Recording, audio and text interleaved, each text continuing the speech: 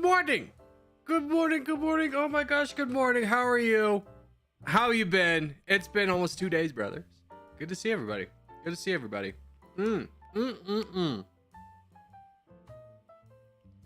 What's everybody been up to? Me? Nothing. Okay, so plan for the day. Territorial. Bada bing bada boom. After that, we're doing Dummynation. I actually don't know what nation we're supposed to play. I vetoed Liechtenstein. It's just like, nope, it's a luck-based micronation. I'm out. For these reasons, I'm out. So let's go to the New Zealand. Let's see what we have here. Our lands. There we go. And then Mongolia. Okay, it's a landlocked nation in between two of the most powerful countries in the world, but it'll be interesting. I'm excited to try Mongolia. Actually, seriously, I am. I think Mongolia will be fun. I think that. So we'll do that. Hopefully that won't take too long.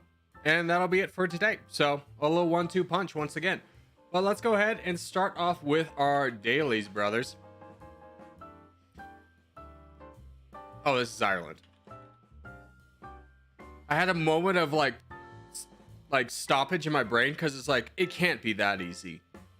And here we are. It was like, am I being tricked? Is my brain being tricked to think something else looks like Ireland?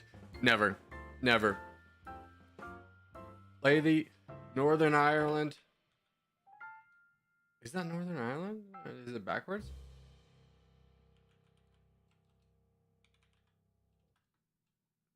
Okay, so no. That's Northern Ireland, so they count that as UK. That makes sense.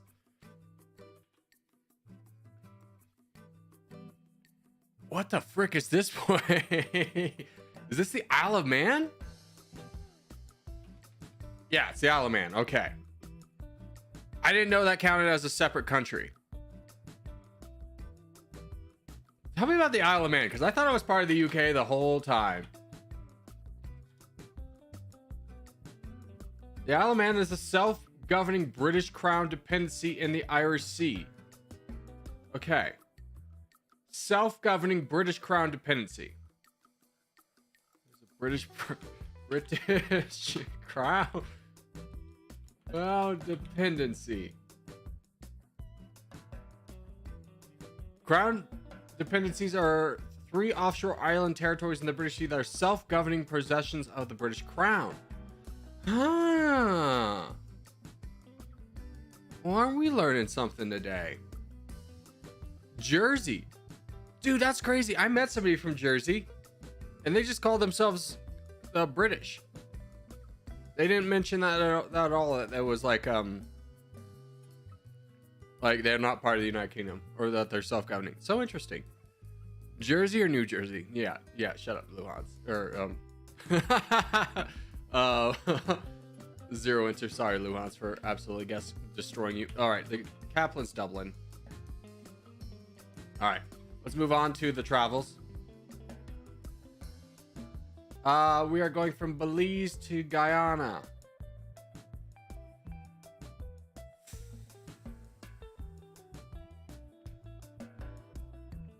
Here's how lost I was.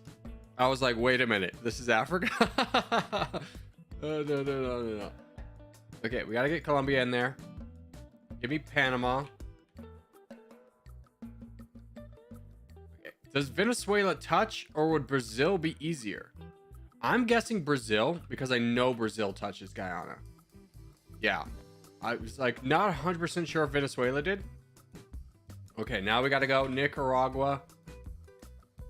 We got Costa Rica. Okay. Then we got Honduras. And then we got... Don't tell me. It's not El Salvador. El Salvador's down here. It's not Mexico. Is it Mexico? Where's El Salvador? Just throw me in El Salvador. Okay. I was wrong. Well, give me Mexico. Mexico touches both, right? No! Okay. Ecuador. Have I guessed Ecuador? No. It's not Ecuador. equator. Ecuador? No, Ecuador is down there.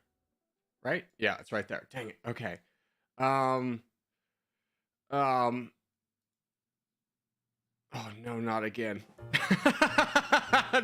Not again.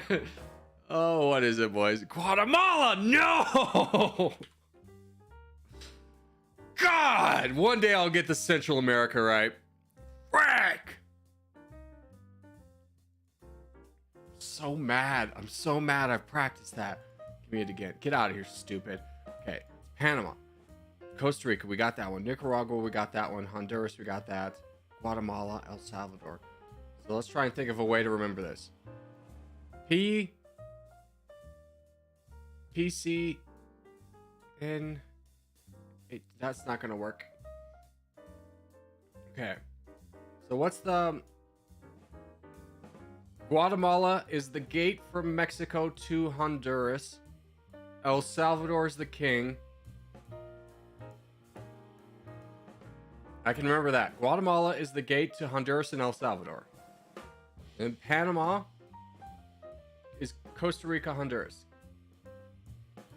CRH.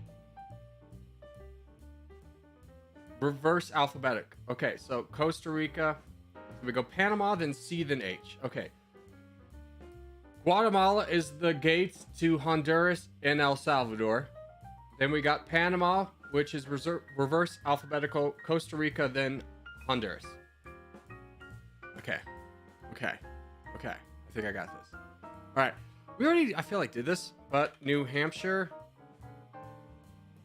Vermont. They'll throw us a New York in there.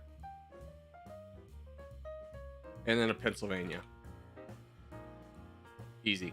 States are easy. All you freaking Europeans out there that don't know your states, go, that's where the mountains are, right? No. All right, give me the weekly. I'm warmed up. I would like to go from Greece to Saudi Arabia without going through Ukraine or Turkey. Ooh. Let's think. So we're going to have to go through Russia.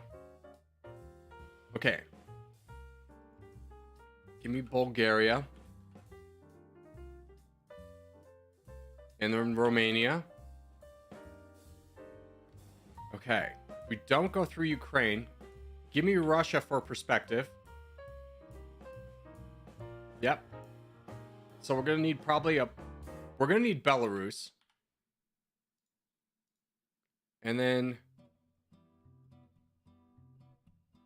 Poland, I think we need. Do we need Poland? We did need Poland. Okay. And below Poland, I'm just trying to think. Is that Hungary? I think it's Hungary. Yeah, it's got to be Hungary. Okay. And then Austria is over here, so it's got to be Czech. Nope. Czech was a wrong guess. Oh, Slovakia. Okay. So without going through Turkey, our best bet is probably China, India. Yeah. China. No, that's wrong, but that's okay. India. Iran. Iraq. And then give me Pakistan. So it would have been faster to go through Kazakhstan to Turkmenistan. Or we could have just gone, or Azerbaijan. Oh, dude, I always think in my brain, like World War I, World War II borders where Turkey had like all of this. Like this, they had the split border down here. Azerbaijan to Iran to Iraq. Okay. We got it, but we got it in extra orders. Dang. But yeah, couldn't go through Ukraine or Turkey, which is what made that one difficult. All right, boys. On to some Territorial. And I might play a couple of rounds of Backpack Battle in between, because for me, I want to play the game. When ban Zero Winter again? Dude. Not a day goes by. Not a day goes by I don't think about it. But then I remember Zero Winter is like the nicest guy in the world, so.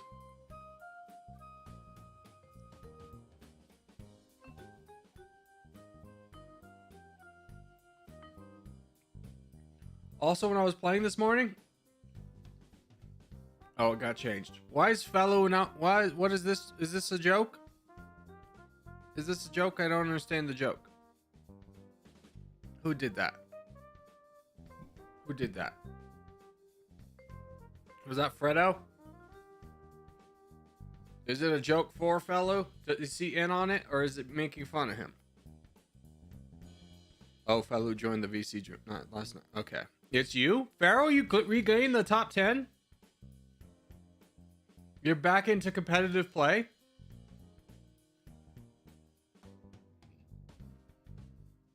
I'll sabotage you.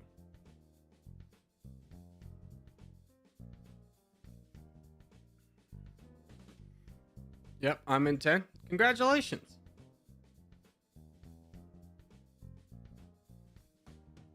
I hope it was a joke that fellow's in on. Because I saw that and I was like, oh, fellow's, you know, pretty good with jokes.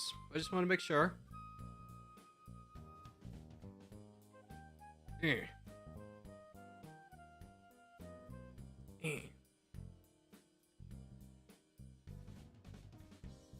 just want to block the blue team from grabbing too much land. So I went a little bit early. Keep in mind, the way I play in streams are completely different from how I would play competitively. As should, honestly, it be how you play. Because, like, the things we do in stream is not how you win in a regular game. But you have to when you play with this many people. Yeah, CR, I'm with you.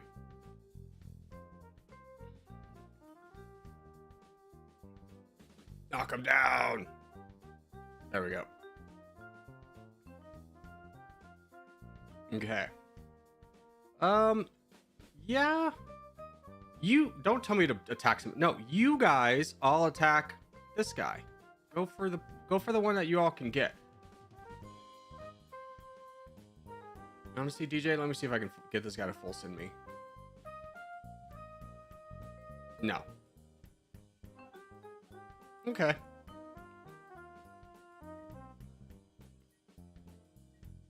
Yeah, work where you have the most advantage first, and then work like where you don't. Because like now we have the advantage on this guy or this guy. But we can turn more people into donators if we do this one. So I'm gonna start attacking this guy. Ooh, did you see that massive attack I did? Just shot. Get in here. Yeah, Star Master's in here. Yeah, we'll get this guy done fast. Then we can turn our attention to MI6. Dude, can I ask my American counterpart something? When you watch the old James Bond, or any James Bond really, in the era before subtitles were really like a big thing, the way they pronounce ma'am sounds like mom, right? Did anyone else think this? Like, when I watched James Bond for the first time, I didn't have a big understanding of British culture, you know, at age like 6. So I was so confused why I was just like, I guess they just call their superior women mom.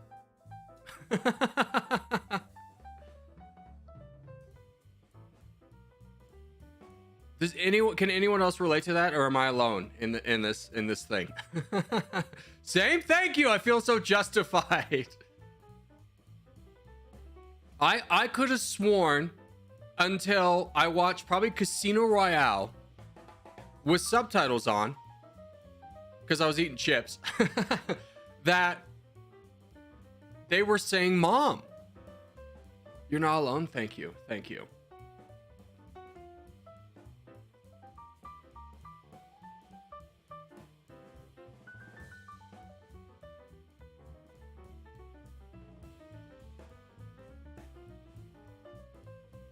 What a name. We're not gonna comment any further, but what a name.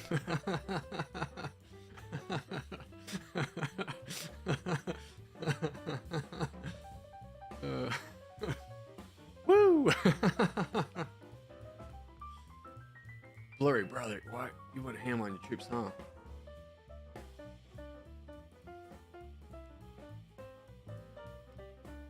Hey, Corgi, thanks for the suggestion. Me and my roommate worked things up. The issue out we had just fine. Good. I'm really glad.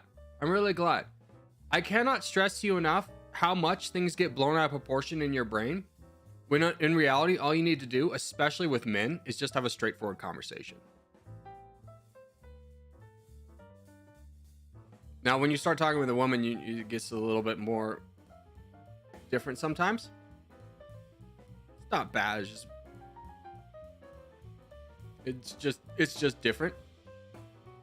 But it's just so easy to have a straightforward conversation. Blue Eye Samurai, only one episode in the animation is just wow. I freaking told you it's so good. It's so good. Oh, dude, that's probably my favorite series of all time. I'm putting that above Avatar. I hate to break it to you. Well, I mean, Avatar was really like an emotional journey, but like Blue Eye Samurai, just so good. So good. We play Territorial, Corgi. We don't talk to women. Yeah, that's fair.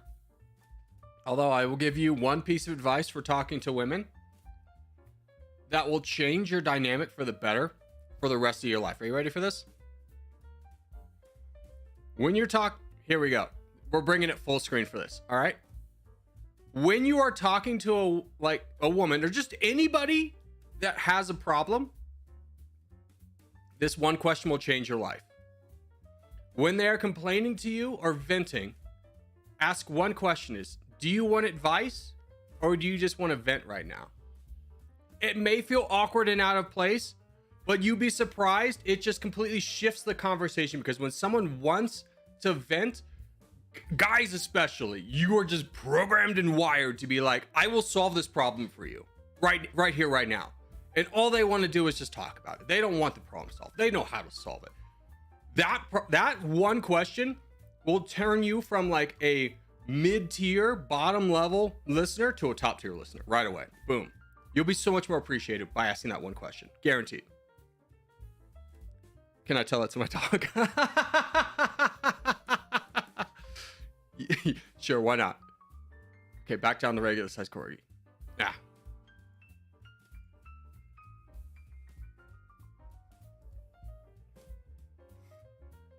You missed my year anniversary? Oh, dude, did I? I'm so sorry. Happy year anniversary, Zero Winter.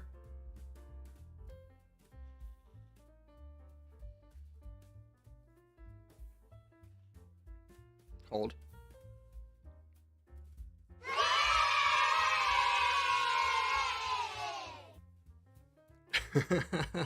But my brain has solution. My brain needs to share a solution. Oh, dude, I get it. Every guy gets it. Every guy thinks like that. But let me tell you, your brain is wrong. It's not it may be what's right, but it's not what's needed. Corgi, do you like to cook? If so, what's your favorite thing to cook? I don't like to cook. Well, let me put it this way. I don't like to cook for myself. I enjoy cooking for others. Like, cause me, it's just like, I'm a simple guy. I'll be fine with some ramen. Like, it's just extra cleaning and steps. And especially when you're an adult living on your own, it becomes a lot. So, but I really enjoy cooking for others. My favorite thing I cook is, oh God, what's it called? Carbonara, the bacon noodle thing. I love cooking that.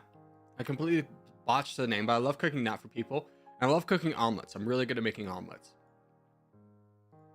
Pasta carbonara. Those are my two favorites. I'll cook for people any day of the week. But my absolute favorite thing to do is I love kind of workload sharing. So I'll do I love doing all the prep work. I love cutting the vegetables and getting everything ready. I just don't really enjoy the cooking process of let's add the sauces and everything, and then let's make sure we get the right spices in there. That's really not for me.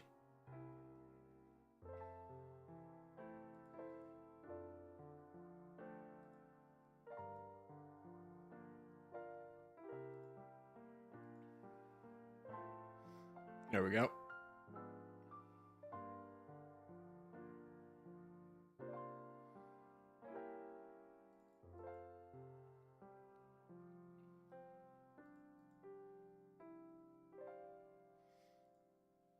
Get this guy down, then we'll figure out Beluga.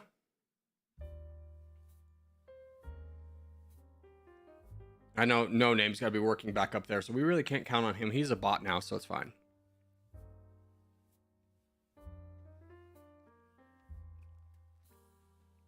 Corgi, are you sure we aren't all the same person? It's kind of crazy as like a streamer how you really do think of chat as like one collective person. Like, yeah, there's some people in here who's just like, I know them, but for the most part, it's just like, I value you all, but like at the end of the day, it is kind of like you're a cohesive hive mind to me.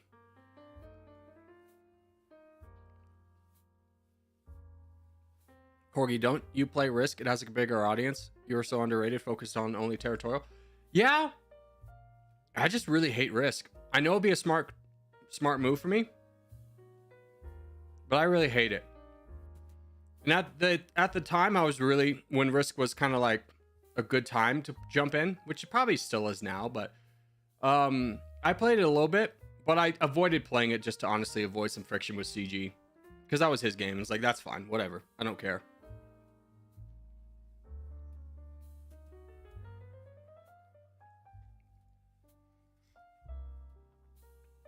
There we go. All right, now we can start focusing downwards.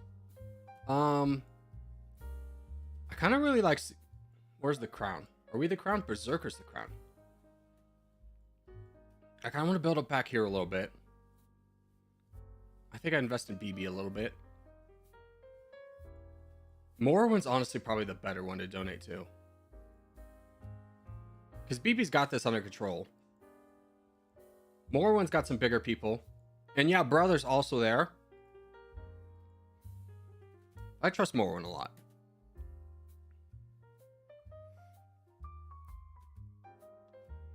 I love Risk, but I would never watch it.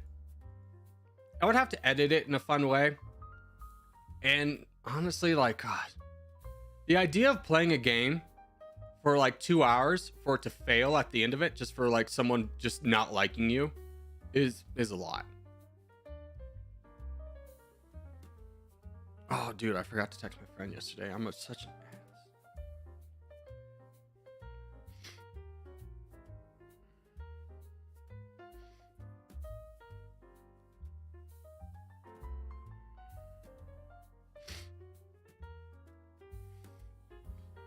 Corgi, have you played Call of Duty? Dude, I'm all in on Call of Duty Modern Warfare right now. I'm actually pretty decent at the game. We've gotten a few wins. Now you may be thinking, oh, just a few wins. That's not very impressive. We all play on PC, and we're all above the age of 30. So, you know, your reaction time peaks at like when you're 19, which is crazy. Like, we've been playing FPS shooters for a long time, but not exclusively. And the way Call of Duty works is kind of a little bit on the whack side, where like we come from Rainbow Six Siege. Hey, Rossi, thank you for subscribing. We come from Rainbow Six Siege, where it's just like, you're all about having the perfect angle and the right map and getting a headshot, and then you win. Where this game is just like, fast movement, slide, bullet sponge, movement, jumping. It's just a little bit less tactical. Sometimes you just get in a good position, sometimes you don't.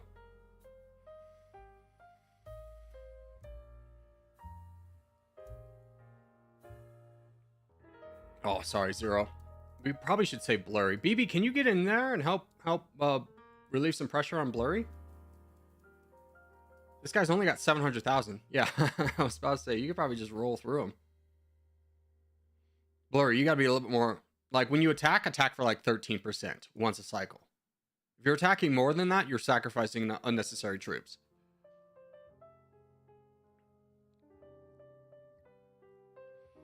You play Modern Warfare 3? I used to grind Call of Duty. That was my game. Yeah, I do. I play it a lot. I'm level like 178 or something, which is like, oh, it's not that very impressive. I've only been playing for like a month at most.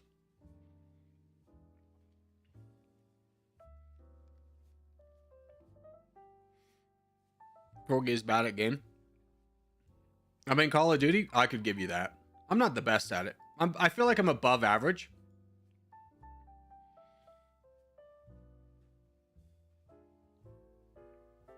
I was really expecting to not have fun with it because everyone always says there's so many cheaters in the game. Like, I have a really good eye for spotting what a cheater does. And I've probably run into like 4 in the 2 months I've been playing. Or the month I've been playing. And you can tell when someone's cheating. It's just like, hey, that guy immediately headshot me four times from across the map. He's cheating.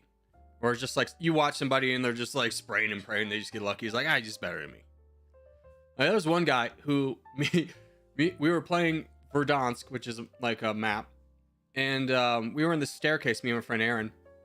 And this guy just slides in, perfectly kills me. And then Aaron is flabbergasted what to do because the guy's movement was too fast. And he kills us both. He's like, that guy just is better. He wasn't cheating, but he's just better. GG's. But I get sniped in every game. Dude, if you're getting sniped in Call of Duty, you just gotta move. You'd be surprised or get high alert. You'd be surprised how much people suck at sniping if you just move a little bit.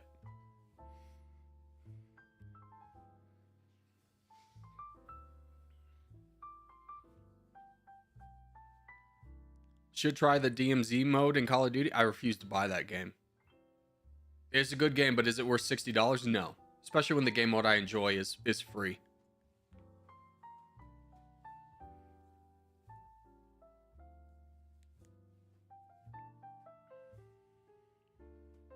Corgi, I got the #1 comment and then Indonesia video, but you didn't play as Bulgaria. Yeah, the Indonesia video was just a filler. Because I needed something to do in between. I think it was Tunisia.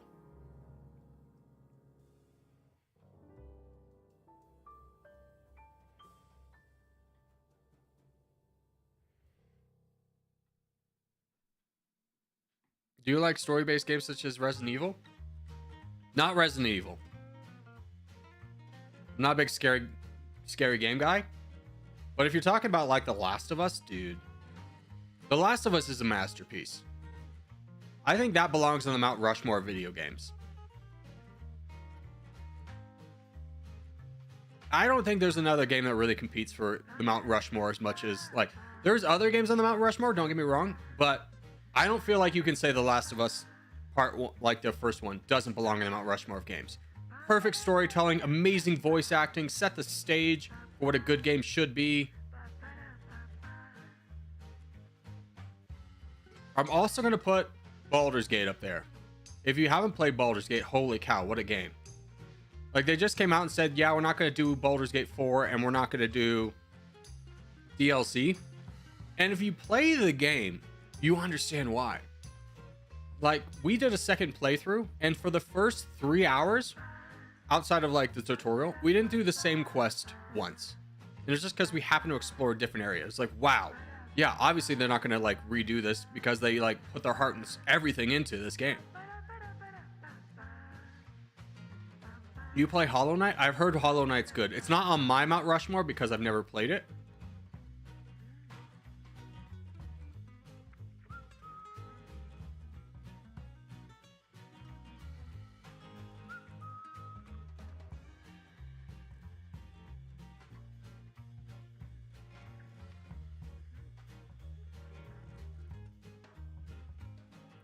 It's made by 2 people? I heard that, yeah. Small indie group. Corgi, do you know the Harry Potter series? Of course, who doesn't? Fan of the book series, not the author.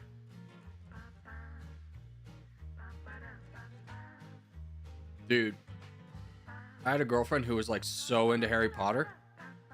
So we went to like a bar trivia night. And the thing was, is like if you come in second place, you get to pick one of the topics for next week. And we would always come in second place. But like, we're collectively very smart. Like, we had a guy who's got his like master's in education and he's a nurse and he's just an overall incredibly smart guy. My girlfriend at the time, she would get like she would stress. I never forget one time she was taking a test and she thought she did so badly she threw up the night after. You know what score she got on the test? 100%. She was that kind of person. So annoying. Those people. Oh, disgusting.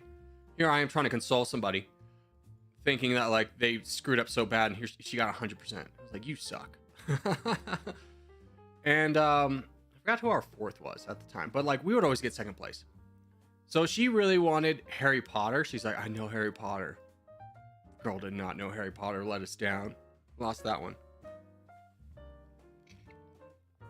Corgi, what does Hagrid do when Harry Potter catches the golden snitch? Is Hagrid even there? Because that takes place at the arena. I don't know. Hagrid's probably chopping some wood or something. Next question.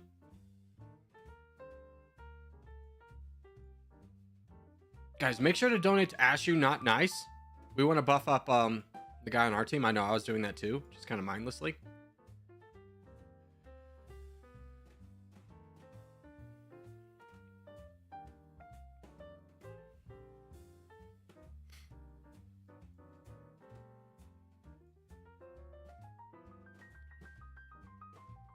Can you play next contest for Vice for my year anniversary? Not next one, but the one at 11:15. Yes. GG's.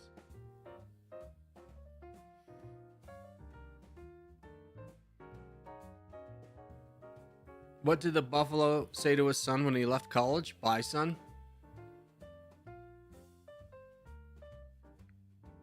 Trying to throw a dad joke at me. Brother, I'm probably the same age as your dad.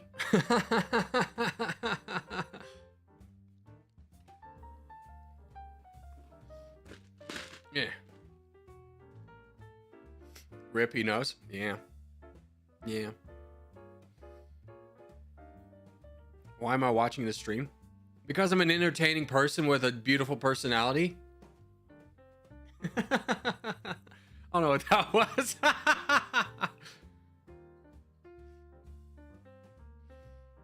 Anyways, Corgi, hope you're enjoying Modern Warfare 3. I personally just stick with the classics of Black Ops 2. Yeah, I really am enjoying it. I think it's a pretty good game. Granted, it is busted as all get up. It is not a game. It is 6 raccoons in a trench coat disguised as a game. As the most busted game I've ever played in my life.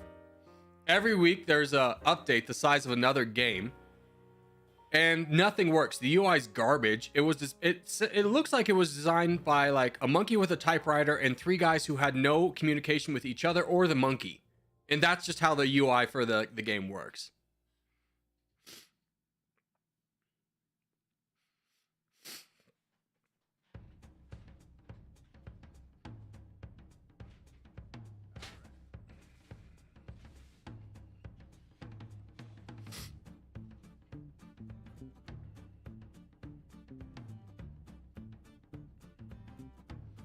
What game are you talking about? Modern Warfare 3. The UI is so busted. Like, we'll just be queuing into a game, and then like it'll just show like like one of our teammates goes, and then a random guy comes in and is like, "What's happening here?" Or like characters don't load in. It's just like, this is incredibly crazy. And then the UI is incredibly confusing, like, and stupid. You can't access your loadout until you're into like the specific game mode, and then like it's just, there's a bunch of choices that like don't make sense.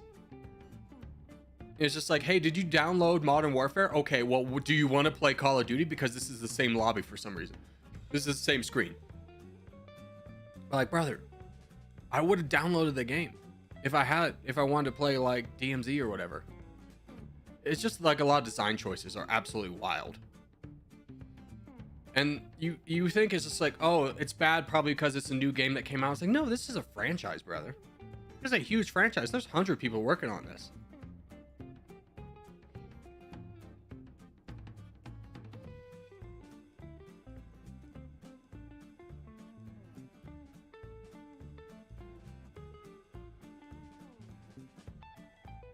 Let me get big.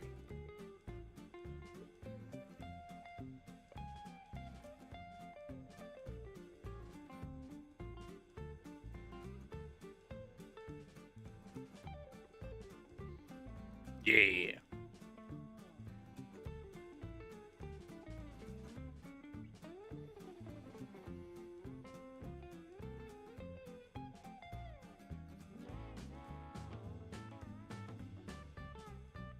Hello, Ahmed. Ahmad, I think it is.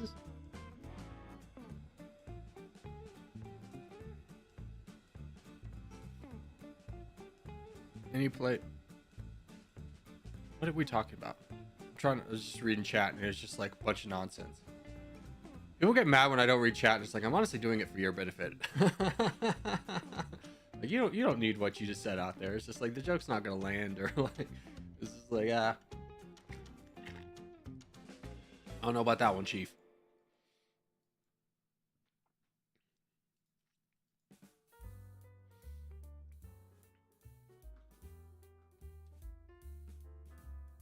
Yeah.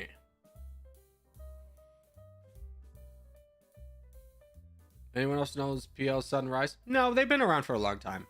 They've got some really, they've got like, their names are a little bit confusing, but I know they have like, I always see one guy who I always look at and be like, that guy's really good. He knows what he's doing.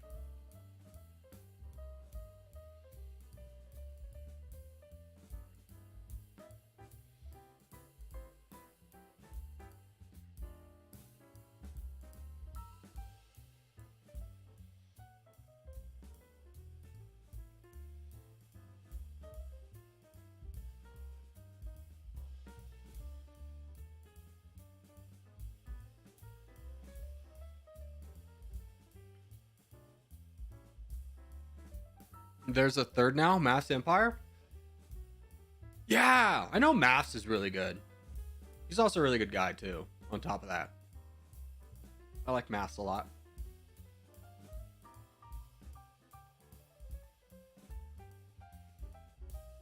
I always forget Maths is in PL.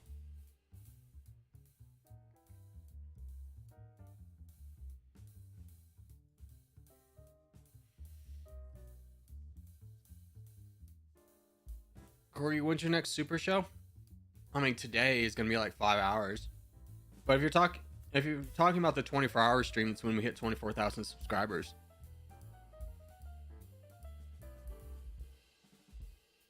PL's in third now? No way. I'll have to check that out.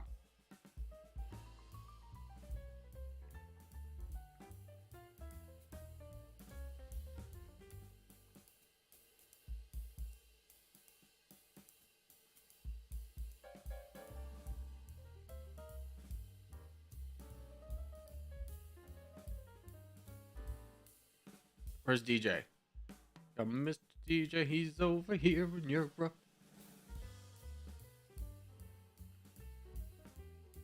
And like 40K is 48 hours? No. No, I'm drawing the line. I'm an old man. I could not sit in this chair for 48 hours. I would have such back problems.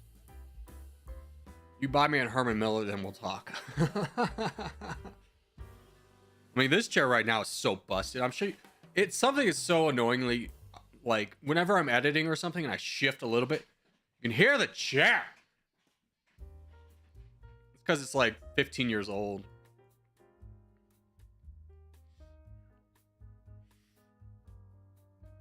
Put your PC on your bed? Ew, no. Like, I like you guys that much, but I'm not going to sleep with you. GG's.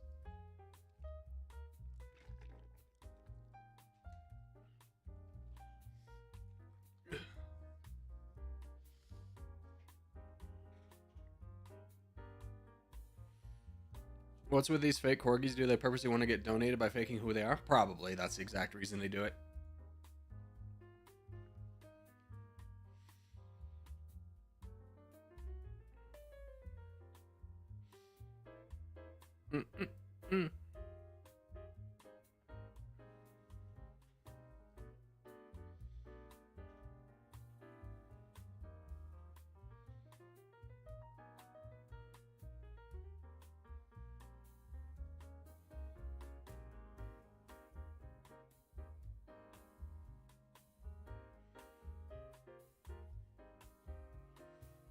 Hey, look, another opportunity to go to Quebec. Yeah, did you see the video today?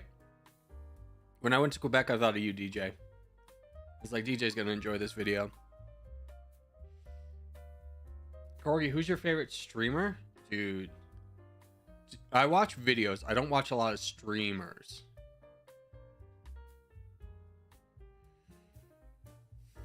I mean, Northern Lion's always up there. He's reliable. He's I really enjoy a lot of the games he plays. Like right now, I'm not really into a lot of the game he plays. Like I really enjoyed his trivia stuff for a while just because he's so smart. But that's kind of gotten stale for me. And then he's playing this card game that a lot of people play, but just is not interesting to me. Big fan of his. I've always been a big fan of his, but some iterations of his streaming life is just like, I'm sure it's the same for everybody in any kind of viewing experiences. Like sometimes you just don't like the games they play. So I haven't watched him in a bit. I've been watching a little bit more Tim the Tap Man, but I don't really like the entourage of people he plays with, to be honest with you.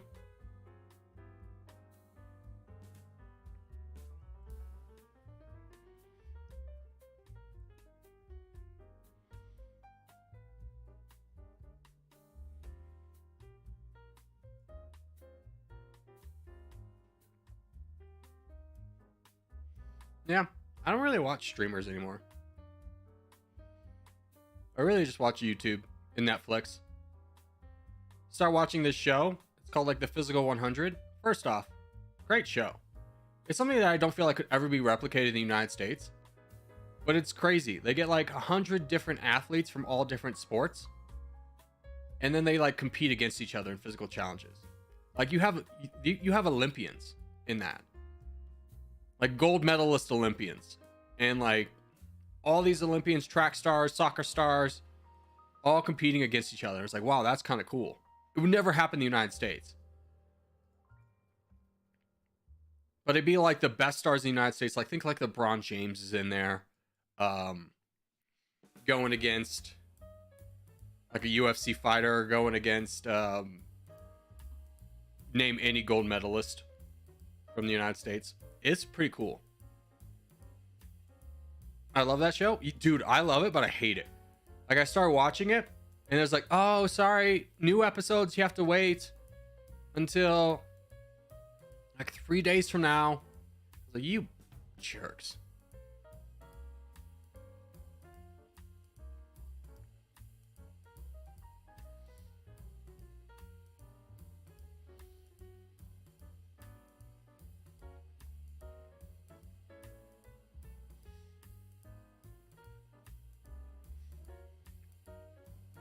I honestly have been finding myself watching a lot of Korean TV recently in YouTube. There's some really funny Korean shows. There's this one on YouTube. It's called No Prepare. It's obviously in Korean, but you have English subtitles. And the premise is literally just like one woman in her legitimate apartment brings on a celebrity and they drink together. But the host is just the most dynamic, hilarious person. And it's a really good show.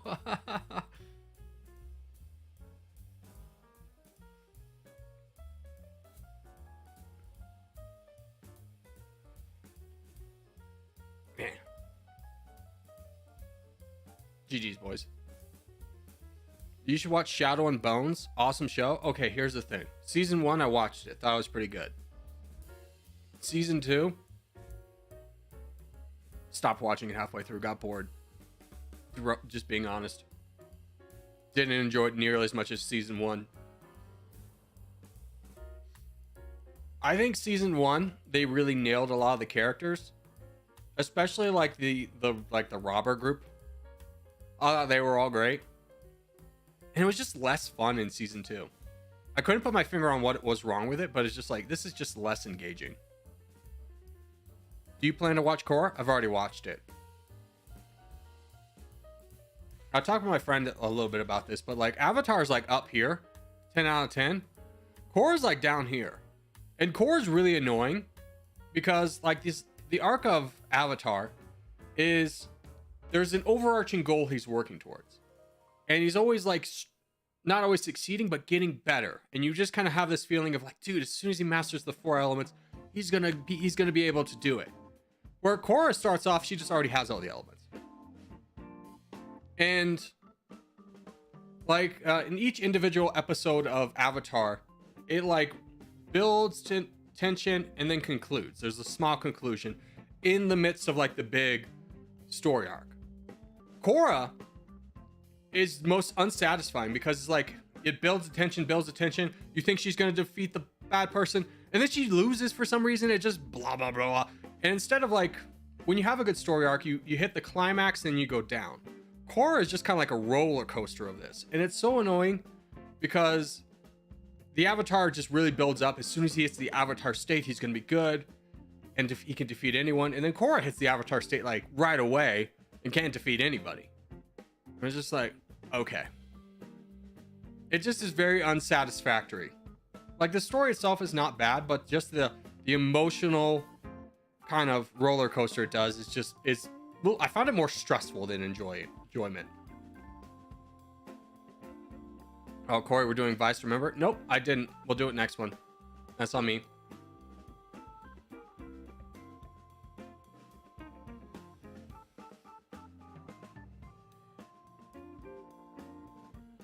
I used to come home from school and watch it. Yeah, I just watched it all on Netflix. I wasn't really big into Avatar when it came out, to be honest with you. I only discovered it recently. I've tried to watch the first... It's one of those shows where like the first few episodes are just honestly not good. And it was really hard to get into it. It really... The show really makes up for it later, but if you're being honest, if you're watching the first few episodes with a critical eye, I think you can say they're mid at best.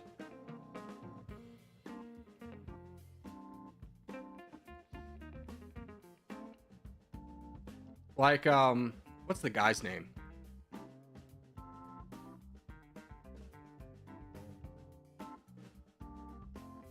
What's the waterbending guy's name? He's really annoying in the first few episodes. Like, honestly, genuinely incredibly annoying. He becomes much more lovable later on, but he's really annoying.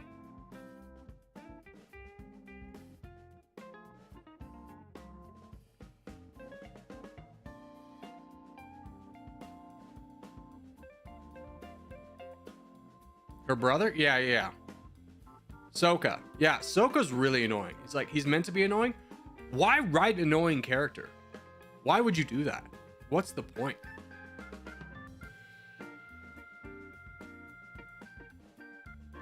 And sexist? Yeah, I can forgive the sexist part. Not because obviously sexism is good or anything, but because he learns to not be that. It's a character growth moment for him.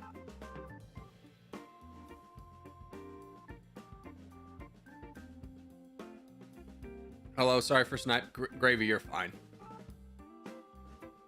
You're not a person that would make a habit of it. He was a young kid. The point was character growth. Yeah. Which is why I don't mind. I don't mind him later on. But in the first few episodes, he is really annoying, and I hate that.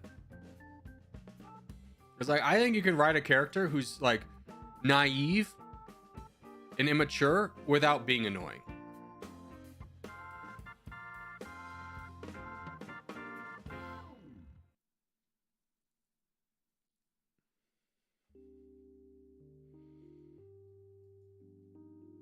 Have you watched Vinland Saga? Yeah, that's a really good show.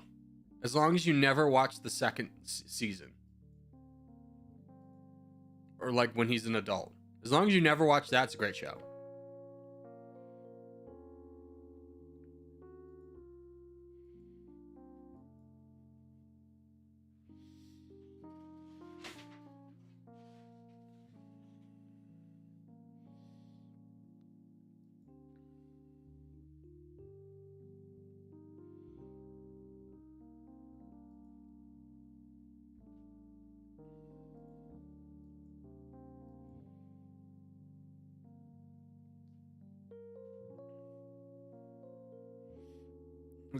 You missed the contest? Yeah, that's fine. Honestly, we're so far ahead. We don't really need to be in every contest.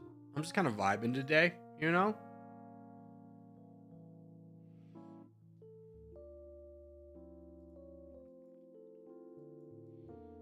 So it's fine.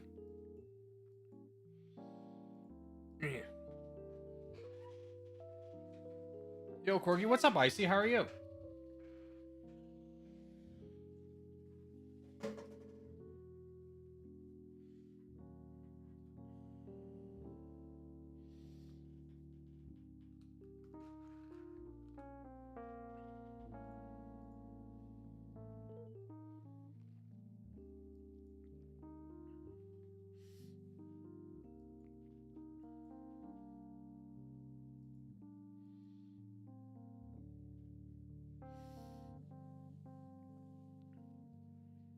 Do you like crime mystery series? Because then Criminal Minds is really good. I mean, here's the thing. I've watched some Criminal Minds. I do find it annoying. A little bit annoying. I don't really enjoy it that much. For one specific reason. Is that because I have a psychology degree, I know a lot of the stuff they're talking about is nonsense.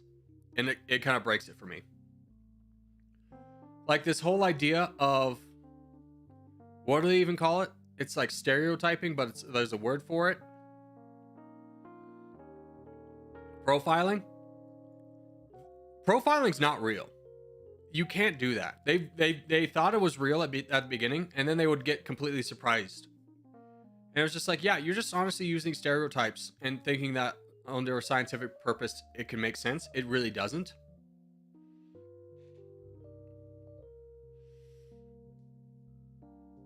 Docket's gonna be wrong. No, it's not. It's actually correct. It's the same thing with mine hunters. It's not real. It's junk science, so it's hard for me to get into. It's the same thing. Oh, nothing will get me more like, you know how there's always one topic you're ready to debate? You're like, for me, Arbex, thank you for subscribing. For me, that is the Myers-Briggs test. When someone wants to tell me their personality is like, that is junk science.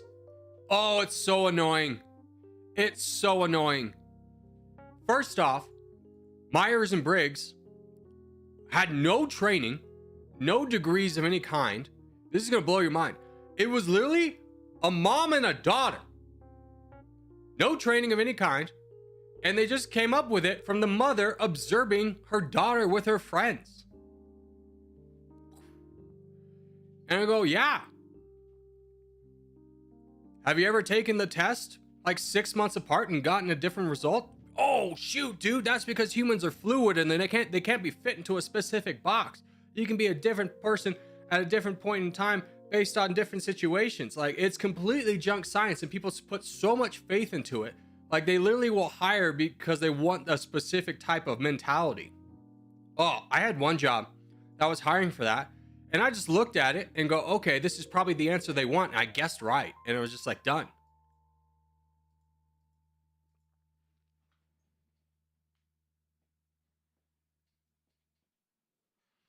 Myers-Briggs is at the same level. It's just like, it can be a fun little thing, but if you like put stock into it, you're kind of dumb. It's the same level like a zodiac sign. It's like, yeah, I mean, it's fun to have a zodiac sign, and sometimes you can look at your horoscope and be like, ah, ha, ha. But like when you really like follow your life based off a zodiac sign or a Myers-Briggs test, of course you can fit into it. Of course you can, because the things are so vague. You'd be like, you're sometimes energetic, but your battery gets worn out. And be like, yeah, that's everybody. Literally everyone. Everyone can have those moments. What's your zodiac sign? Cancer. Oh, and I hate zodiac signs so much.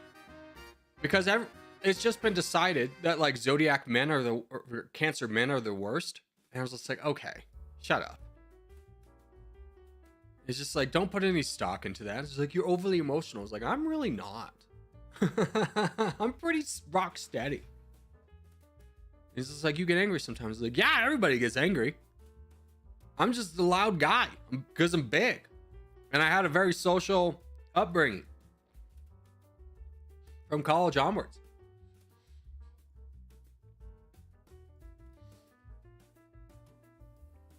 I have specific friends that don't really enjoy hanging out with me when we're drinking because, like, I'll constantly say what they said but louder and get credit for the joke. Obviously, like, sarcastic, they don't like hanging out with me, but it's just because I'll say their joke louder and get the credit for it. Cancer's one of the best zodiac signs. Dude, zodiac signs are stupid. I don't like them. It's one of those things. It's like, I enjoy it for like, you know, it's a little fun tee-hee. But when people put stock in it and base their life off of it, it's just like, brother, you are being a slave to like non-existent forces.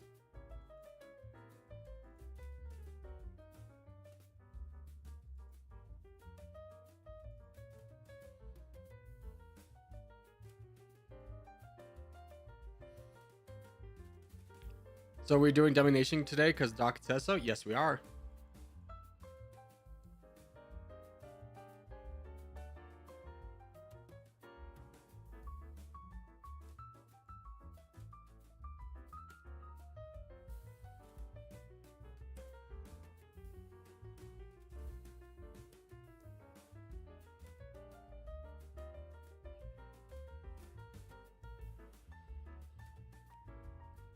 People who believe in astrology are annoying. I don't care if you believe in it, but when you base your life on it, I was like, I don't know if that's the tenets you should be following.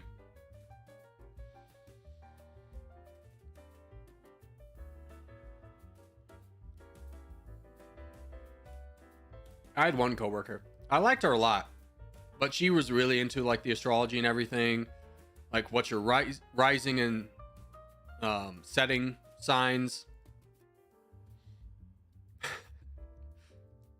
There was I was talking with a group of friends, all girls, and they're like, you know, a guy's been quote unquote ran through if he knows what his rising and setting suns are. Like, yeah, it's kind of true. It's kind of true. Corgi, did TT reset accounts? I don't know, brother. Mine's still here.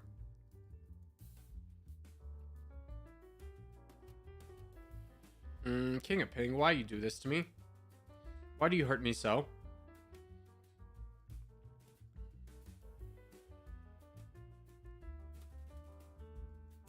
Duckburg, honestly, I gotta go into this guy.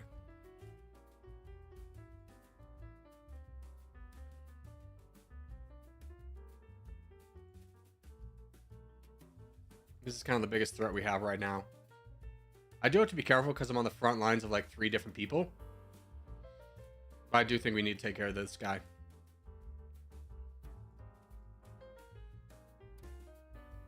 Let's go. Okay, full sent. Duckburg. Actually, it doesn't matter. You're the only one that can get it. Huge win for us. That guy really sabotaged his team by doing that. I'm going to let Duckburg have it all.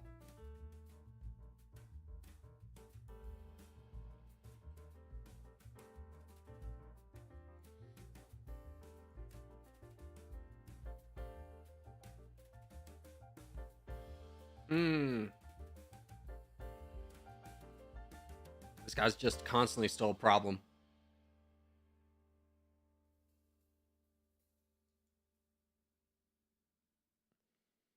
Dude, everyone's going after Pharaoh. It's kind of crazy.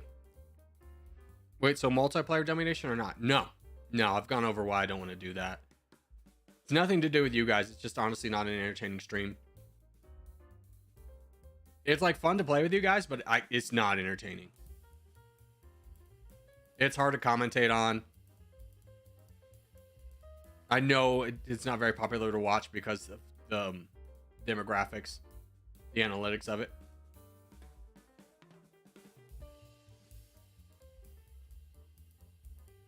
Duckburg! Yeah, get bigger, buddy.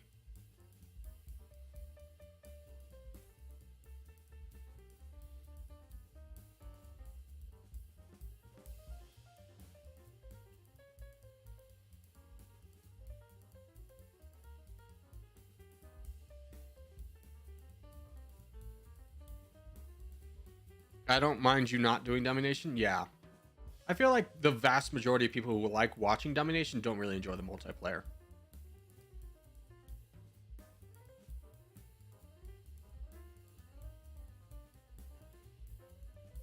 Plus, also, by the way, I saw on Dummynation, it's like I'm the 55th best player in the world on single player. Thanks for keeping me alive, Pharaoh. I tried, brother, but holy cow, were you getting hard targeted in that one? They were targeting you more than people target me. That was insane. GG's. All right, let's do a free for all.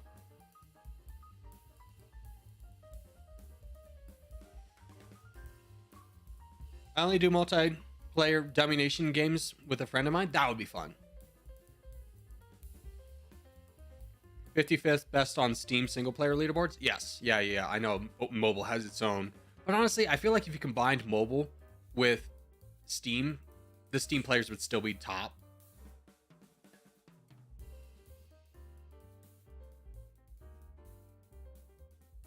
Kevin?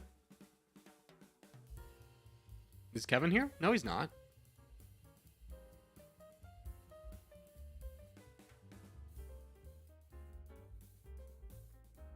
All right, let's do Asia. Are we talking about Zero Winter? The top player on Steam would only be a third of combined leaderboards? That's crazy.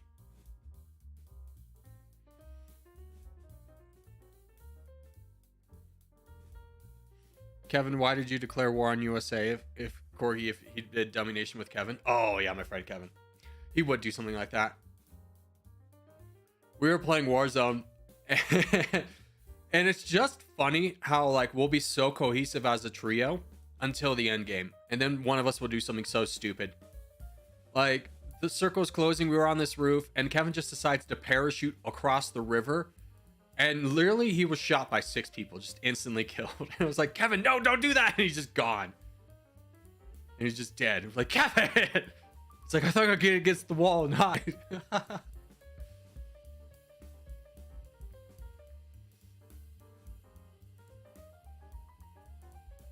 thought we were doing NA, and I didn't look. And I'm sad because I got a killer spawn. Yeah. Hey, this one's over 100, though. So anybody could win this one.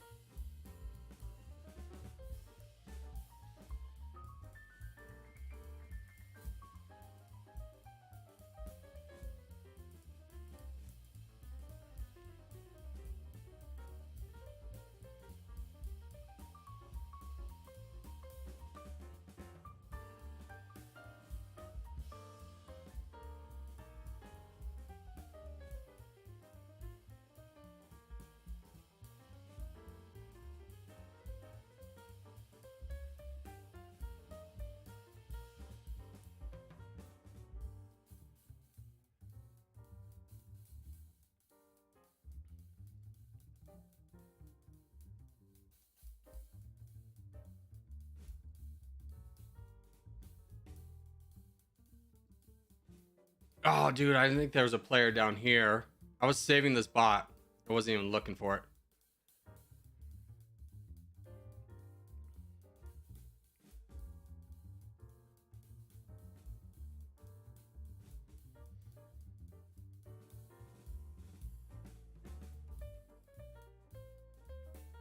Honestly,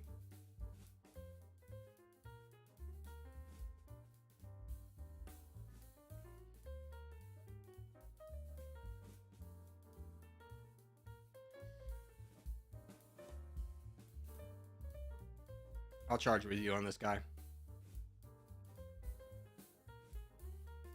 Let's go. Oh, we blocked India. Duckburg, grab the land.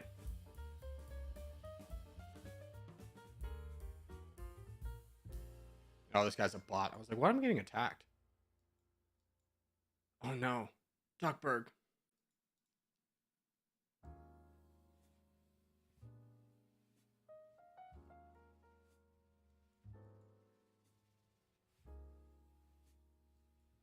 Yep, I understand that.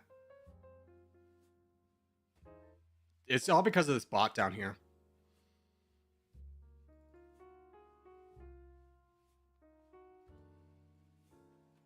See if I can slow people down.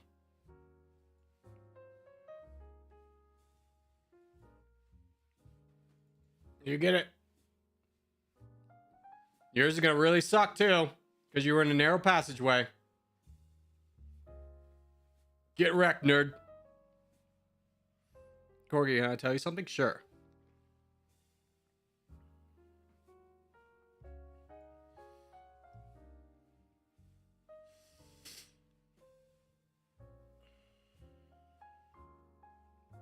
All Philistines going in Corgi's favor. Honestly, Ducks was not my favorite. It seems like it would be because I get more land. But in all honesty, I needed time to build up troops. Because I wasn't strong enough, and these two were going to attack me. And then Brazil, I never got to deal with. Same with this bot. I was a bad full send. It made, like, yeah, I got some land, but honestly, it was bad for me to have gotten it. Like, you always got to risk grabbing land, but I was looking at that and be like, I'm not happy with this land. CG plays here? No, he's not. He wouldn't be here. It's just a fake.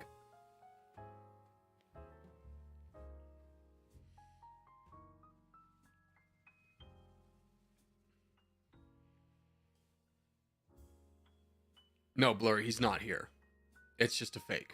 You can type anyone's name.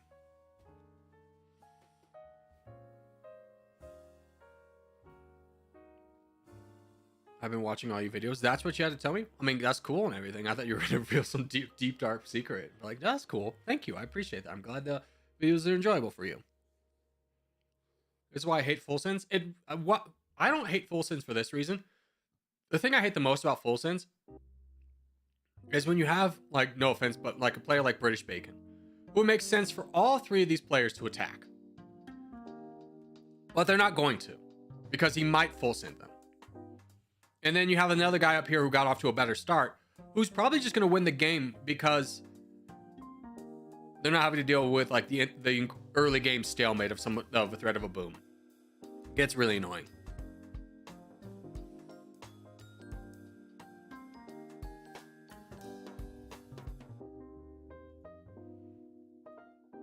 Dude, mods are on it today. Thank you so much. I feel like I get myself into like a bad mind space and I'm constantly reading like annoying comments. And I know people are not meaning to be annoying when they're writing it, but it's just like you get the same like 3 things every single day. I've even blocked the phrase, can you play as, or will you play?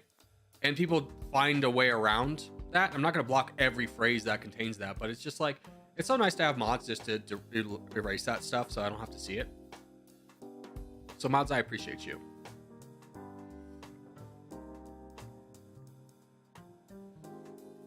I'm just going to full screen of the Streamlabs so I don't have to see deleted comments. There we go.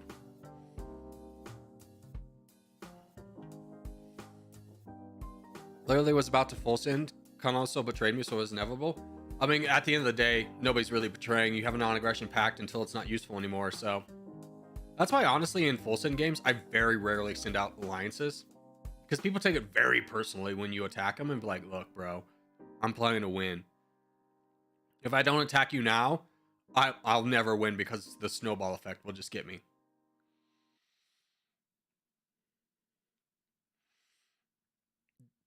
I let Roadrunner live and he killed me. That's your fault. That's your fault. He's a good player and he's playing for the win, as you should. I mean, there are certain players that you can expect to be good. Like, I love Luhansk, but I hate being next to him in a game. Oh, I hate being next to him in a game. Because he plays the alliances and I just don't. And I know I'm going to lose for that reason. But especially as the streamer, if you do an alliance with somebody, people really expect you to hold it to the very end. And it's just like... So that's the reason I rarely do alliances, is because people really expect me to be like on their side till the end. Is like, brother, you've got like 500,000 troops and everybody else has got 6 million. Like, of course I gotta fight you. You should literally never trust a mod with an alliance, let's be honest. I don't know. I'll trust you, Zero Winter. Me and you go to bat for each other. I fought for you when it wasn't advantageous and you fought for me when it wasn't advantageous.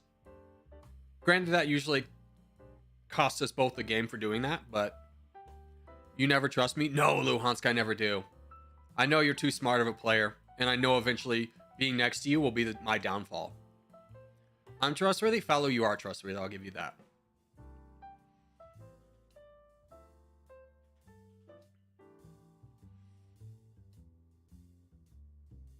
How to stop trusting Luhansk? Dude, every game, I'm calling it out in the beginning of the game is like, Luhansk is going to work with this guy or this guy against this guy.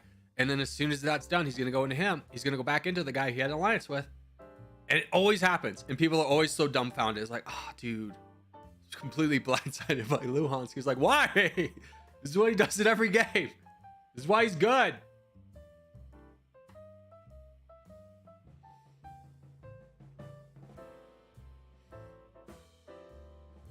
I love to play against Luhansk in Dummynation sometime. Sonoku, you would probably win. Like, Luhansk is really good and strategic, but I think you are... I've also been watching a few of your videos. I think you're really good at the game. I think you have a great understanding of Dummynation. which is not a complex game on its own, but the most complex thing is learning how mechanics work, because there's no real like tooltip to be like, this is what this is for. You just kind of have to find it out.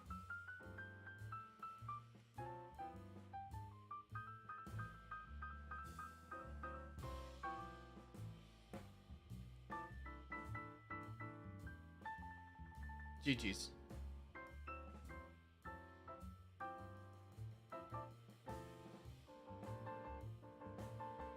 Hey, we got time for a little Caucasia. We can speedrun it. And then after this, somebody remind me we're playing for Vice for Zero Winter's year anniversary. I'm so bored. Thank gosh you keep me entertained. Well, thank you. I'm glad that this can be an entertaining spot for you. Any tutorial recommendations? No. No, there's really none. And I want to put out a tutorial, but like, honestly, I don't know if everything I'm saying is right. I feel like I'm going to put out just a quick tutorial, but like, here's the mechanics and here's what they do. And then just to put it out there for people to be like, that's wrong. Here's what it actually does. And then I can go back and actually make a tutorial.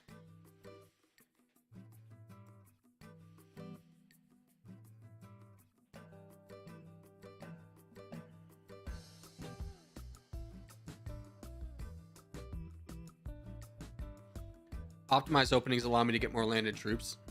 You need to attack bots with a certain percentage. Oh, yeah. If you're watching me on stream and being like, I want to do what Corgi does because he's good, I am not playing very good when I'm streaming. Mostly because I don't care that much. I don't want to be like the star. I don't want to be the tryhard every single round. Because if I was, I'd be not as much of an entertainer. So, I don't play the best, especially while streaming. I play a lot better on single player when I'm making a video because, you know, that's my focus. But even then, I feel like my videos have become less strategic just because I'm so well known in the community that either I'm getting full sent to like, it's harder for me to get an interesting team win at the end because people will just betray me because it's like I won't lose to streamer. Like, it's crazy the amount of people that like boat over to me and it's just like, what are you doing? Like, we got a guy in between us that's got 2 million. You boated over to me to full send me? Like, you could have won the game, but you just wanted to make me lose. You know, it happens so frequently. It's been a real debate in my mind of whether to change my name in game. Like, I really don't want to. But I feel like it would result in more interesting gameplays because the games I win now, it's either like I'm snowballing immediately and that's how I win, or I've lost because I got full sent like 6 times.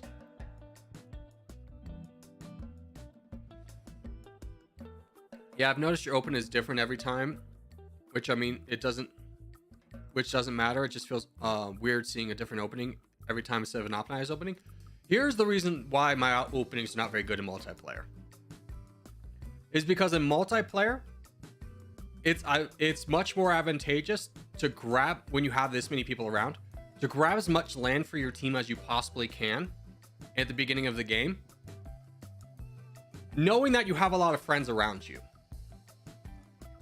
So that's why I go for so much land at the beginning. It's not optimized. I just go for the land, knowing that if I like can suffocate, let's say like a red player started over here. If I can suffocate this guy with how much land he can get, then I have teams to work with me to knock him down, and that we can get this land faster and I can donate forward faster.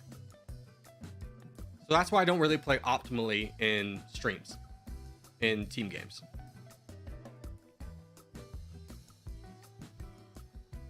Because let's get real. If you gain, like if there's 100% of the land like in this area, if I gain 60%, but this guy's got an extra like 10,000 troops than me, does that matter? It really doesn't because I have a lot of friends around. So I can recover from that. But it just helps clear out the land faster.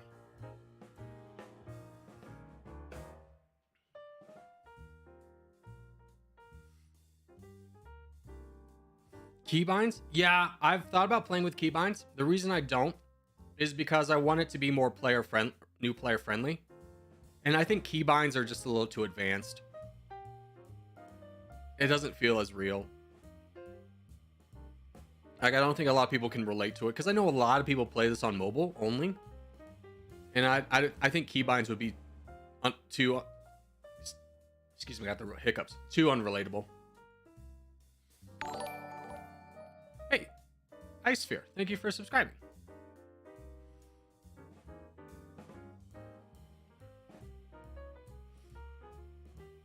Once you killed me in Territorial, I was like, no. Yeah, I mean, honestly, rite of passage.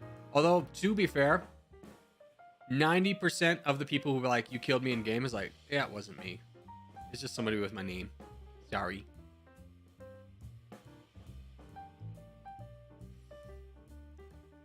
You can do like a basic Dr. No opening. It's pretty easy for new players. Exact percentage don't matter that much. I think mine's fine. 20, 20, 30, 30, 40, 40. I've tested it out, and the difference is really negligible. It works out just fine. Oh, let's switch over to Vice. We're doing this for Zero Winter's year anniversary.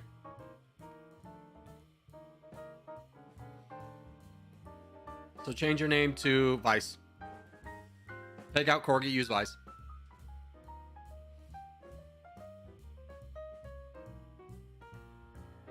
Thank you, Zero. Nobody uses 10%? Yeah.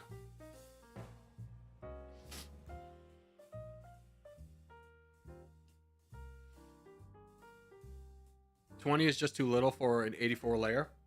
What's your optimal opening, Pharaoh? Give me it in percentages for each attack.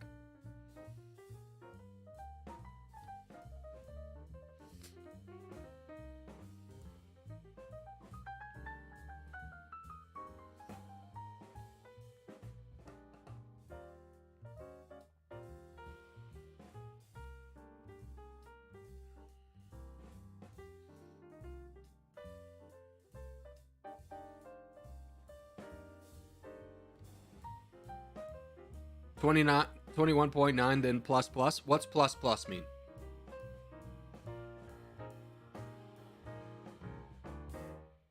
Then plus every cycle? What do you mean by plus?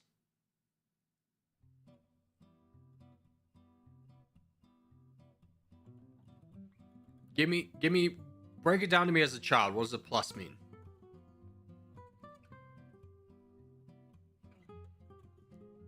The plus on the troop bar.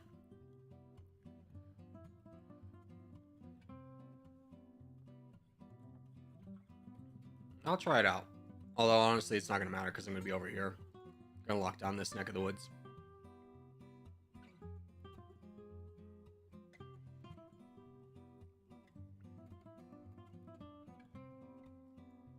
Ooh, spread out, guys. We don't need this many people. You can leave. You can leave.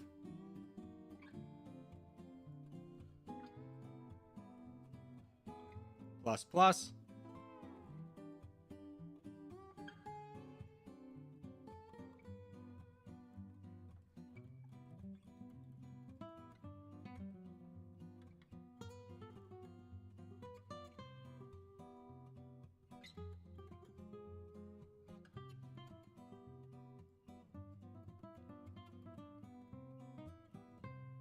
Yeah, I really don't notice a noticeable difference. Granted, I'm in like an awkward situation where I don't gain a lot of land, but like, I don't know. I think in these team games, as long as you have a respectable opening, it doesn't really matter.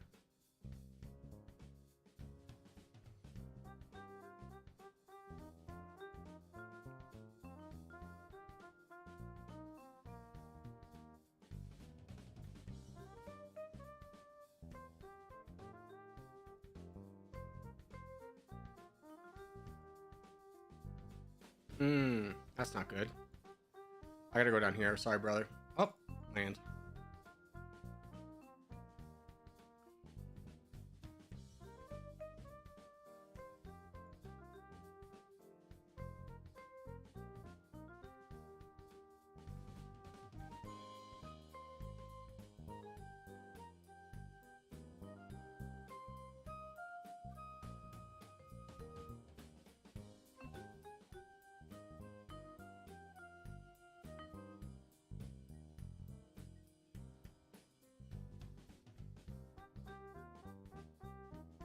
The Zero Mafia in Russia isn't me. I'm next to Pharaoh. Oh, that's a shame.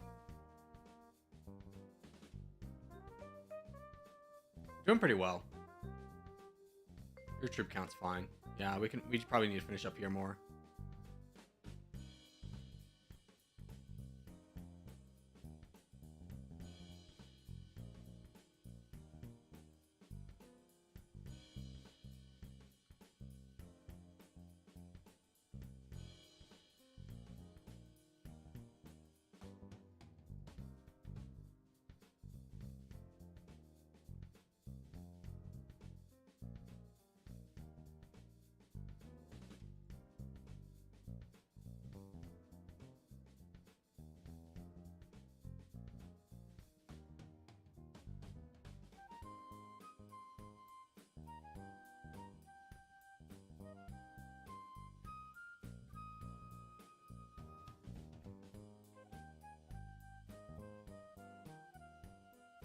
Thanks for the donation, player 384. Snuck in there. Yeah. Okay. Now we can donate forward. Soniku! Bad full send. Bad full send. That put so much pressure on the team. That's crazy. It's crazy you would do that.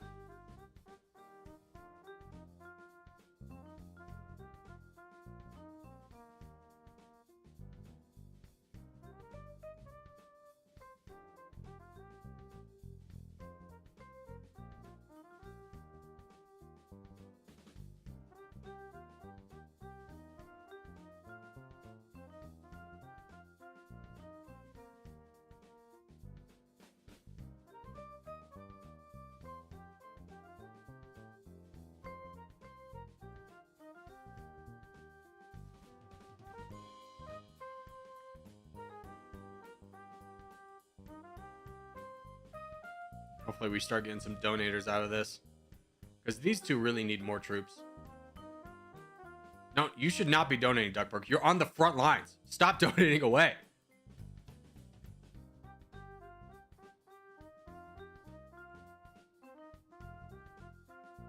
Just charge. Just charge. Charge and I'll give you money. Somebody charge. There we go. Yeah. Keep going. Keep going. You're at max. Keep going.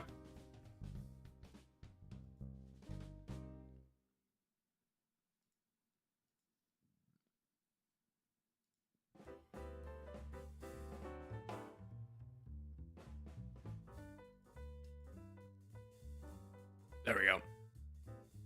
Donate Nox? No, this was a better one to donate to. Like, Nox could live on his own. But if we expose this, a lot of people are very small and full donated, which is not good.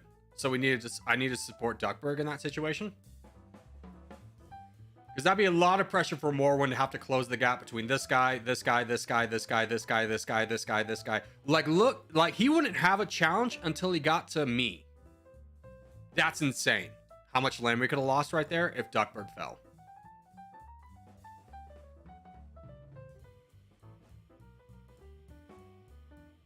What are we doing? Why didn't we win? Kissy face.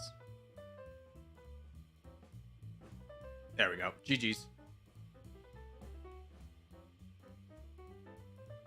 Back to Corgi. Alright, I'll...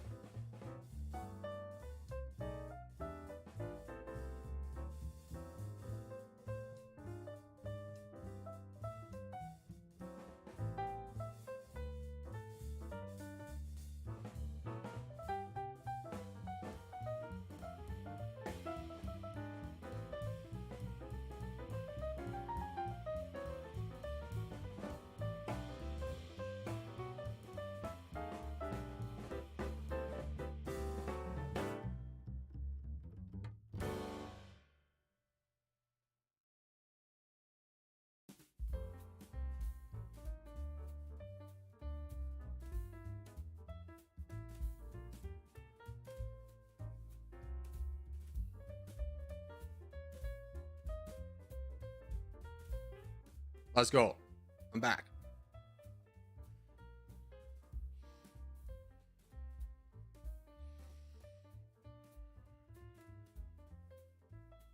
Hey, Jinsey, how are you? Do I want to do? Yeah, let's do Caucasia. Oh, Chile again. We don't want to wait 6 minutes? Yeah, that's why we're doing a game. When do you play Dummynation? Hit exclamation point docket.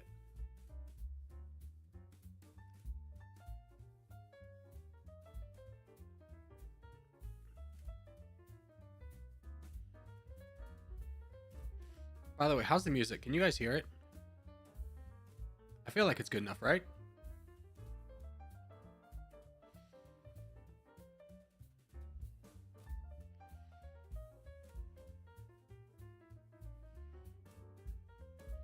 It's fine? Good. Thank you, Maverick.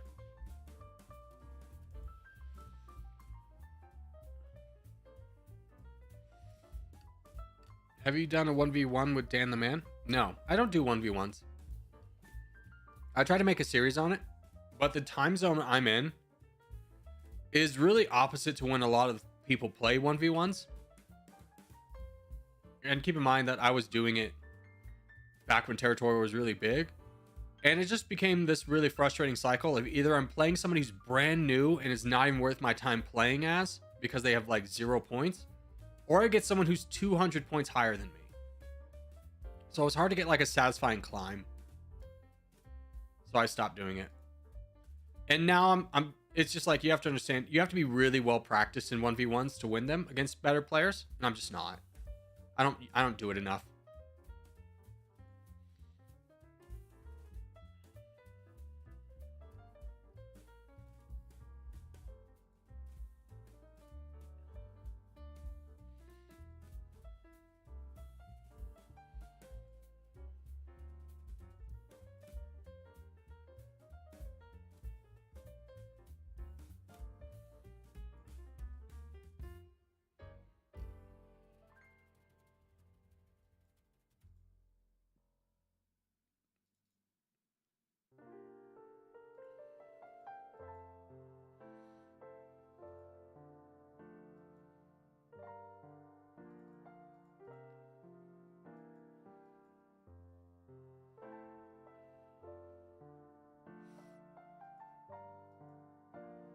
Pharaoh still rocking Vice? Yeah, let him.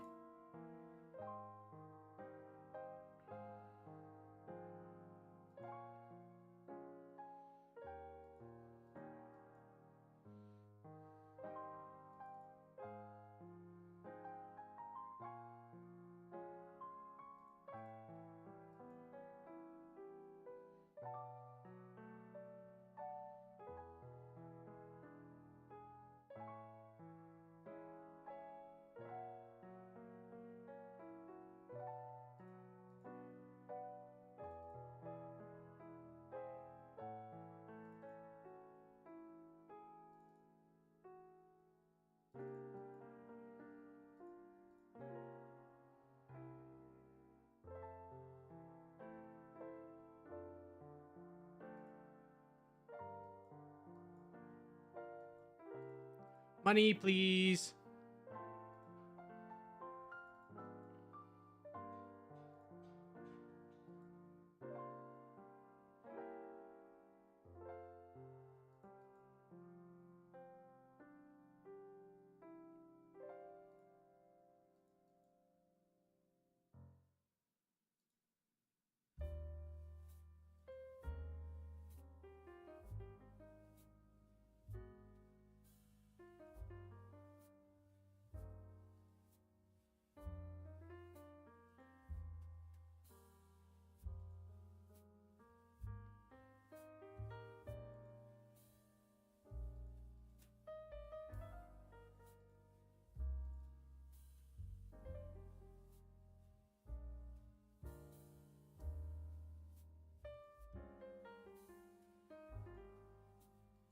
Boys, fellow, we need you over here, brother. This guy keeps getting donated too heavily.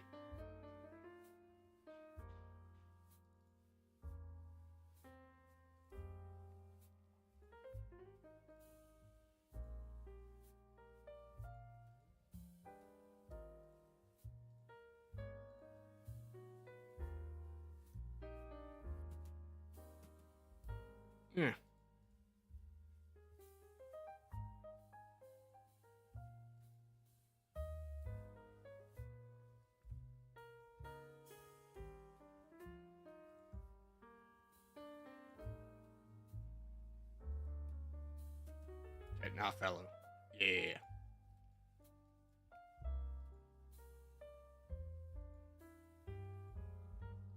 Charge, Venta. I would love to give you troops, but you're at max cap.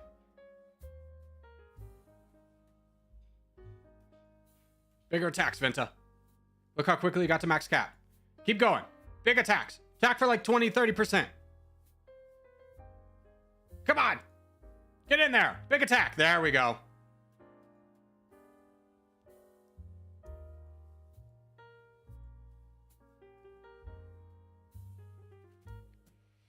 Corgi, what nation are you doing in Dummynation? Apparently Mongolia.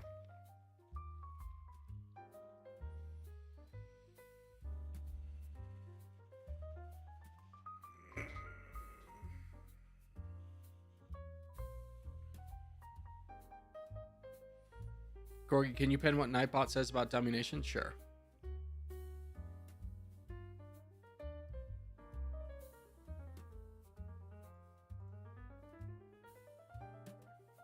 And it's not like people read the pinned message.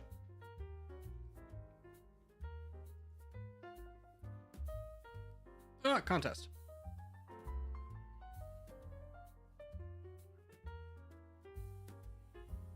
True, but doesn't hurt. True, true, true.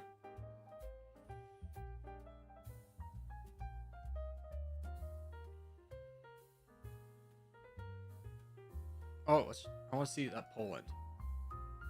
Yeah, they have gone up to third. Good for them.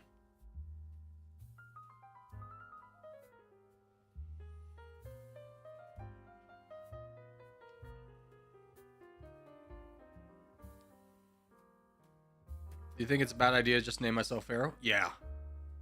If there's anyone who gets hard targeted in the clan besides me, it's Pharaoh.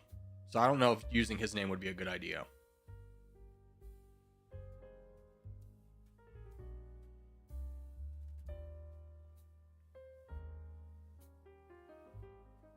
I think people target him more than they do anybody else. Outside of me.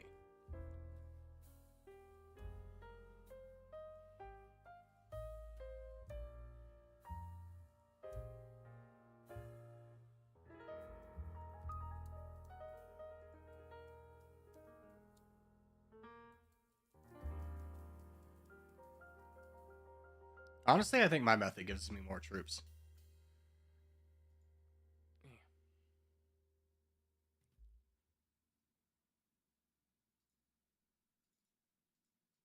That's a problem.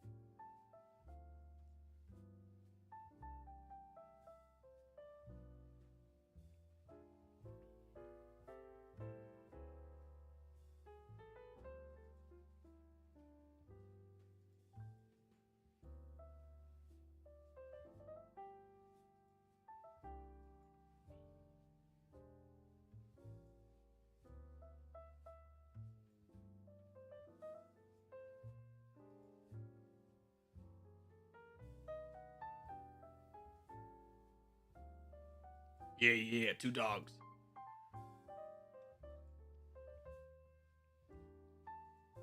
Let's go. That's the biggest reason you attack early, is you can often get a player to quit or a full send.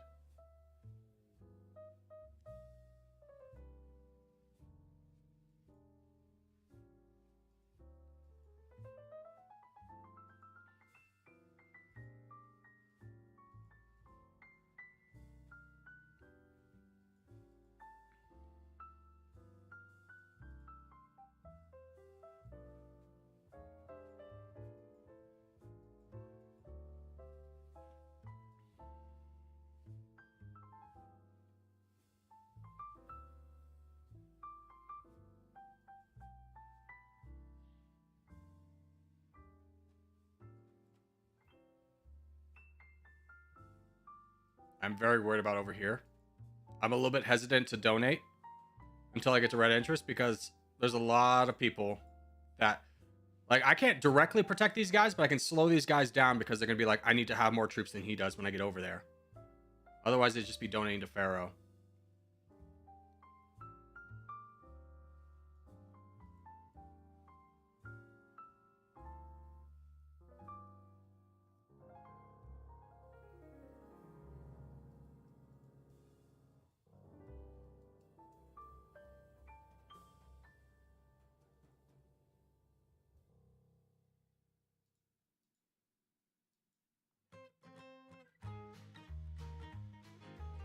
A lot of weakness. Man, could you imagine if these people hadn't full donated? Pharaoh would not be able to get this big. The red team might have won this game, in all honesty, if these people hadn't full donated. This was a close one for us.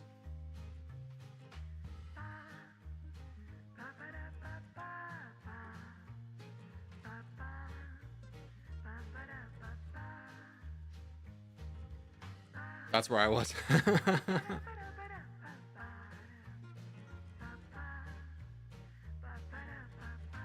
Corgi, pick one of the games. Age of History 2 of Hearts of Iron 4. I haven't played either. Neither are appealing. I'll take that back. Played Age of History a little bit. It wasn't the game for me.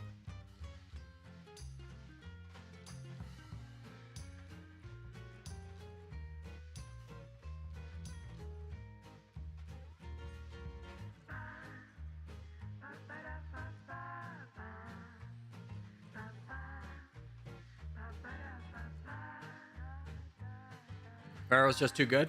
Yeah. I mean, Pharaoh's... One of the big reasons Pharaoh's good is he knows... He looks at the board and he goes, okay, I can be really aggressive here and not have to worry about dying because there's enough people that will donate to me. Which is a hard thing to master, knowing when that's possible and when it's not. Because if he had just tried that same strategy and if people were not in a good position to donate... He would have died so fast. He would have lost immediately. And he probably would have thrown the entire game. But because he knew he could do it, he's going to win us the game. He just looked at the board. There's a lot of weakness here in the middle. There's Ashu in Africa, which is going to distract this region. There's a lot of people over here can donate. I can definitely make an aggressive push here. And he was right.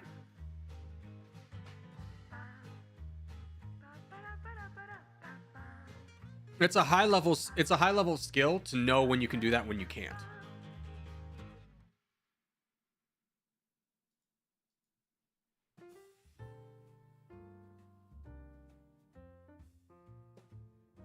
And I was surrounded by red, so I just defended. That's another thing that is a high level play, is knowing when your position is lost, and the best thing you can do is just buy time. And the importance of buying time for your team. It's a very... You see new players over and over and over again, like, just get fed up and full send or don't do something, and it's just like, brother, you understand you're surrounded by the opposite team. So when you full sent that guy, who do you think's getting all the land? It's the red team. You just sped up their progress, and now you're putting pressure on the rest of the team. Yeah, I just bought time for Ashu to get big and get 2 million. That's exactly what you need to do in that situation. Just buy time for the teammate. Because if we didn't get Africa, then all these players in this region could have focused Pharaoh. Pharaoh's push would have been a lot less effective. We could have lost that game. Like, everything's connected. So what we did in Africa, what we did in Asia, what we did in South America, and what we did in North America, all matters. It's been the reason why when we lose a game, it's because somebody is thinking in the short term and they don't think about the teammates.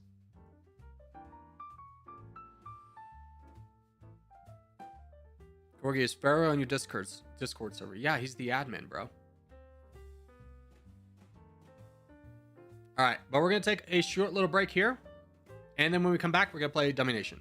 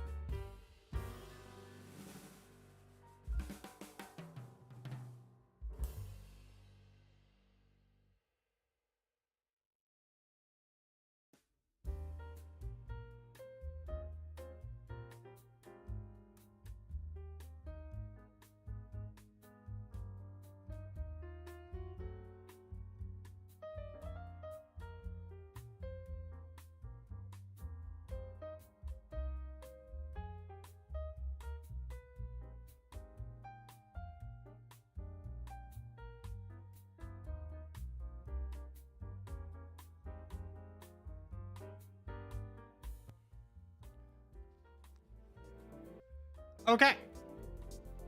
We're back. Hold on, I gotta shut off the music. Yeah.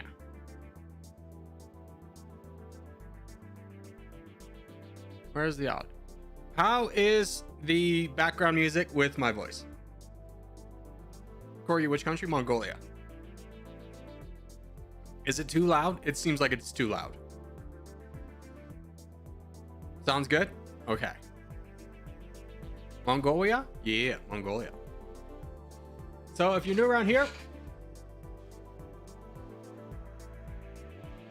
I thought Liechtenstein was next. No, I said no micronations. And I meant it. Not for a while. I changed my mind. I was looking at it and it's just like, no, I'm not going to get bullied into doing Liechtenstein when I literally said no micronations. I'm not doing another luck-based one. Unlucky, you might want to take a look at the pinned comment. All due respect. I'll play Sweden eventually, but I don't take game suggestions here. Because then the chat would just be game suggestions and it would be an awfully boring chat to be a part of. Corgi, what if Dummynation made a mode where it's like 50 of the United States against each other? There is one like that. You just go to custom, load, download, and use all the custom maps. I do want to do the 50 state one. I think there is one.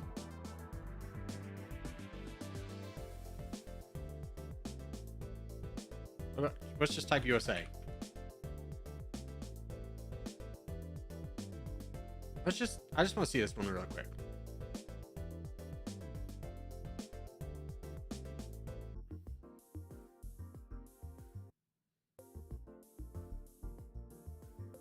Oh, never mind. That's just a lie. Okay. 50 states would work? Yes. If we could do a state one, that'd be a lot of fun. I've also thought about doing another Crusader Kings run with the after the end mod, which is like Fallout, and it's just the United States. I think that'd be fun. Corgi, I think there is one. First off, Zero Winter, is that one of your alts or is that someone impersonating you? If it's someone impersonating you, if you could just ban that account, that'd be nice. Yeah, can't have someone impersonating a mod. All right, but anyways, so how this is gonna work is it's gonna be like I'll be talking with chat, but I'm also recording a video, so I'm not always looking at chat. So that will be the plan.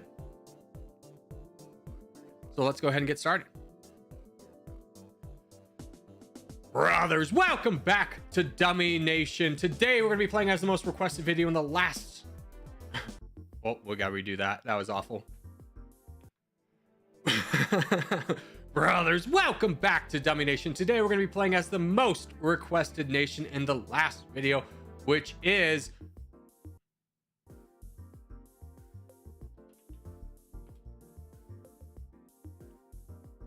Mongolia. Now, Mongolia has a very tough start because you are just squished between Russia and China. So there's not a lot of opportunity to get out. We don't have an alliance with Russia and we don't have an alliance with China. So we're probably going to see if we can get one with China because they're most likely to last for a long time. So this is expensive. Let's see if we can get it down by buying some military. Now, starting off as Mongolia, we have the 125th best GDP and 103rd best military power. So things are not looking the best for us right now. We do have a good amount of money to spend. We'll come back to the budget here in a little bit. I'm going to do something a little bit different. I'm going to spend the 5 points into combat training. Boom. And then I'm going to put the rest into reactive armor. And the reason I'm doing this instead of investing in cheaper military research at the beginning is because I'm going to start investing in economic right away. So I want that to be kind of what we focus on here. Now let's take a look. We are a democracy, so let's go ahead and get Liberator all the way up. We'll take down military service a lot because we have an alliance with, or we will have an alliance with China. And let's go ahead and buff up our military. Let's get 2.5k tanks. Let's get about 48,000 gunners or commandos and gunners, and then throw the rest into rockets. And that'll buff up our troops because we really don't have a lot. That'll get us into a top contention. I'm hoping with that amount, we can get a cheaper alliance with Russia. So we'll kind of have to wait and see how well that works out for us.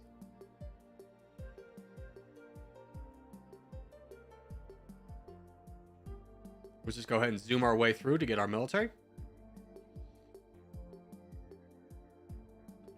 Okay, so with the full military force, pause. Let's see. Russia, will you give me an alliance now? How much is an alliance with you now? 50,000, a lot cheaper. Okay, good. China, 1 million. So let's get an alliance with Russia for the beginning, so that hopefully they'll protect us against China, and that'll help our economy a lot. Now let's also take a look at our economy, and let's go ahead and just copy what China's doing. So let's go ahead and take down our social spending. Yeah, we'll take it down. 19.5. Your R&D 0. Maybe we don't copy China. Let's look at the United States. Yeah, I think that's a little bit better. Let's go up to 29%. 7, I think is good. 7.8. That's completely off. It's like right there though. And liquidity, we'll drop it down to 4. 4.5, and then drop that down a little bit too. Okay, let's apply that, and that'll hopefully grow our economy. Now we're only making about 4.8 a tick, but that will set us up well for when Russia inevitably falls. If Russia doesn't fall, then we're probably going to be in a bad spot just because we don't have a lot of options. So we'll just kind of wait to see what we can do. Maybe we'll buy another alliance, but I just want to keep buffing up our military, because as of right now, we're fine. 27th strongest military is not going to save us if China decides to attack us, but Russia might come to our defense, and having them as our buddies might deter China from attacking us. So we'll just kind of play this waiting game. Now we're not able to get into Kazakhstan because we actually don't share a land border. Somebody did suggest that in the chat. So our only real hope is Russia falling, which it absolutely has. Pause. Never mind, it hasn't fallen. I was about to say that looked different. So we'll just kind of wait here and wait for something to develop in our favor. Yeah, what's our diplomacy like? Yeah, we're allied to Russia, Turkey. That's Russia. And then Greenland kind of likes us. The European Union all kind of likes us too.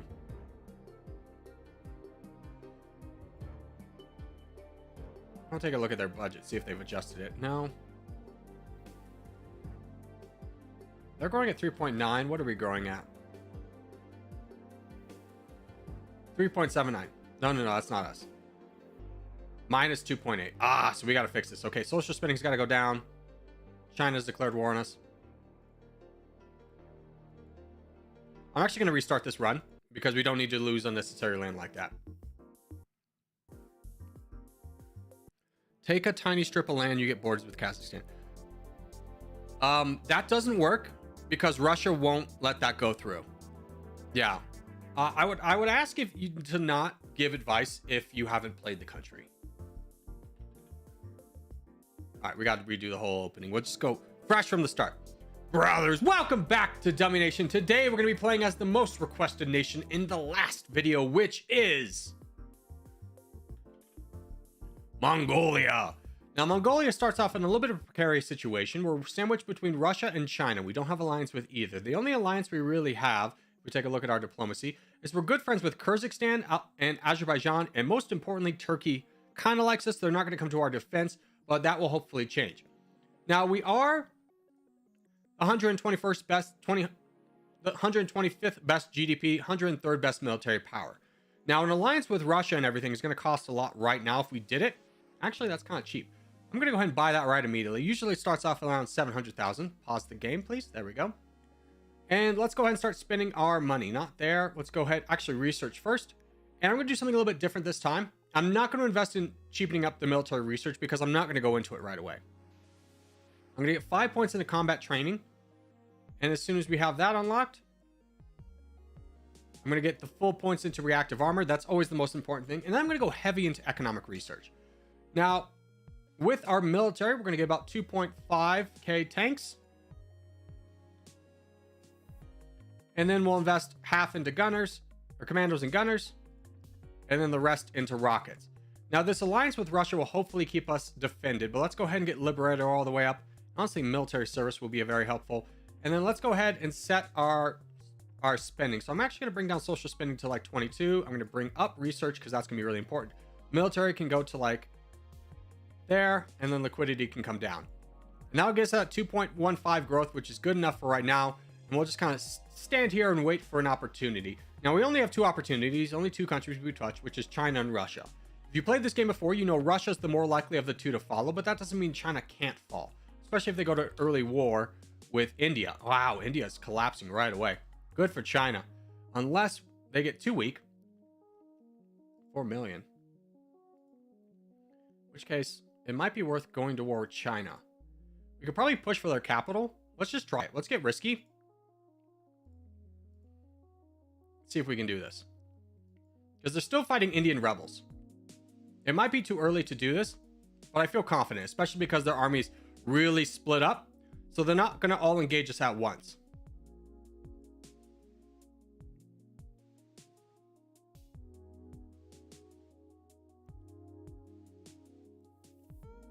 And there we go. We defeated their army. Let's make a big push towards their capital. And hopefully another country will join in.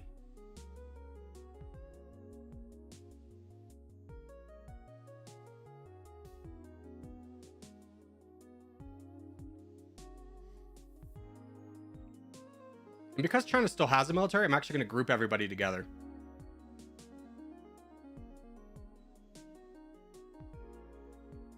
Yeah, so China still has more troops than us, and they're definitely growing faster. But if we can get their capital, I feel pretty good about trying to peace out with them and hold to the land that we have.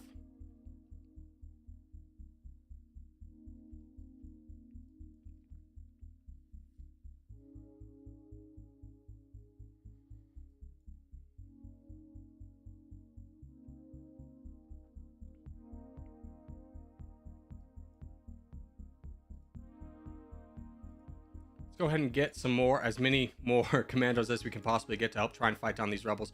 They're very strong. Our liberator's not quite all the way up yet, so it is going to take a little bit of time to get that down.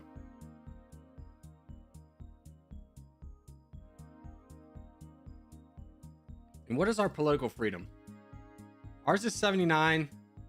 Theirs is just a little bit half, so we're not going to get the full benefits from it. Let's get everybody here. Let's look at their economic zones, make sure that we're grabbing the right spots. Yeah, this is where we need to be.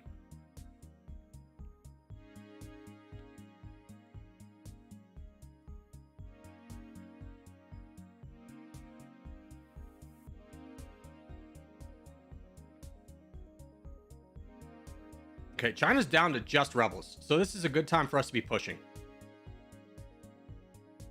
Never mind, they have an army. Ooh, are we going to be able to defeat that one?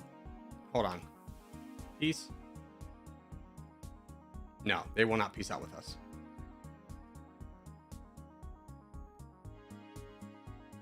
I think we run away at this point.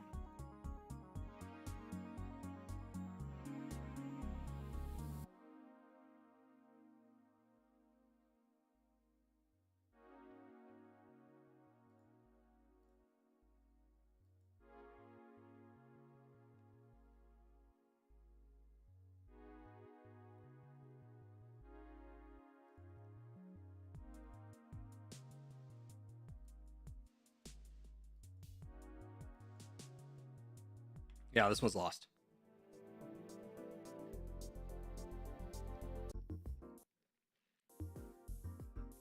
Brothers, welcome back to Dummynation. Today, we're going to be playing as the most upvoted nation in the last video, which is Mongolia. Now, Mongolia starts off in a little bit of a tough situation, sandwiched between two of the three great superpowers of Russia and China. Just taking a look at what the alliance tree would cost with you. 128. I think we can get that cheaper once we invest in our military. So let's make that the first thing we do. Oh, and just starting off with Mongolia, which is kind of show what we're starting with. Not a very strong military, only 1.4 million firepower. With 125th best GDP, 103rd best military power. We can definitely increase that by getting some tanks first. So let's get about 2.5. Call that good. And then let's invest in some commandos and then some gunners. And then throw the rest into rockets. Now let's also take a look at our budget. We're going to bring down social spending ever so slightly, bring up R&D, bring up military, and then bring down liquidity. That gets to about 2.39 growth, which is good enough. And then we're going to take our research. We're going to bypass military research, which makes everything cheaper because we're not going to invest that much into the military. We're just going to put 5 points into combat training, put the rest into reactive armor, with the idea being that we're going to finish off combat training and then immediately go into economic research. So with that being said, let's take a look. And we'll see if this price goes down when we get our military.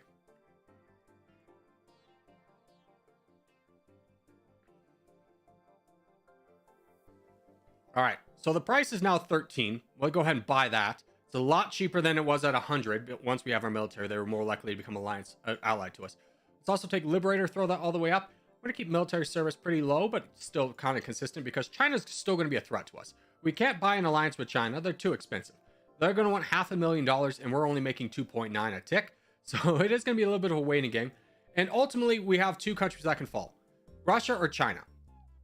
China will be the harder one to take down. Russia still will be hard, but Russia's diplomatic or political freedom is 149, which is half of what ours is. So we have a good chance of getting in there and not facing too many rebels, where China's is also pretty weak, so there's still a chance that we could fight them.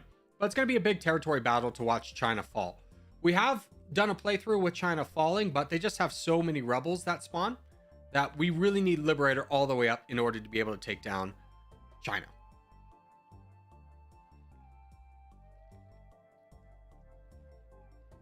Try getting sea access to walk through Japan. Brother, have you not played this game? Japan's really strong. 29 million, 6 million. Can't do it. Can't do it. We're not going to be able to take anybody around us until they're very weak. And China's at 44, Russia's 28. So we really just got to wait on that.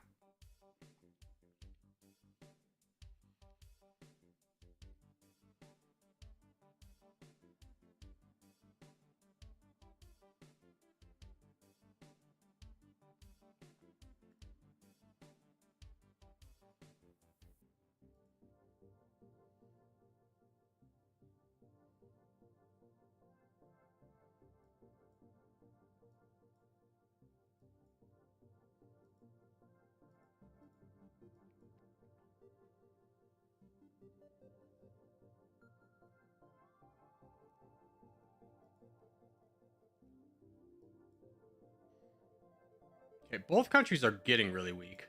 It's just about who do we want to wait for. And I think Russia is going to be the one that goes down because they're fighting a pretty heavy war in the Middle East, where China's still able to recover a lot of their troops just because of the money they're making. United Kingdom is fighting Russia, so we'll wait for them to lose all their troops, and I think we go in on Russia. Now, we're not going to be able to get access to a lot of their economic zones, but what we can get is sea access. So let's take a look at the realistic targets we can get from Russia.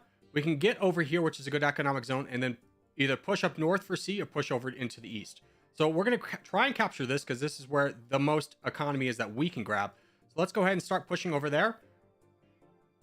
And then what is our military at? It's at a good percent. Let's go ahead and just release. We'll split this army in two because I really don't anticipate running into too many Russian armies. Let's get a bigger push here.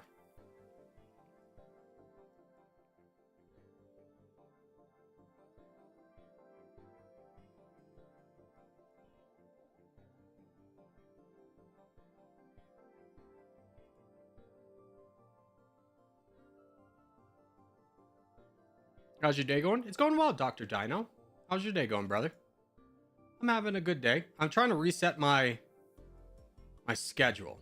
Like it's kind of hard to have a consistent schedule with this job because a lot of it is just like dealing with anxiety. Not so much like the workload's difficult, but just like the pressure of doing a good video is a lot. So I often don't sleep very well. But we'll talk about that here in a second. So we actually have a good access to potentially get a lot of the land over here. So I'm splitting the army. One going over to capture these economic zones, and then one really pushing in over here. And I actually think right now, Spain's getting over here. I think we will have, I don't know, Spain's really pushing. I don't know if we're going to have access to the outside. We can go through Kazakhstan, though, so I'm just going to push for all the economic zones over here really aggressively.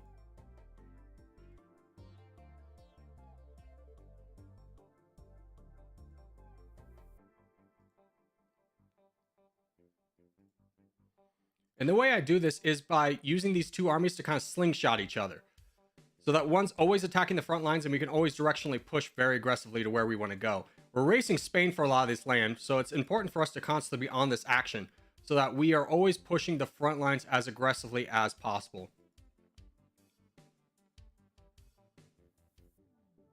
And so I do this basically by every time this unit reaches the front line, I give it a second, and then I tell this unit to push forward. Now, there's still a chance we can get Moscow, which is the prized gem of Russia. It is going to be a little bit difficult because Spain is basically right there. Finland is also pretty close. There's still a chance, though. So just again, constantly slingshotting our way over.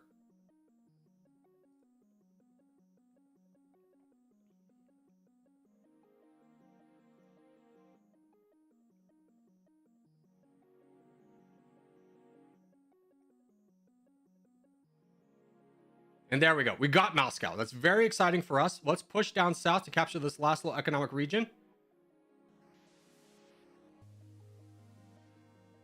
Do we get it? No, Turkey got it. Okay. Is there still a way for us to push out? No, there's not. So we did kind of sacrifice ourselves in that front. We can still get a little bit more land. But we have access to Kazakhstan, and through the stands, we can kind of get out. Now, we're making about 134 a tick. Our military is pretty weak, but our GDP is now in the top 20. Military is the 20th. So eventually we'll be doing a lot better. Give me one of these armies and split a little bit more. Just keep slingshotting. But we're a lot more respectable on the national stage now. Now, at this point, I'm very concerned with our diplomacy. We are only friends with Turkey. Actually, I don't even know if we're friends with Turkey anymore. We're not friends with Turkey. So we need a friend. United States. We're a democracy. You're a democracy. I don't suppose. 7.5. China?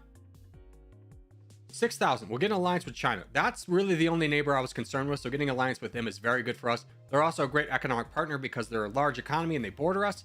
So that's going to be very nice for us. Let's go ahead and keep pushing for this land over here. Because I believe, yeah, there's still some economic zones worth grabbing.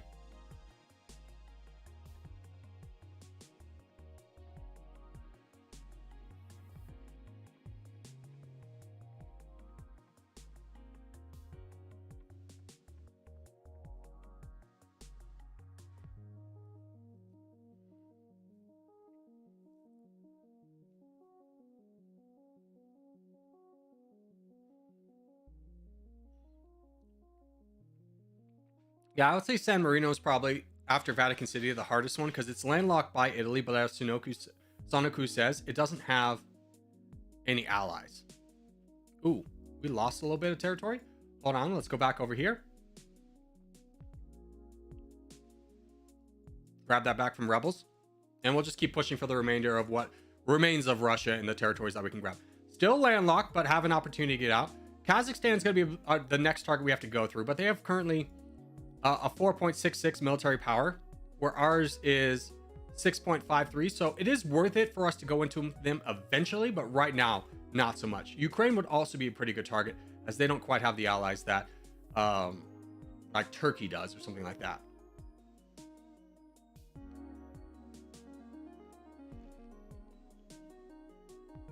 There's still sea access? No, this bays don't count as sea access.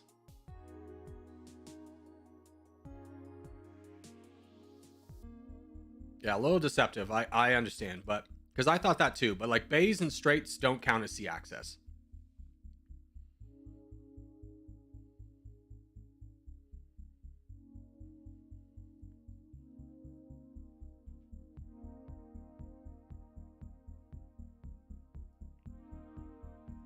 Let's go ahead and throw another point into combat training. We're going to keep working down this until we can get it up.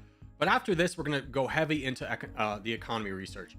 Our research is at a pretty high level, so I'm kind of hoping that will carry us through. We have a lot of growth right now. So we're 17th best GDP. We've already climbed a little bit. We're all the way down there at the bottom. We're right behind Mexico, but Mexico is growing faster than us, so the chances of us catching them is pretty low. But when we get all this land, we might be a little bit closer.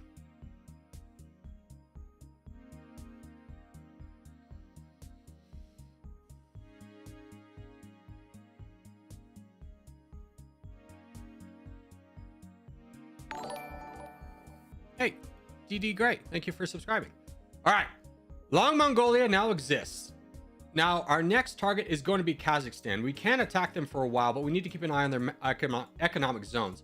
So let's get our armies just to be positioned like right here, just in case somebody else decides to attack. In fact, let's put you down here just so we can separate and really push for these areas.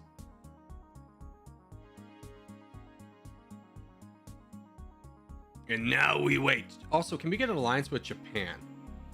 No, 12 million is too expensive. Spain? 140. No, you're not interested.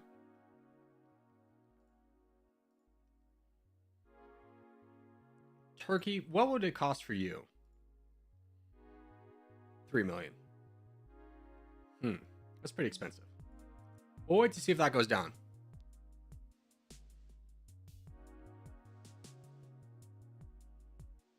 Hey Corgi, did you know you can create your own nation in this game? How?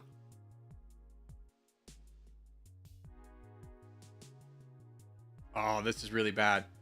Our kind of way out was going through Iran, and that's no longer possible. So now we're kind of having to go against Japan, China, or Spain. Spain we could potentially push out through, just to grab a little bit of sea access. That might be the easiest way, but that's a long ways off. Military is very weak still, so we're gonna have to wait a little bit. Hey, we jumped up. Did we pass Mexico? Mexico fell a lot. They must be getting attacked. Yeah, they're getting attacked by Japan. Okay.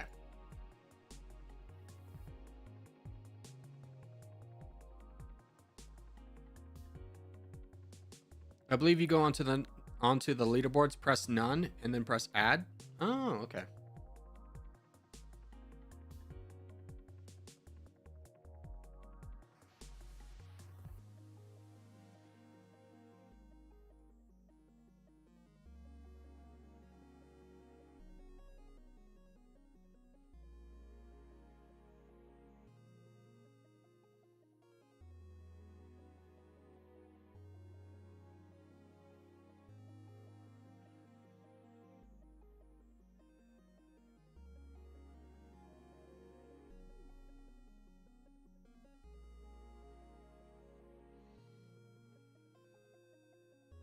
Italy's declared war on Japan. Is Japan weak?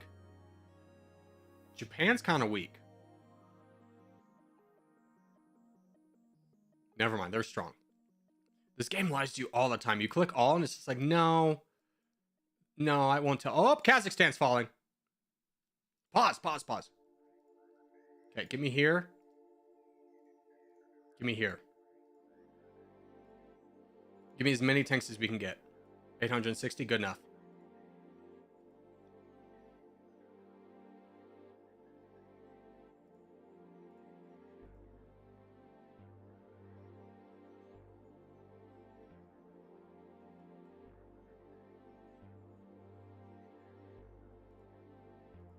Bring you over here. Try and fight for the land that we're fighting Turkey for.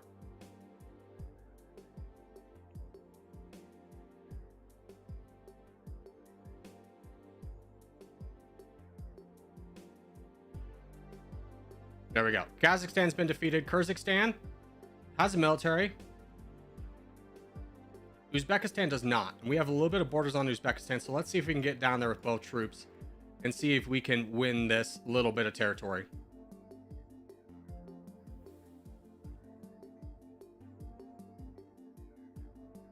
Good. We get just a little bit. Probably wasn't the best economic zones. Yeah, we really didn't get the economic zones we would have wanted. Turkey got a lot of that. We were just a little bit asleep at the wheel. But we'll wait to see what China does at this point, as we are still just building up, making about 300. So a respectable amount, but not quite the amount we want. We can put another 5 points in the combat training. And as soon as that's done, we'll be able to start going down economics.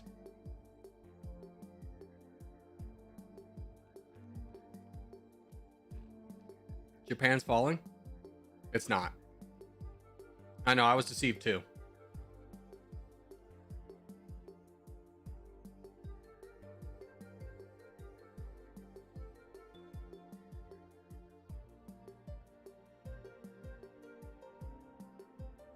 South Korea and China are falling. China's kind of falling off. Not in a position that we can really take them out, unless another nation does. But we're very much primed to go into the capital of Beijing if they do fall. So we'll kind of have to wait on that development.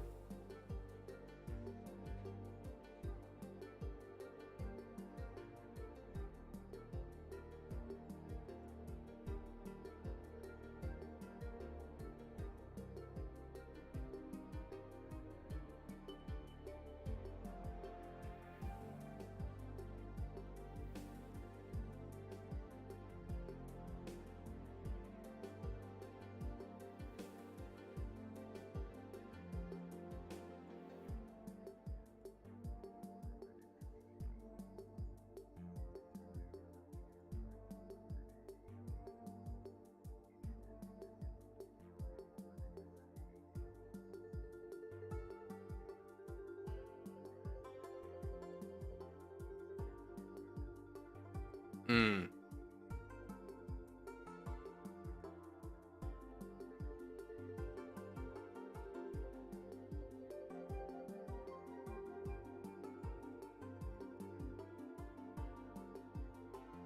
Hold on. China's really falling.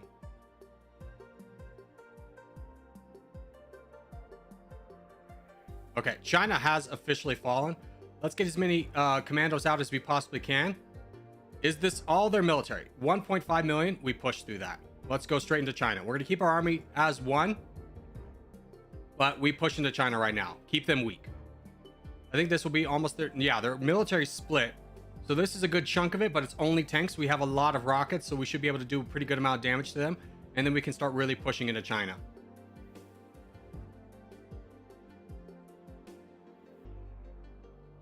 Okay, they have 600 tanks left.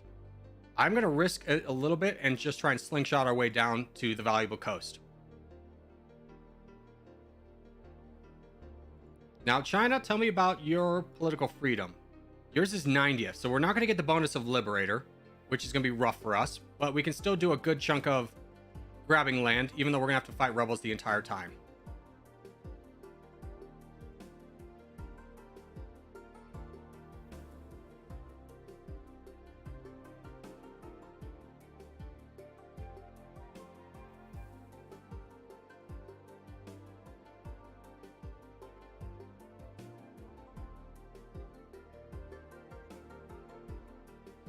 Okay, pause. Get you guys combined here. Push right there.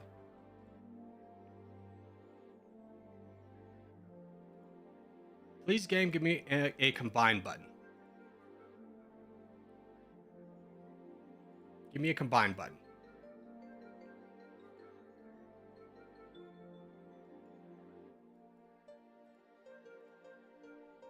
Okay, I think more economies down here. Dang it, I just combined them all.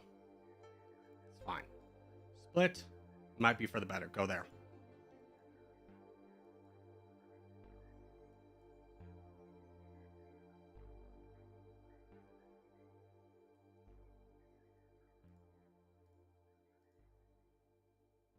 Oh, get this multiple off.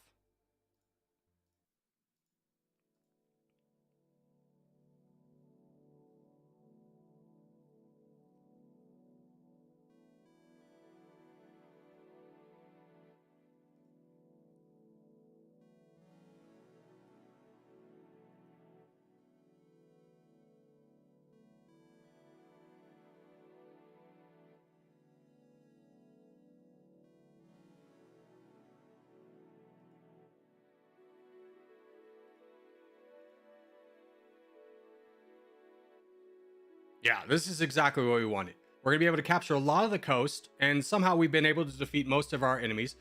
And, oh, you still have a pretty big army rolling around. That's a lot of foot soldiers. I'm actually going to bring this army over to try and help squash their legitimate army as it runs away from us, as it should. And we'll bring you back over here. Make sure you go down too.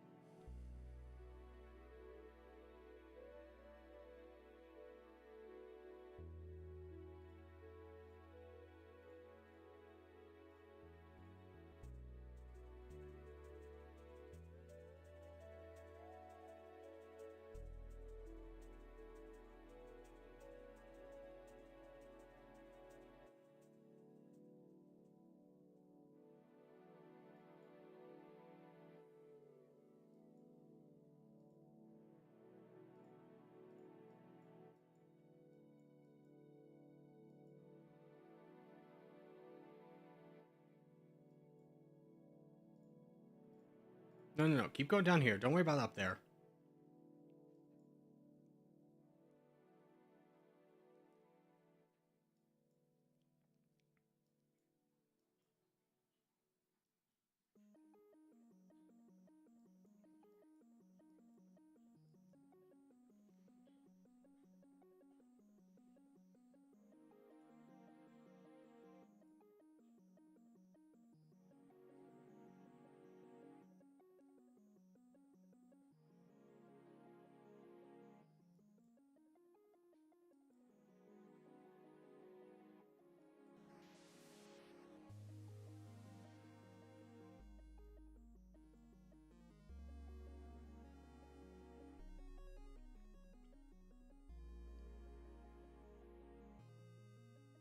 Brazil's also here. They're helping us kind of fight down the rebels, and we've mostly blocked them from entering the country. So I'm actually going to bring you down a little bit to try and keep blocking their way in.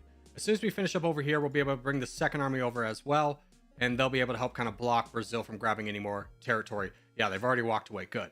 Yeah, I'm just trying to secure this region. I don't really care about the West too much.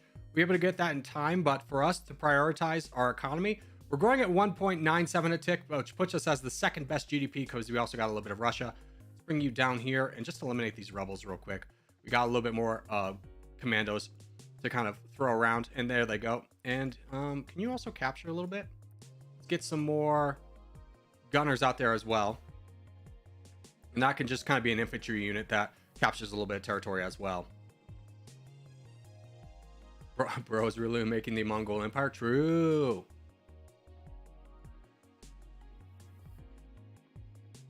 Okay, I'm going to slow you guys down until you can get some more help along the way. I think a small unit of tanks would also be very helpful. Just even 200 would be very nice. Helping capture land.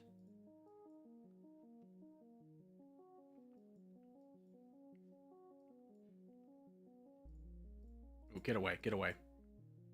Ah, they crushed that army. Jerks. So that plan failed. That third army failed.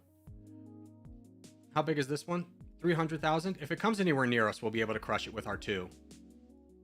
Just make sure that we keep our armies together just in case that happens.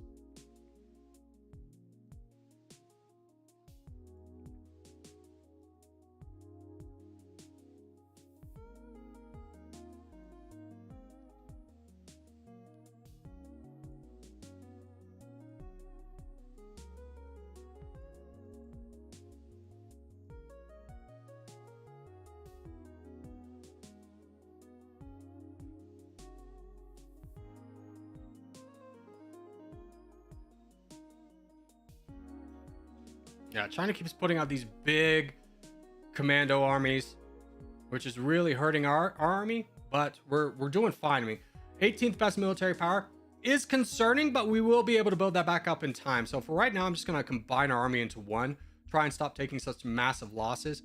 We have most of the areas that we want. We just need to keep pushing for like where they put their capital, because that's kind of an indicator of where their economy is.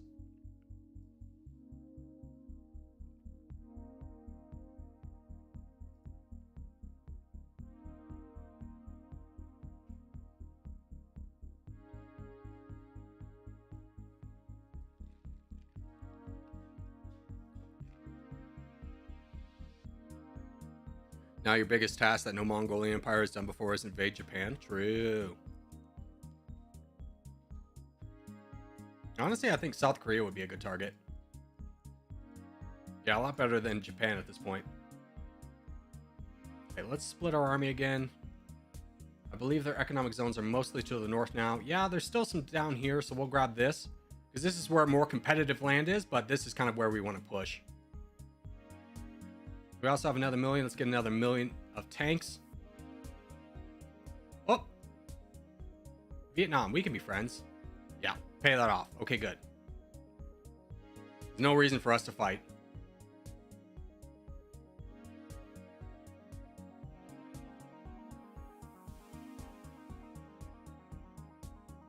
In fact, what about an alliance treaty with you?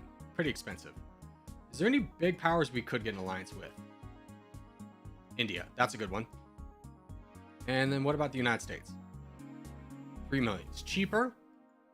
Let's take a look at the economic powers. Germany. No. UK? No. France? No. Spain? No.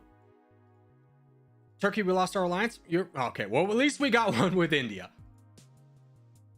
Nobody likes Mongolia. Crazy how that works. How about Japan? Yeah, closer. We could potentially get one with Japan.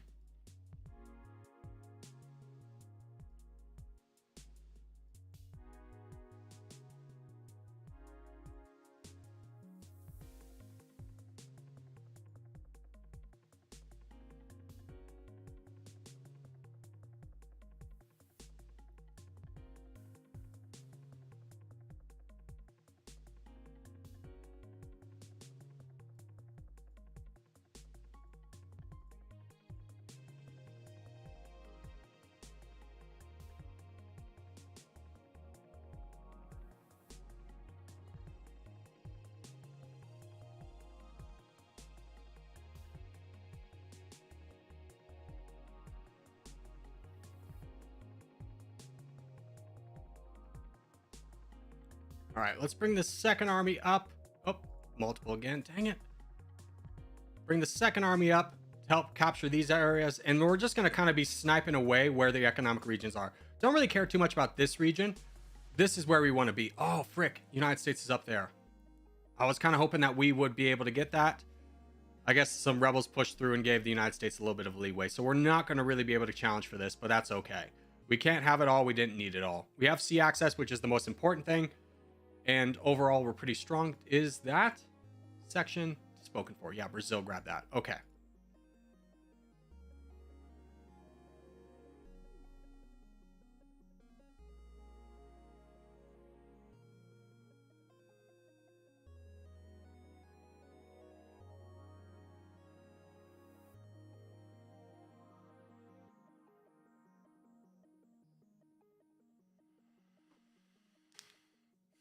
You still have most of China? Yeah. And as expected, the United States didn't finish that area up, so we'll compete for that area next.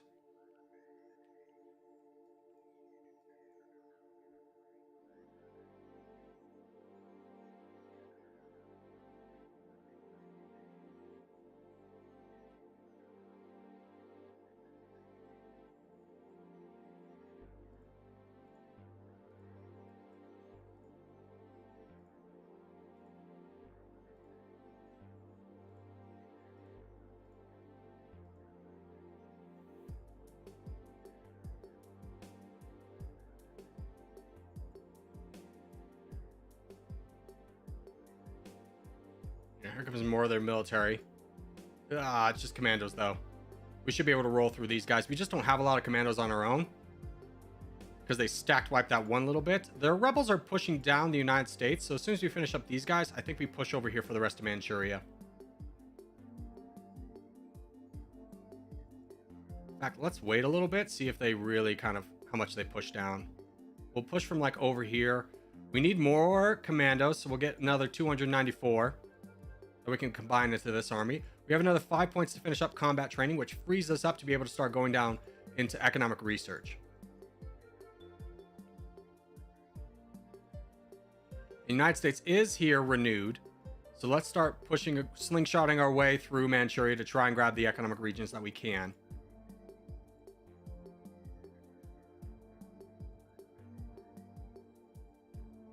South Korea is also here, so we're not going to be able to get as much as we would have wanted. It's okay. There's still areas of China to get, and we're still making 3,000. Still the second strongest economic power here.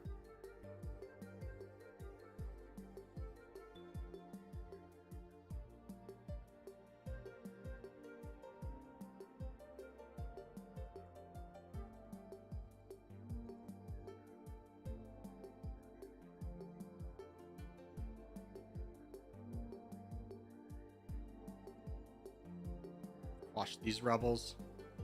And you get over here and we'll start working down this area.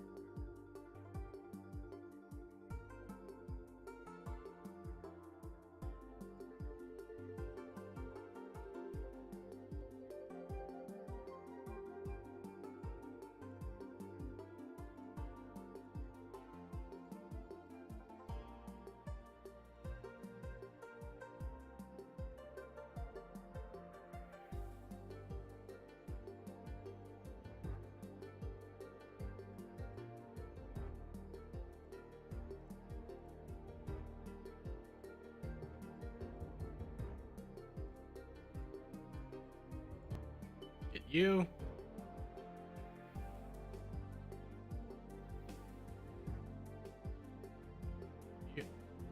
Unclick. Multiple. There. You combine, go there. You get over here, go there. Oh, everybody can just combine. Whatever, don't care.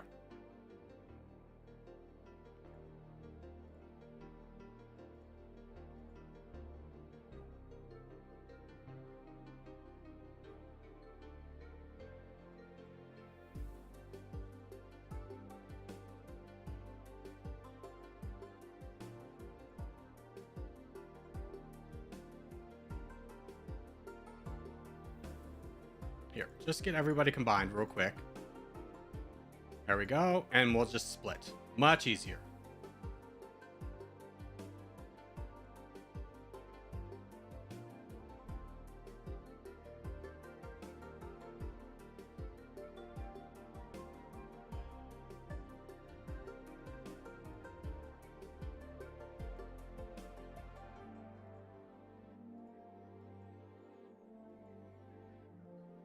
What's up, Fireburns?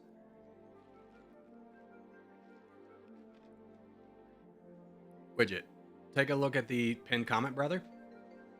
I don't take game suggestions from chat. You gotta comment on the video.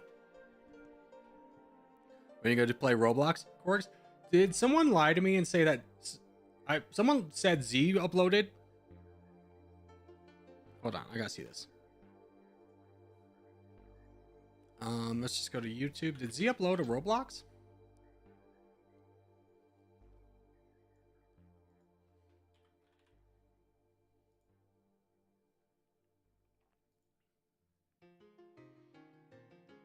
He did. The mad lad. I'll have to check that out later.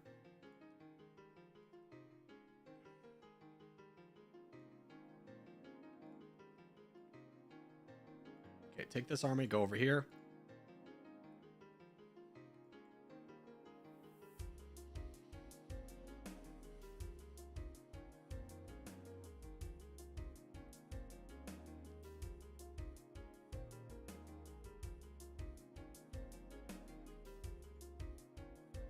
And we'll just save these guys for a little bit. No need to get them involved. Because our military is at 8th. But when you start comparing us against like United States, 3,000? Oh, wait, we're a lot closer than I thought. How much do we have total? 11 million firepower, though. They have 30. So we're a little bit far off. It's still early game, which means tanks are pretty cheap still. So let's just invest heavily into the tank economy. Try and keep getting up to about 1,000 and we'll order. Or let's just save up until we get to about 5 million, make a big order. But China's fallen for the most part. We just have these little bit of non-sequential lands to get. And then India would also be a potentially good target. Even though they have a lot of commandos and stuff. It is our only ally. So is Turkey. Wow, Turkey's so weak. Look at that. It'd be a great target to get if we could afford to buy everybody off. United States. I really still want an alliance with you. 9 million. Germany. Dude, the Europeans are so stingy with their alliances. Japan. We can get an alliance with Japan. That's very worthwhile. We definitely invest in that.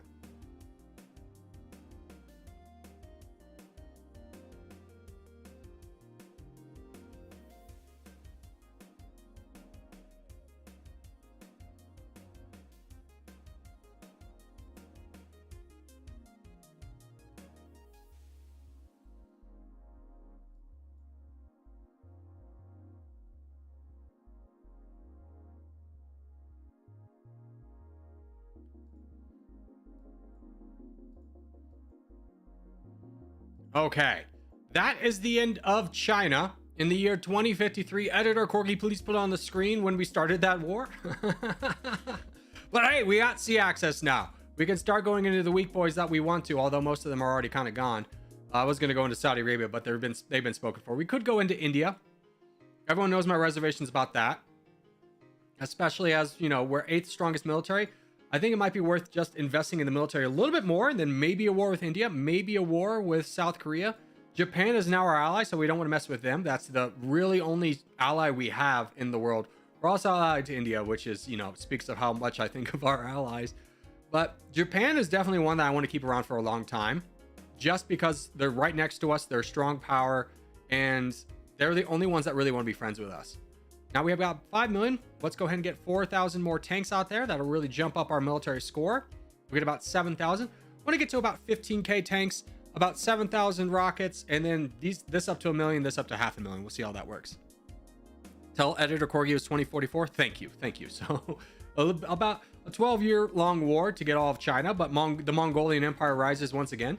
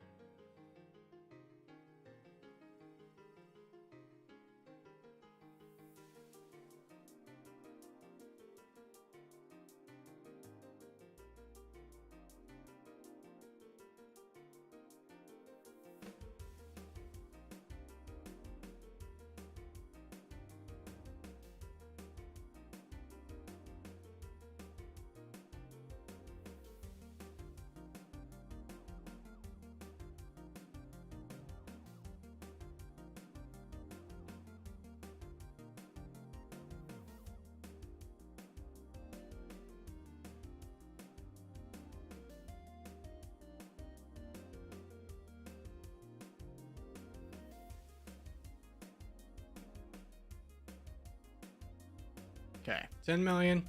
Gives us 6,000 more tanks. That's a good amount. And I want to get about 2,000 more. Japan's attacking in India right now. Let's get these tanks and then maybe some more commandos, and I think we go to war with India too. Let's bring you down. I want to get over here. We'll walk through India's land. Hopefully they don't mind. So that if Japan gets real serious about attacking India, we can also be right there.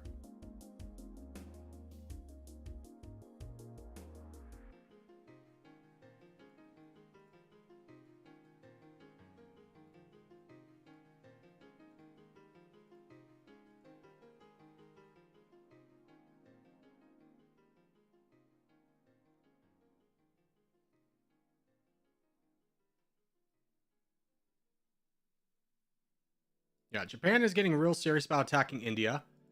Their economic zones are all like right here. Honestly, if we push, well, we can't push from there. That's not us. Oh. Let's push right here. Let's make sure you don't walk through that. And can we get an alliance with Vietnam? Nope, not declare war. Yeah, cheap alliance with Vietnam. And then who is this? Australia? Another cheap alliance. Okay, totally worth that. 200,000 more commandos.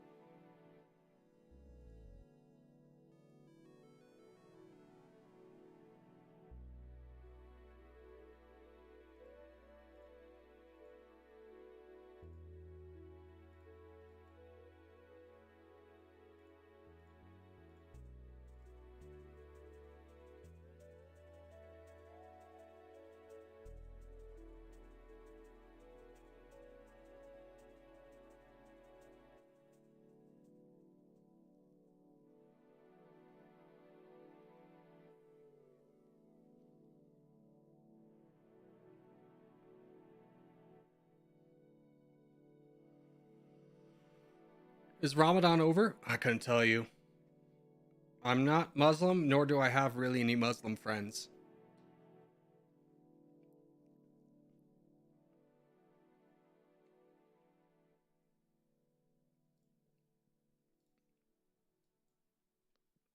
All right, we managed to slingshot kind of block our way through India. So Japan's going to have a tough time going around. So what I'm going to do now is take this army, push down here, and see if we can get to this gap to block off Japan from grabbing any more. While we're also investing pretty heavily into the rest of commandos, try and pump up those numbers. And then we also have 10 points, so let's go ahead and cheapen up economic research from here on out to 18%. And then we'll start working down. I think we want to start working down smart taxation first, which is at 4.1. So that'll be really nice for us. And brother, can you get down here too? Let's not worry too much about this. Let's just keep Japan away from the most of the India's economic zones. Who is over here? Is that Denmark? No, it's Norway. Dang it. Right when I thought we had everything secured.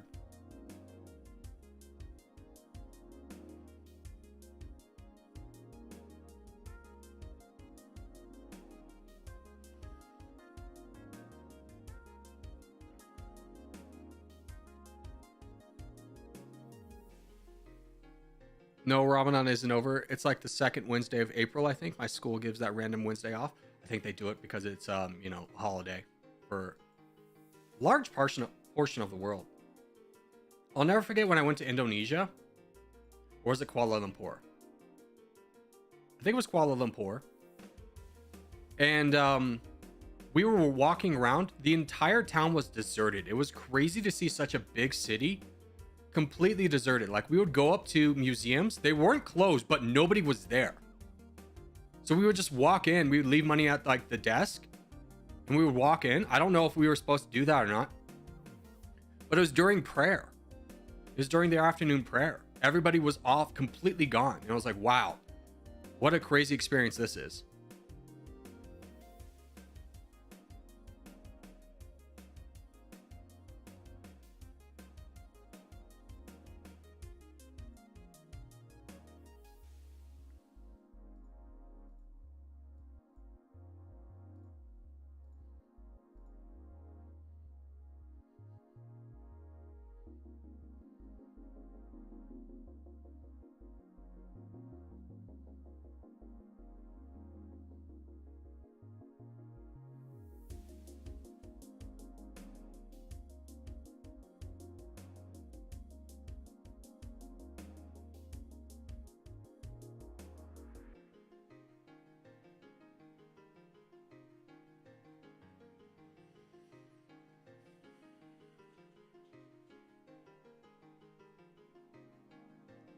Earlier, you were talking about jobs and anxiety from like YouTube. Yeah, there's just a lot of like performance anxiety.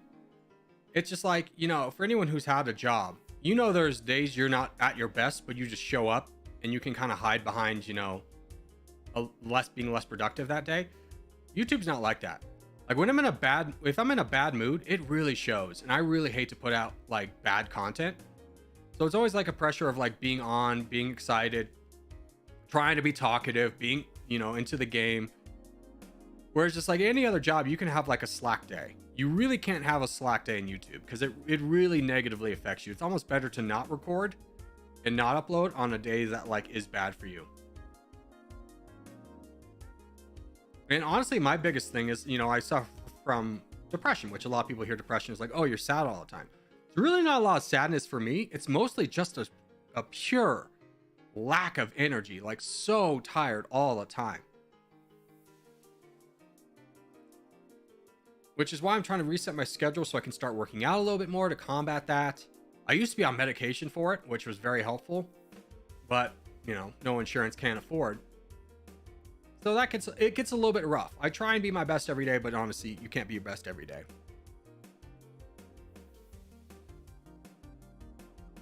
All right, we're done with India. Now we just hang out. Second strongest military, or GDP, strongest military power. That really shocks me a lot.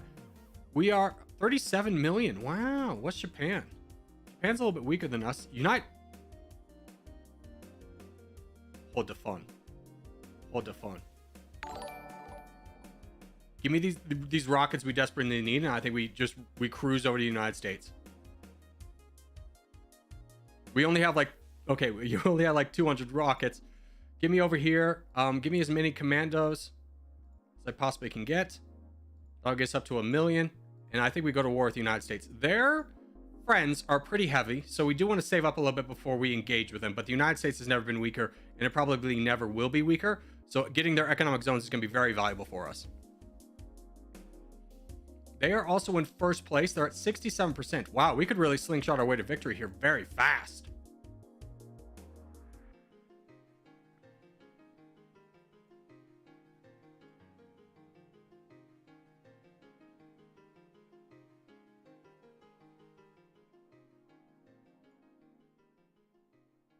New fastest winning coming. Here's the thing, though. When we take out the United States, that'll put us about 80%. That'll put us leagues above everybody else. I think people are going to be really hard to convince not to attack us because they already really don't like us. Like Germany, how much would it cost for an alliance with you? Is nope, not declare war, thank God. Still 60 million. 60 million right now. That's really expensive. And we're going to pause the game here. I'll be right back. I just got to go to the bathroom real quick.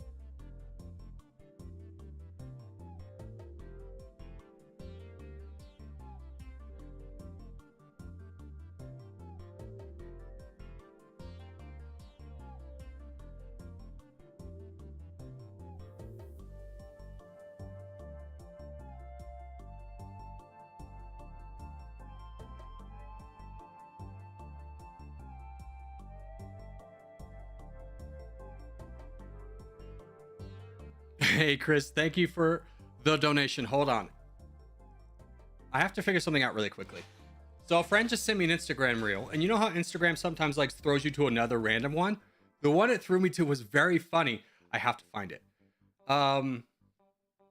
Give me here. I have to find it. I have to show you guys. How to get Instagram reel history. I don't know a lot about Instagram. Okay.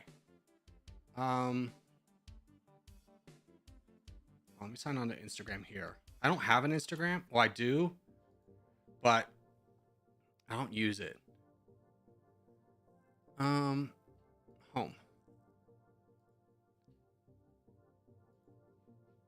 Okay. How do I find the history? Let's see. 3 horizontal lines. Select settings at the bottom. Activity.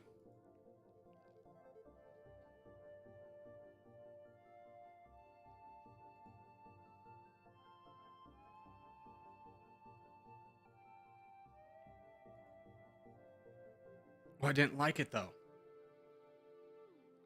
Find and select recently watched reels. There's no recently watched reels. That. Settings. That's my Instagram, by the way. Don't steal my stuff.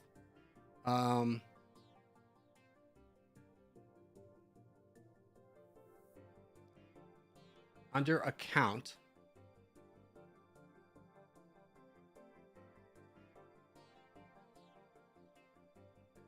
Where?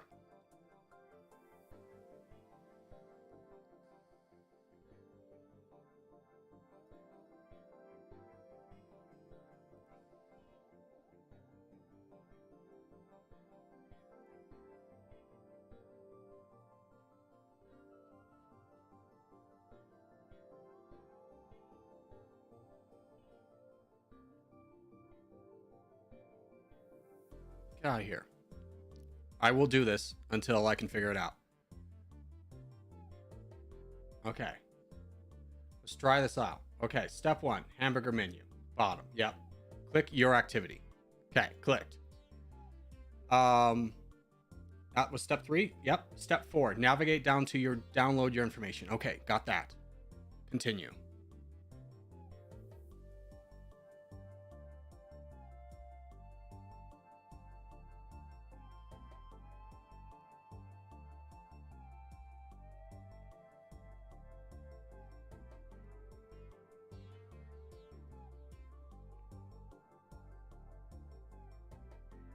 Okay.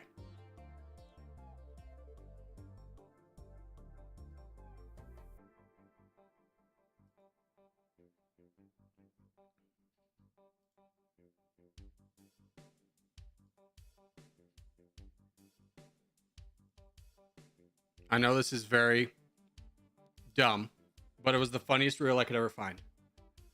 Wait, maybe I could just Google it. Working from home with dogs. Instagram.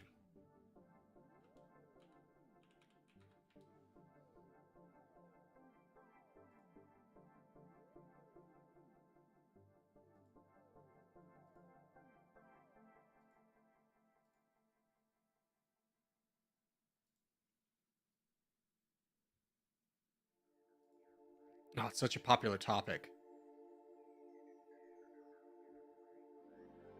No. Eh.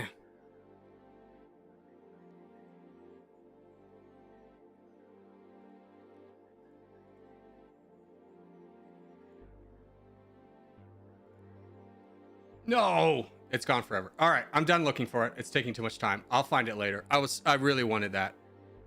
But it's literally like working from home with dogs.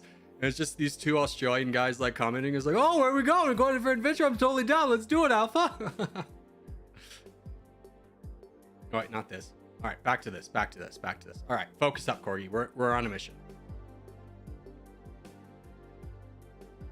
I think this is where we accidentally see the lady Corgi that's crushing on with Instagram. No, I don't use Instagram in that fashion. I've only really watched one account, and it was like an Indian lady and her husband, and they're very funny. If you knew who I'm talking about, you know who I'm talking about. But they're very funny. Like, I mostly watch it for the husband because he's just so quick-witted. Okay, they got 4,000 rockets. We have 2 million to buy off potential enemies. I think we just go into this. Okay, Mongolia has declared war. Croatia, who else? France, we're going to buy off. Poland, we're going to buy off. Execute. Execute.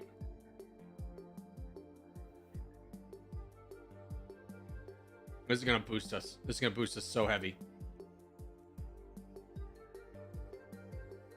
Anybody else? No. Okay, let's buy more commandos. No. Right, we need more commandos. Honestly, a little bit more tanks would be nice. Here comes their army. Canada's declared war on us. Estonia's declared war on us. Okay, Canada. Execute. Estonia. You're very expensive. And honestly, not worth it.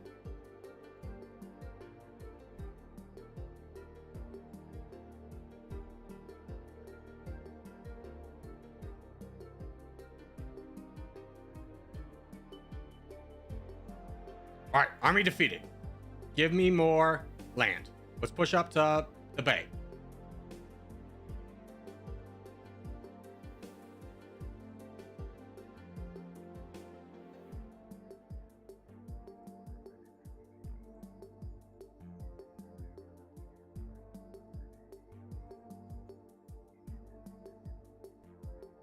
See what this is. Croatia, pretty cheap.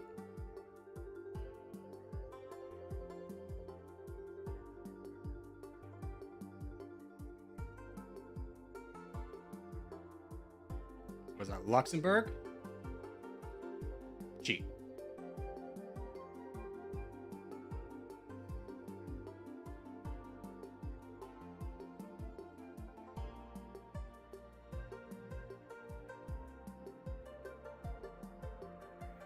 It would also be really nice in this game if you could set a like rallying point for your troops.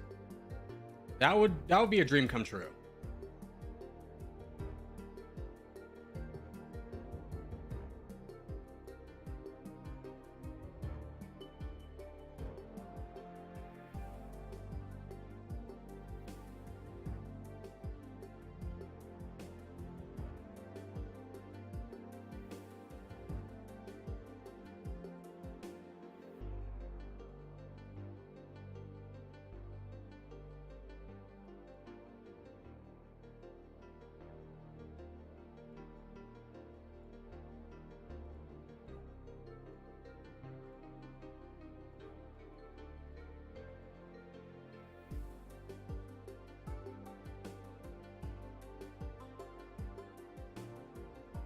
Italy's declared war on us, so has the Netherlands.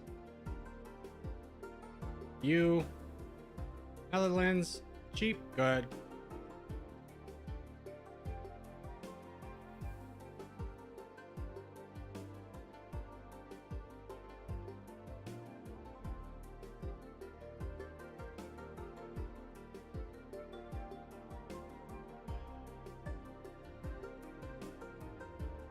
Get San Diego real quick.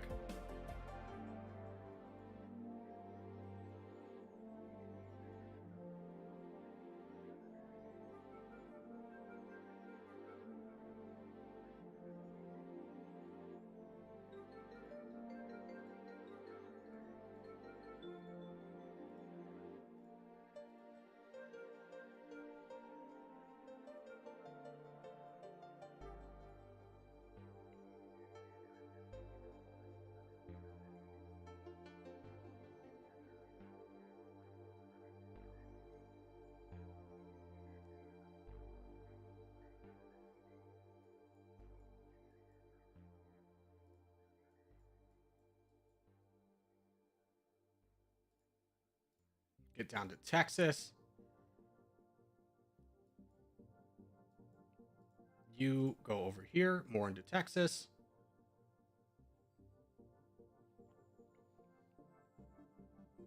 Slovakia's declared war on us. We'll see. We'll deal with them when they come over.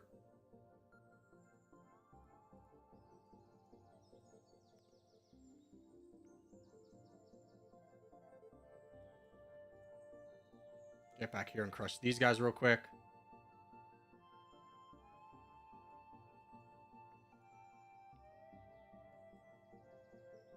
Okay, here's some boys. Slovakia. You're expensive. We'll have to fight you down. Estonia. Expensive. We'll have to fight you down. I honestly don't mind. There's smaller European countries. We don't at least have to fight the big boys yet.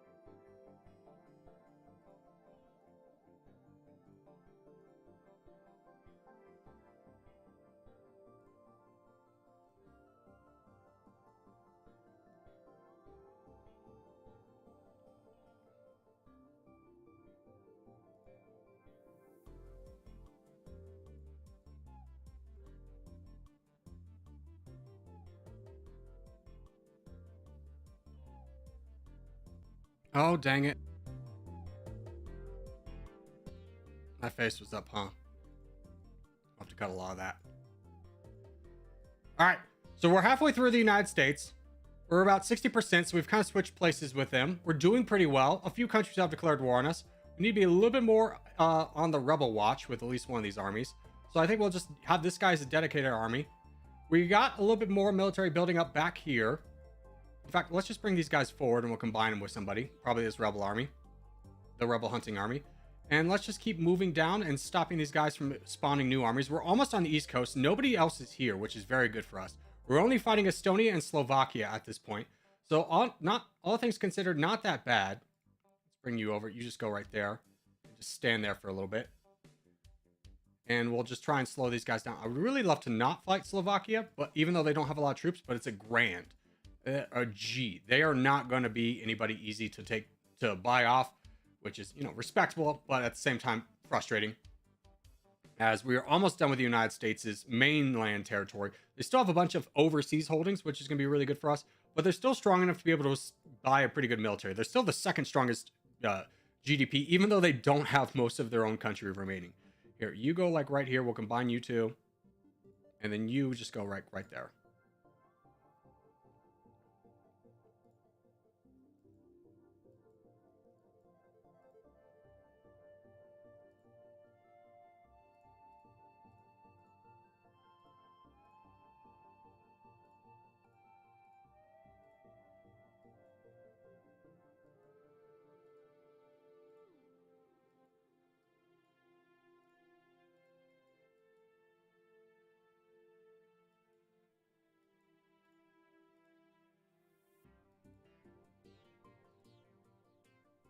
Ooh, we've lost a lot of tanks. We're gonna have to rebuy a lot.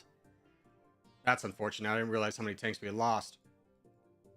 Give me Florida.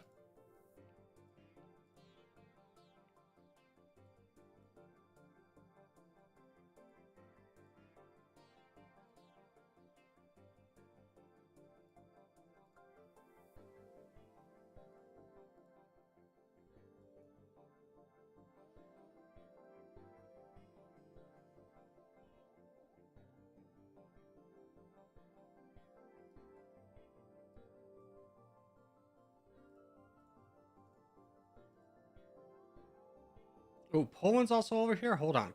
Or is that Indonesia? No, it's Poland. They want a G. We'll have to fight them down too. Not going to be able to get that one down. Now, fortunately, we have 3 of our military stacked, so Poland's army, while being very detrimental to us, is not going to be a real game killer for us. Just bring this 4th army over here as well. Just keep fighting them, everybody down. We almost have the East Coast. We really do need New York, though. We've captured all of Florida, so very valuable land. I love you capturing Key West. Thank you so much. But when you're done with that, can you go up north? Yeah, that's ours. Go here. Sometimes they get stuck on little islands. There we go.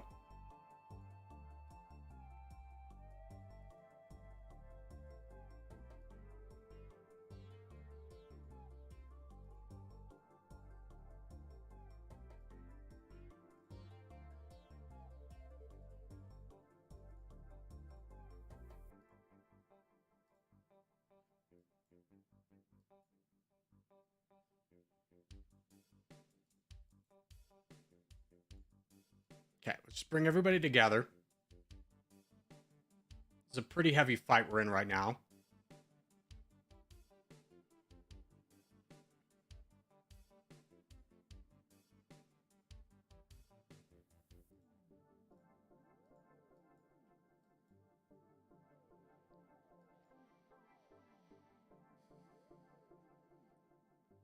But with the U.S. landmass captured, we're making 29 a tick. So it's going to be really easy for us to bring back what we've lost, but we have lost a lot. We're down to 8,000 tanks. Military power, we're still number 1.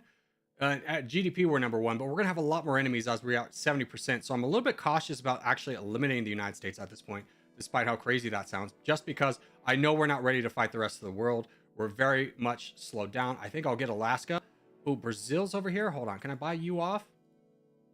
No, you don't want... See, we're at this awkward point now where the rest of the world really hates us. They're not going to peace out with us because we have 72%. We're pretty close to winning.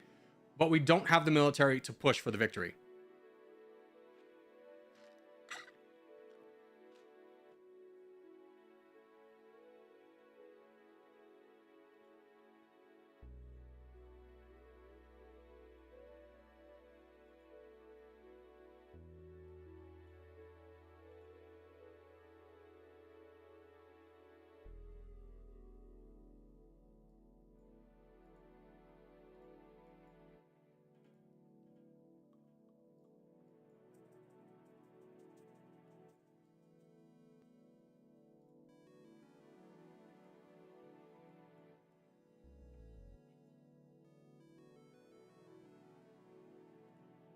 Okay, let's actually move our troops over here. And the reason we're going to do that is because there's more economic regions over in the parts of India they have. So I definitely want to do that. Germany, you sure you don't want to be friends? No, people don't want to be friends with me. I don't know what to do. Japan, are we still friends? Good. At least we're still friends with Japan.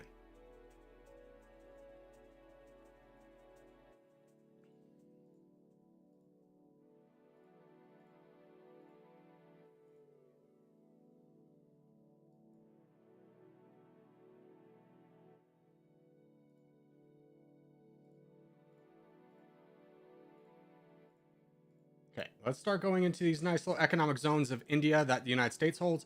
Really start to pressure them down. They hold a lot of the world still. So a lot of Africa holdings, a lot of Middle East holdings. So what I'm most fearful of is we have to keep knocking them down because they're still, I think, the second strongest GDP. Yeah. So giving these guys time to build up is going to be really bad for us.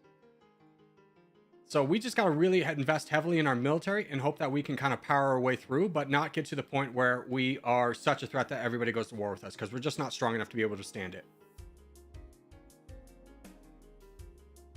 Let's get also a couple levels of smart taxation in there. Just kind of help our GDP as much as we possibly can.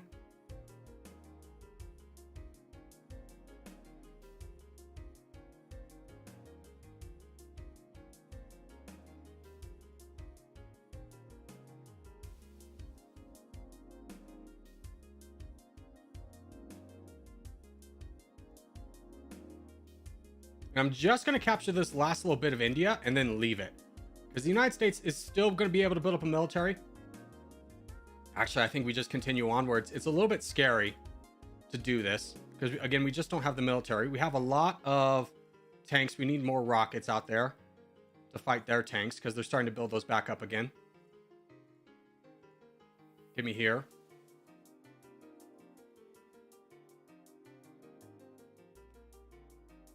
I think we just keep pushing.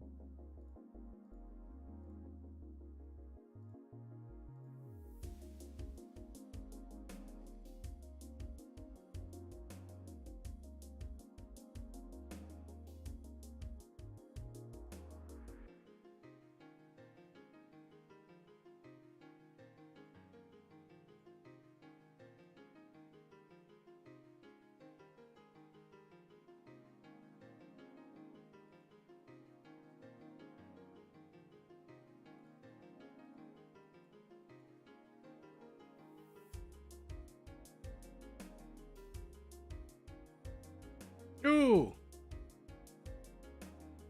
Okay, South Korea is invading us. Let's knock down these rebels, and then I think we get over there.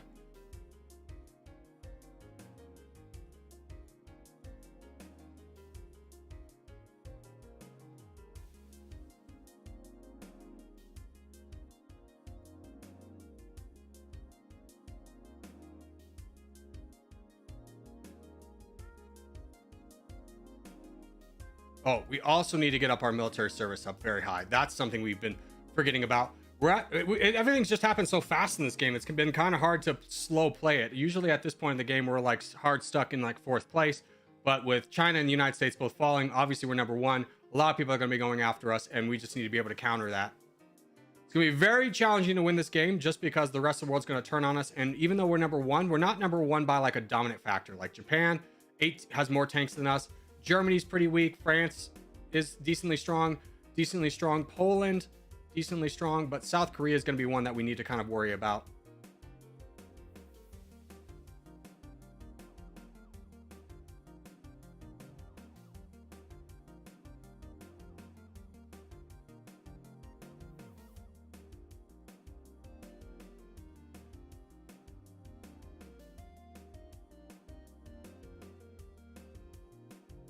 Here's a great battle with their army. We're knocking them down. They're gone. Good. They don't have any troops. South Korea, I think, will be a quick one to get out. They don't have any real overseas territories, so I'm just going to push through them and then renew my battle with the United States. This will hopefully give us a little bit of a break from the rest of the world as we just kind of cruise through South Korea. Just constantly reinforcing ourselves with whatever we can at this point because, again, it's getting into the late game. We're getting very scared of what's going to happen next. Go straight in here.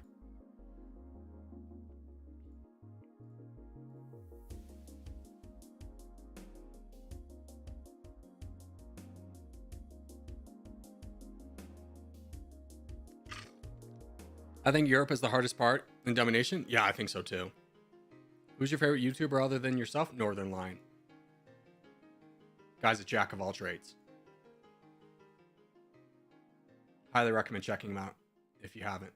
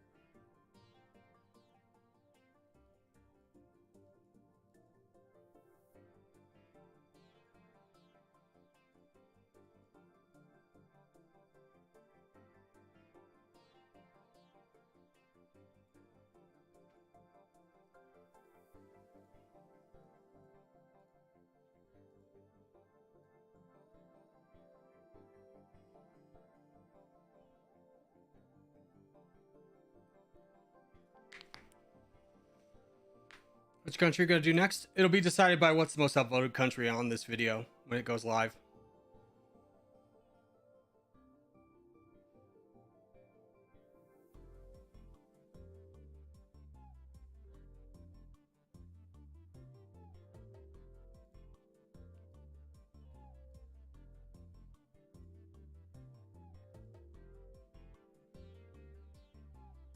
Okay, we finally started to make the turn on South Korea. This is the last little bit of their territory. So let's go ahead and split, try to get this done a little bit faster. As Indonesia keeps charging into us, which is kind of why I've been fearful of splitting. Brazil also keeps coming over here as well. So this is going to be real scary. I really don't want to fight down the rest of the United States. I feel like they're not going to let us get away with it. Yeah, 21G. And, you know, their can of worms. NATO's still very strong. You can see Brazil coming over here with a lot of force. They will not leave us alone. So we're in a bit of a pickle for sure.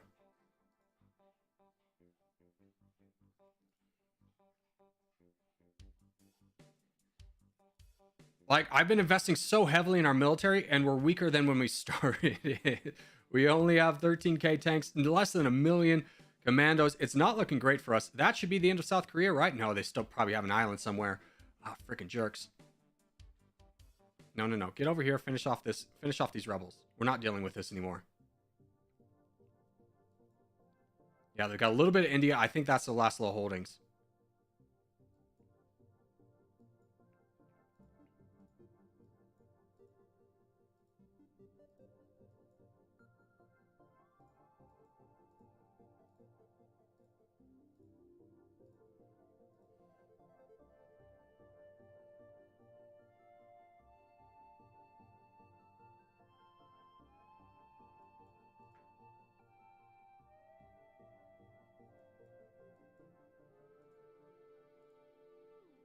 Is there anybody we could potentially get an alliance with? Who's this? Finland? Oh, you even like me and it's a G. This is going to be rough.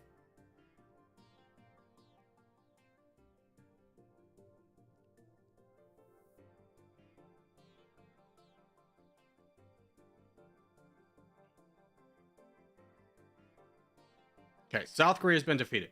Let's just go home, hide our head in the sand, and just pretend none of this is happening. Why do we have rebels? Oh.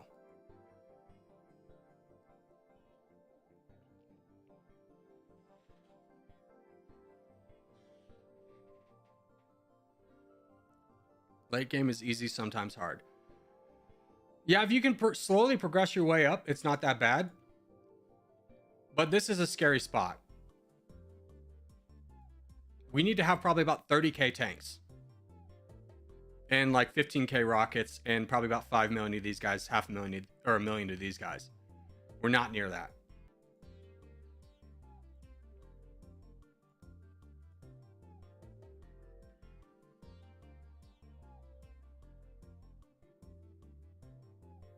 The whole world hating you is pretty scary. Yeah. And I feel like the next big push we do will just have everybody turn on us. Will be kind of that watershed moment.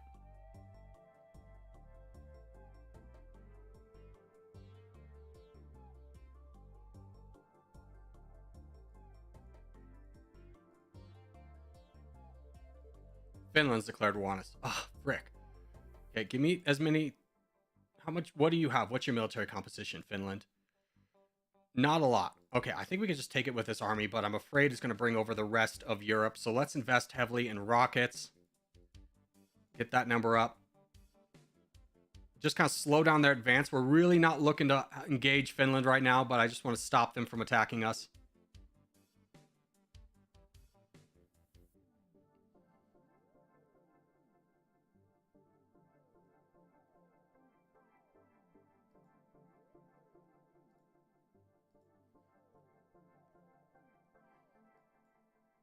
Yeah, because here come the NATO bees. All right, we run away.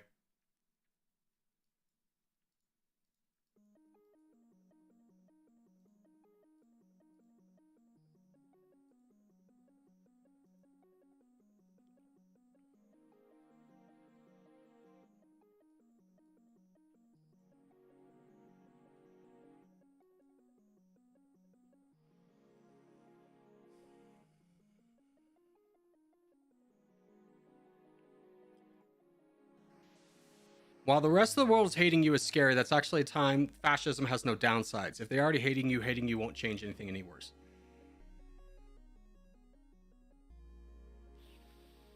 I think you might be right. I think we go full fascist right here.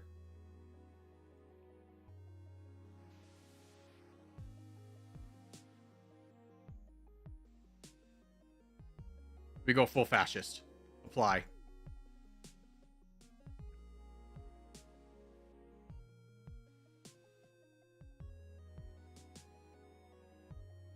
We'll wait for these to get up to 100% and then we'll start recruiting heavily.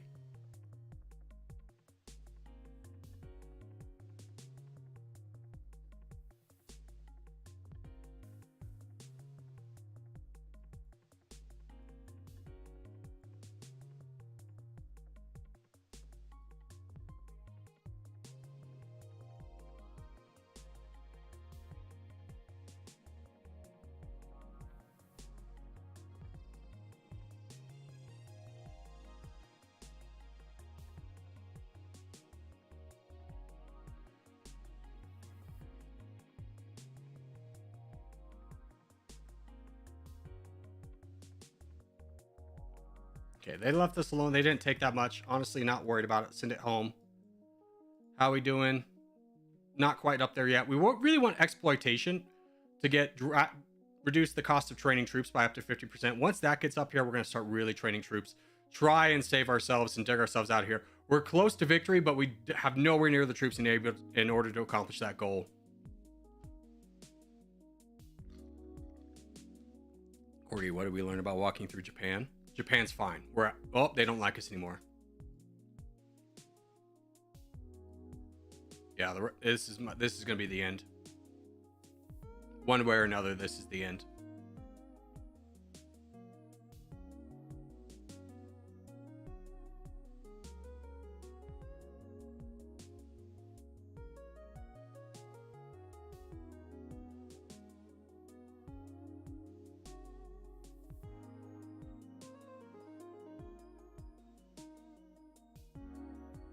Okay, 45% is actually pretty good. Give me tanks.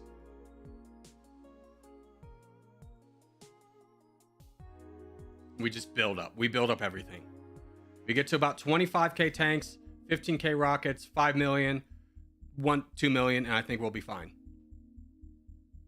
Germany's going to keep invading us down here. I'm honestly going to sacrifice that land. It's not the most valuable land in India, and I don't want to anger the rest of the world right now. I want to be as peaceful as I possibly can, even though we're fascist. We can also finish up smart taxation. We really need to start going down self-sufficient economy as well. That's gonna be our next priority.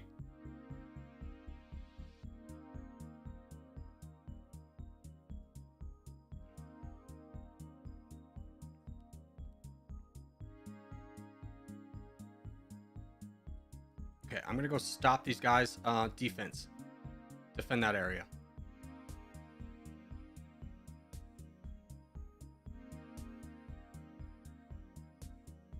Japan, be cool, be cool, be cool, be cool, be cool.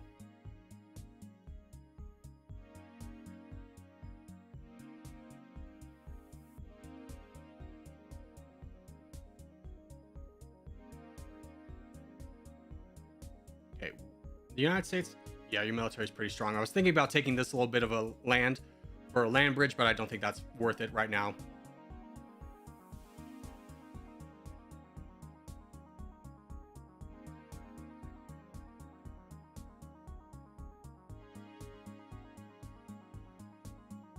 You're at war with the United States? I know, I'm at war with everybody.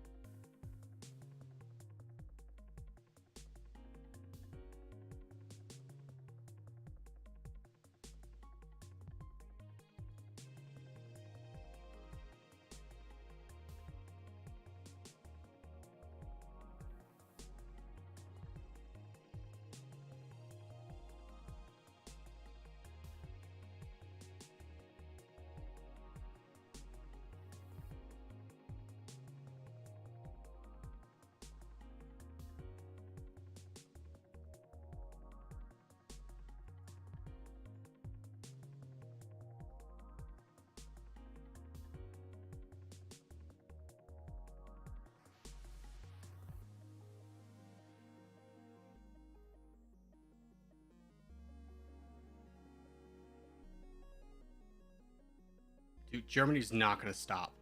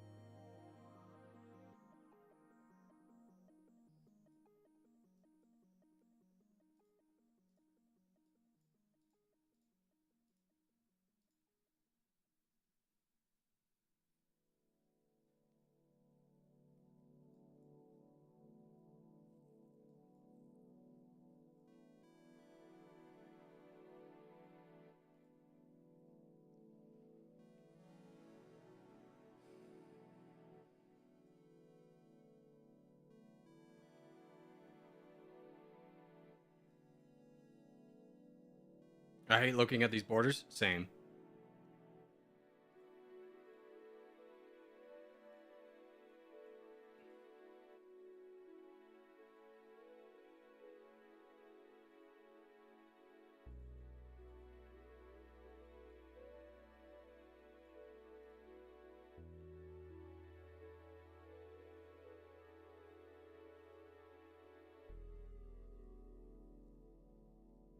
Okay, we can remit self-sufficient economy.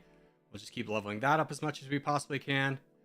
And what did we just get? Let's get another bit of commandos. And when those are done, whatever amount we have, we're going to invest in probably rockets to get that up to 15. And then we need to really start investing in gunners as well.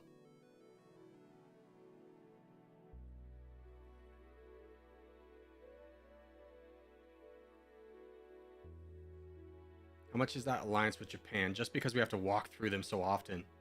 50 million. And that's only going up. Ooh.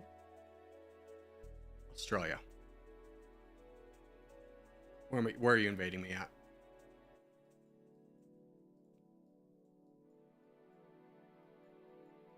Whatever they took, they left.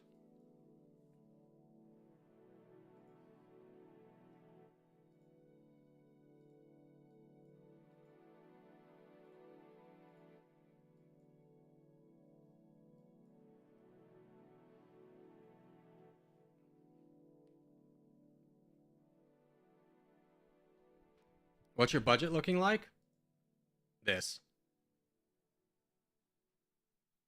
Honestly, though, I think we switch R&D. We put up military spending just because at this point we're going to have to be military boys. So I'm going to go ahead and do that. We're still growing at 3.17. I think that's still a good amount, but investing in the military is definitely something we're putting a strong focus on, especially as we're fascists at this point. So I don't really see another way around it.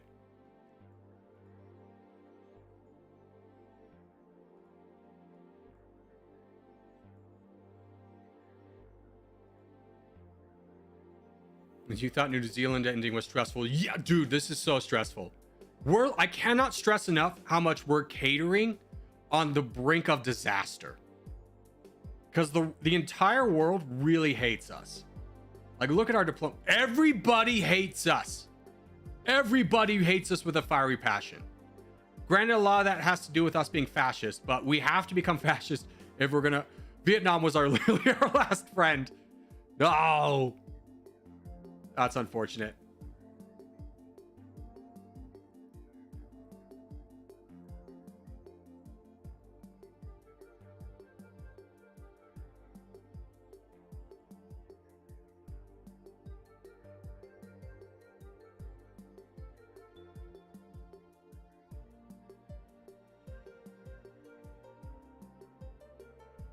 Japan doesn't hate us, but they're definitely not ready for an alliance power.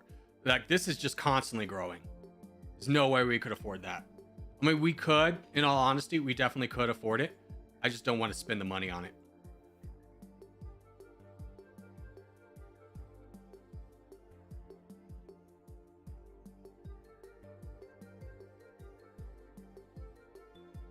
Like, look, our economy's ticker's actually going down, even though we're growing at 3.2%, just because the rest of the world hates us so much.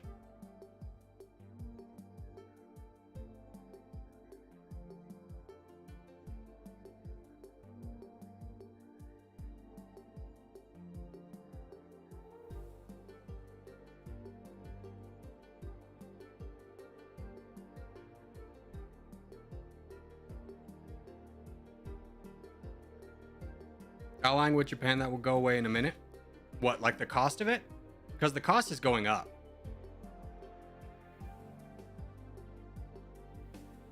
It only goes down when we get more military.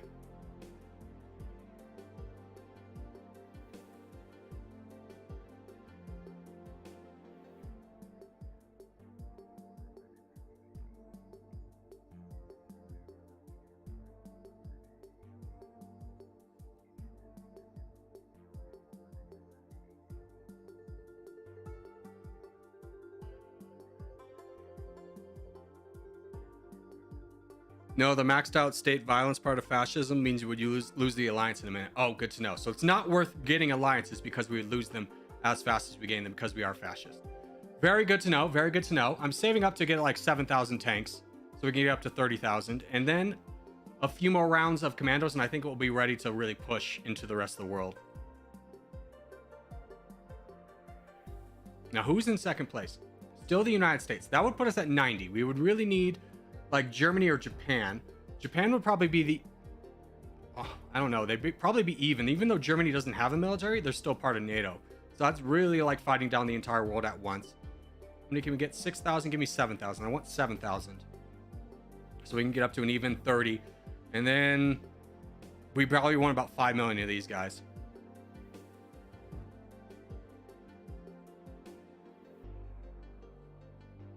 Okay, close enough. Get that.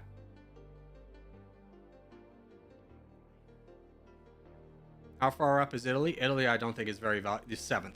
They're not very valuable. If anything, Brazil would probably be a good target. They just have commandos. But I think finishing up the United States would be probably the best move for us. Because right now, we can't go into the rest of the world without walking through Japan or the United States. Japan's eventually going to hate us for that.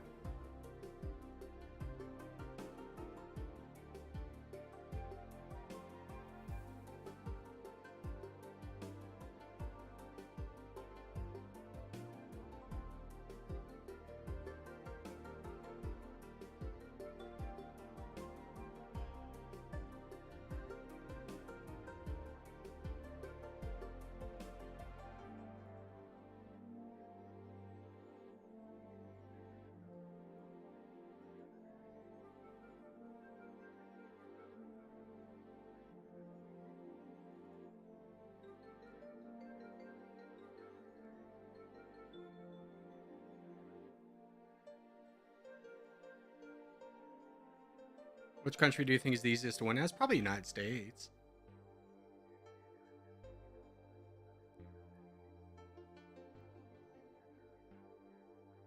Other than United States, Russia. Yeah, here comes the United States. They're winning a fight. I'm not ready. I'm not ready.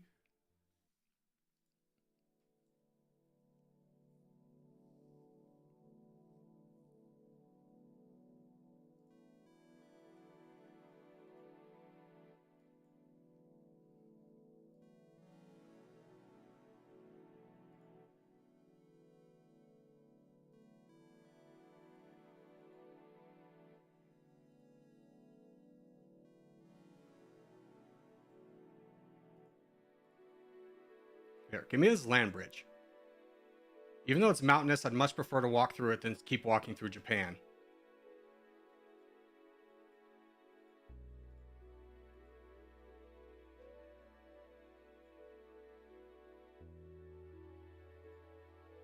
Another point, self-sufficient economy. That's going to be very crucial to us. Yeah, here comes a few more people to fight us.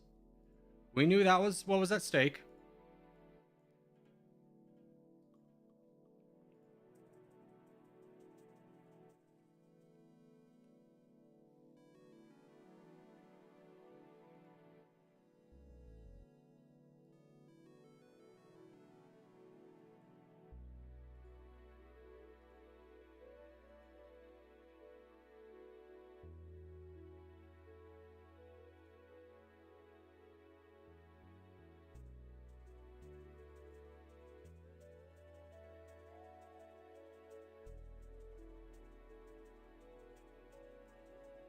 Well, we've already lost 7,000 tanks. Ow, ow, ow, ow, ow.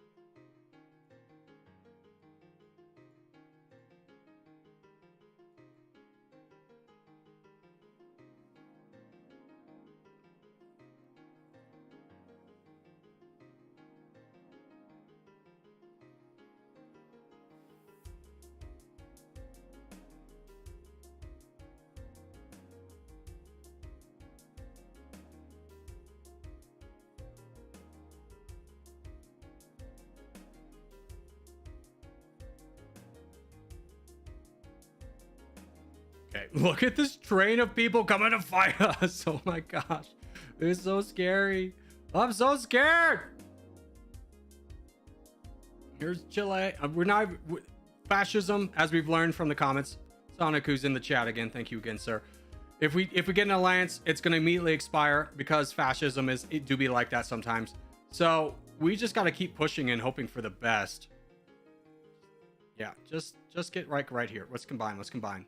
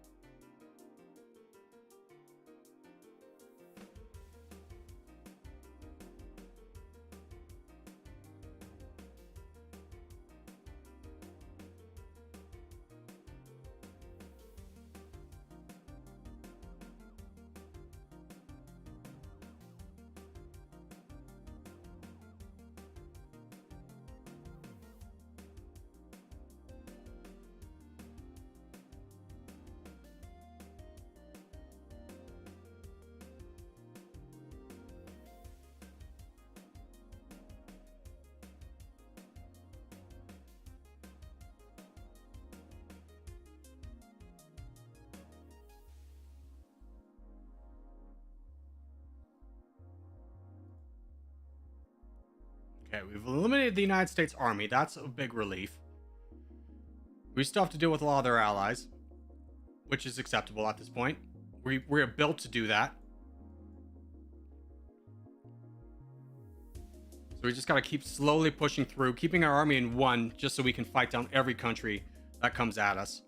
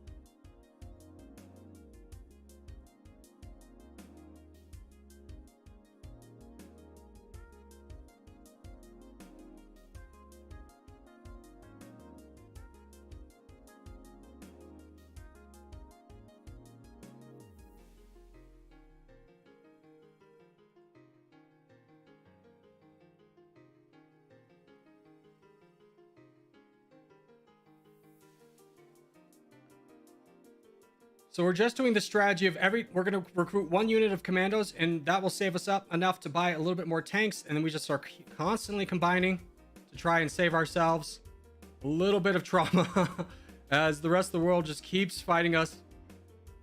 It's nice to fight them down all slowly. I'm just not sure if we're strong enough, and if Japan enters this fight, we're in a bad spot. Now, we're also losing a lot of economic prowess. We're only gaining it from capturing territory, which is very unsustainable. Oh my gosh. Back. Just get back.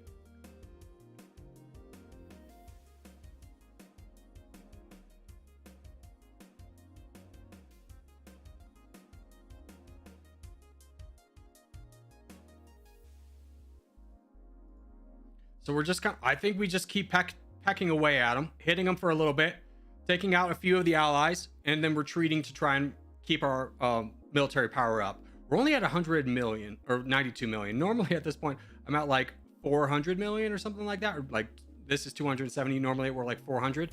So it's a little bit risky here. Very scary situation for sure. I do not like it in the slightest.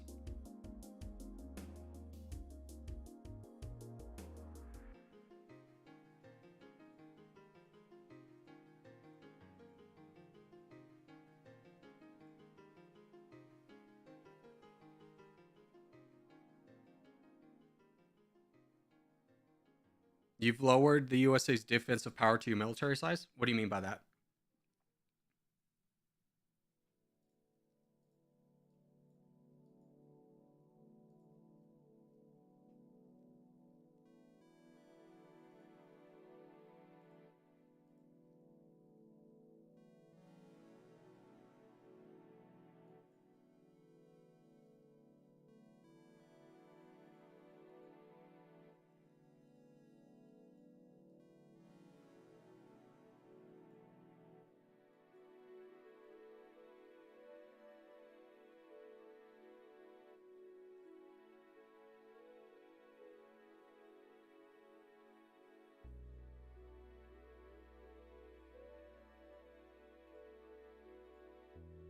Take a minute. What are you fighting us with?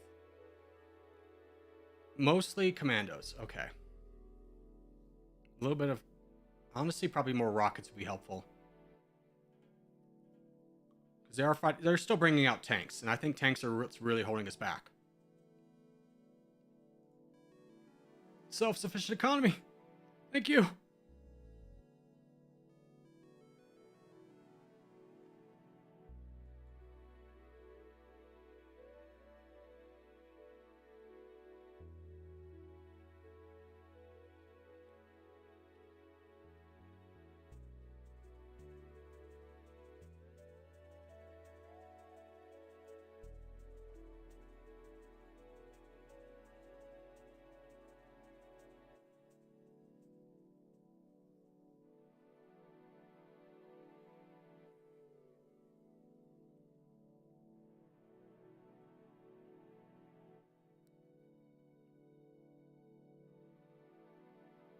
I'm looking at the defensive power when you hover over the United States. 217. Yeah, so we have that more. So what you're defensive power is like what their military power is combined with all their allies. So we're at 274, which is stronger. Granted, it's kind of an attrition game for sure at this point. Hopefully it's one that we win. Because I would love a lot more tanks and a lot more rockets. Give me more rockets. Start busting down their tanks.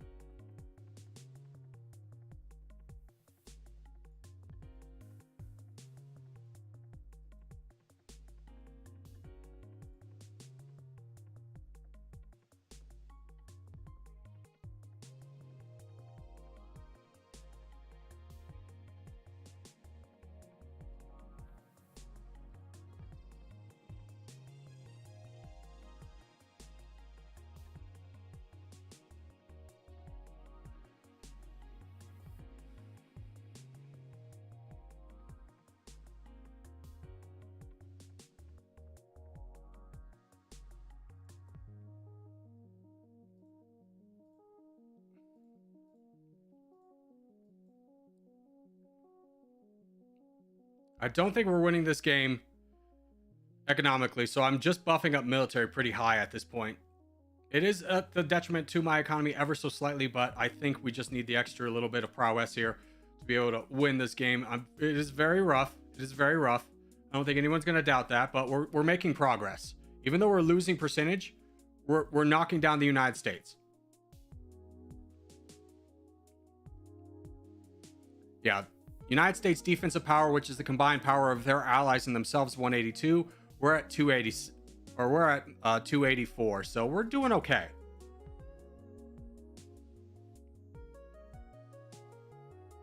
What is that, pathing, brother?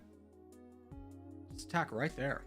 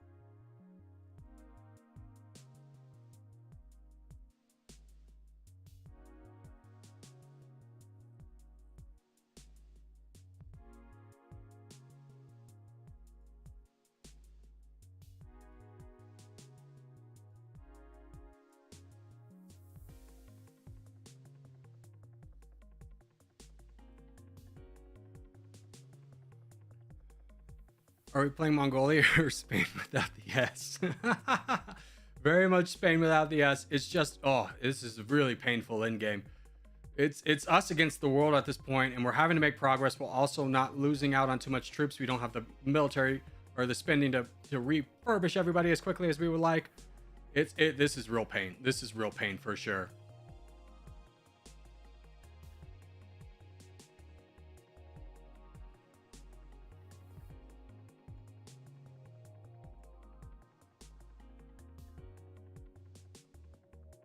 Oh, the pain. Go away.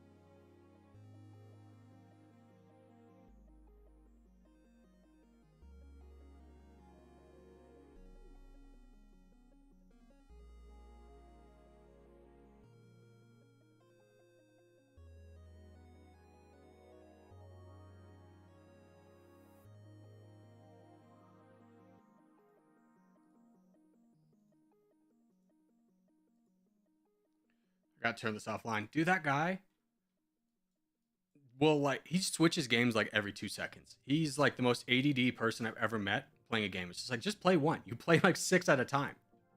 Just relax. You're ruining my recording.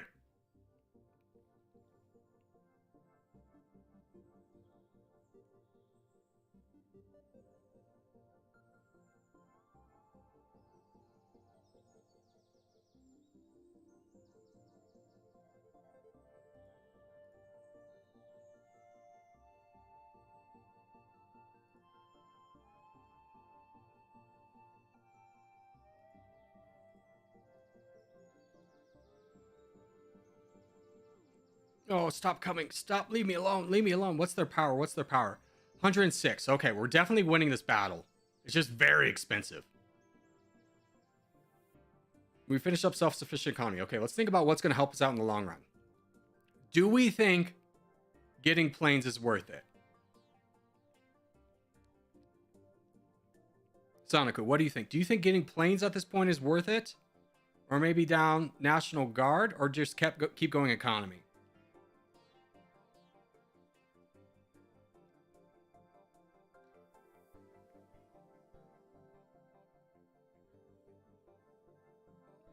I never use them personally. Okay. I kind of agree with you. Let's see. Increases your economic growth by 15%, your positive diplomatic by up to 10. I'm kind of looking for economic growth.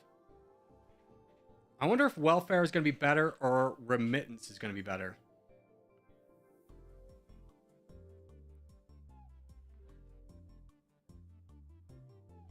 I lower the fascism to 42-34 though. I'm going to keep it up. I think we could go... I think I'd go welfare state.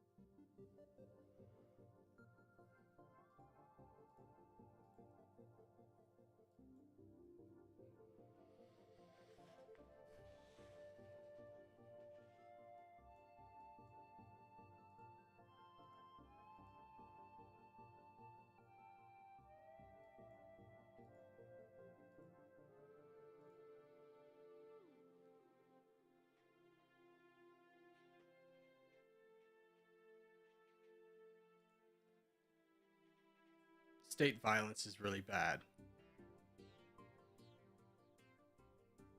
We lose a lot of money off that. I see what you're saying. So 42.34 is what you're saying. Let's try that.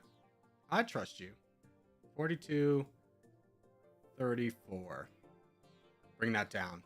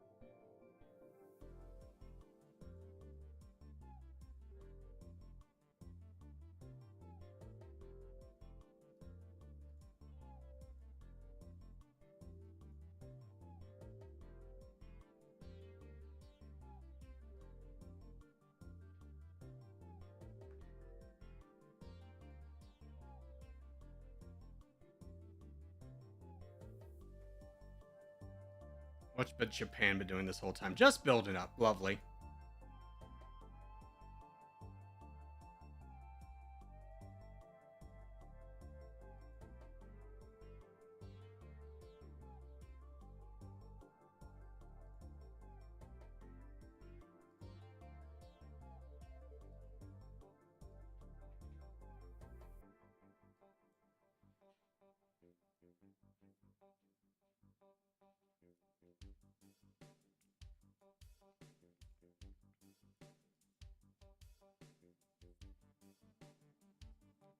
You know what? Let's cut off one of the people that's been attacking us a lot at the source. And just take out Taiwan.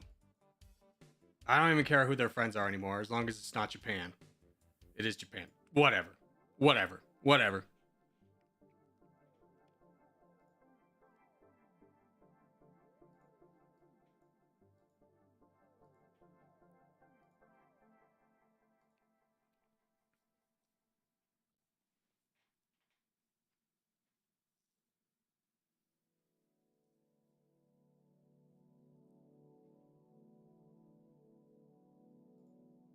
Be a democracy? We can't democracy our way out of this. Everybody already hated us to begin with. They were never going to peace out with us.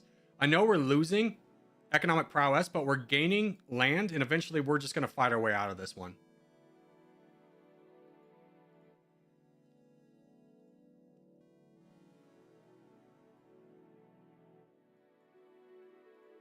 There, we got them out of here. Let's go back to the United States.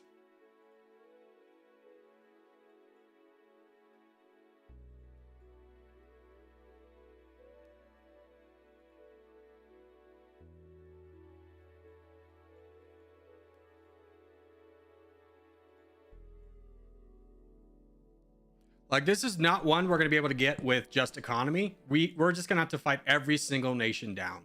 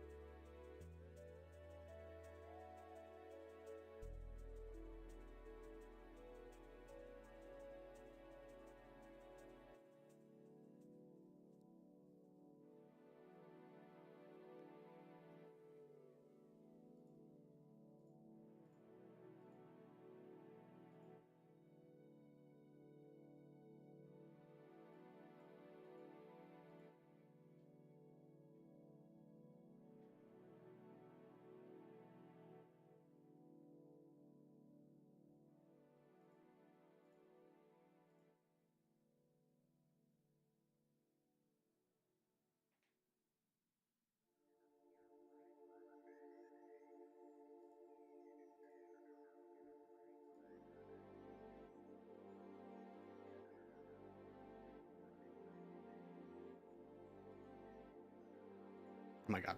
Stop, stop, stop. Give me a combined button. Oh my god, this is so annoying. It's so annoying. It's just like you get troops that just go off on their own. It's like, I don't want that. You're supposed to combine. That's why I told you to attack the same spot together. Ugh. Every time.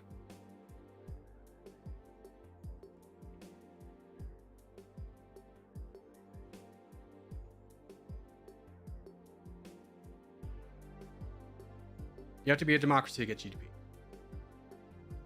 Guys, I understand. I understand. What you don't understand, and this is the last time we're talking about it, mods ban anybody else who mentions democracy.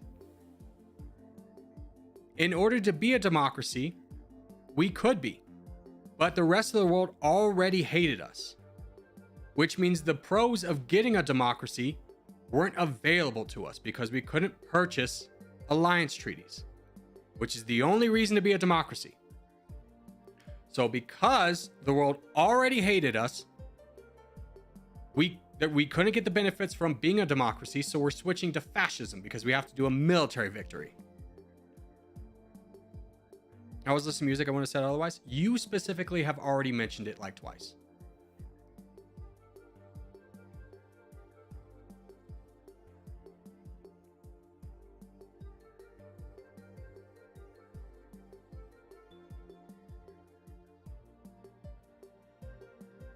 Let's take a break here and just build the military back up. We only have like 1.4 million of these guys.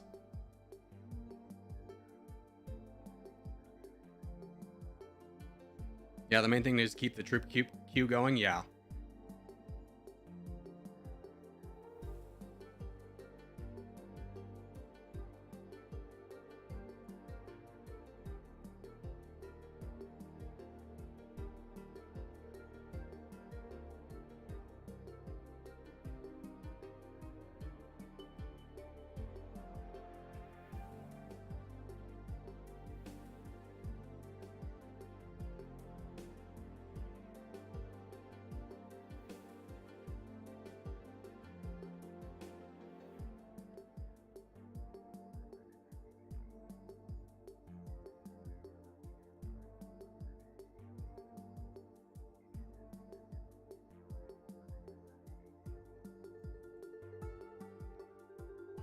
Is there anybody strong in Europe? I'm honestly thinking about just going full into Europe.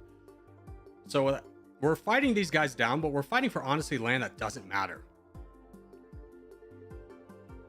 I'm debating whether to do that or not.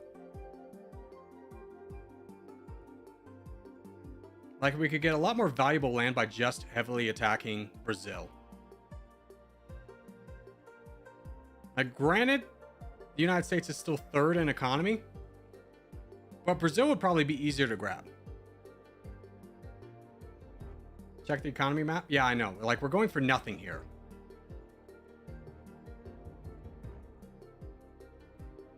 I'm going to Brazil. Let's gather everybody and let's go to Brazil.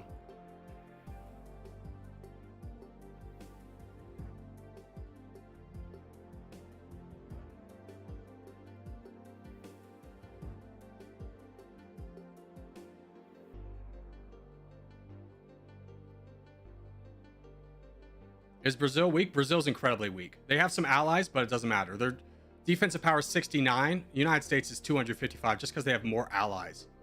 I'm just tired of fighting down these huge armies for really nothing land, you know?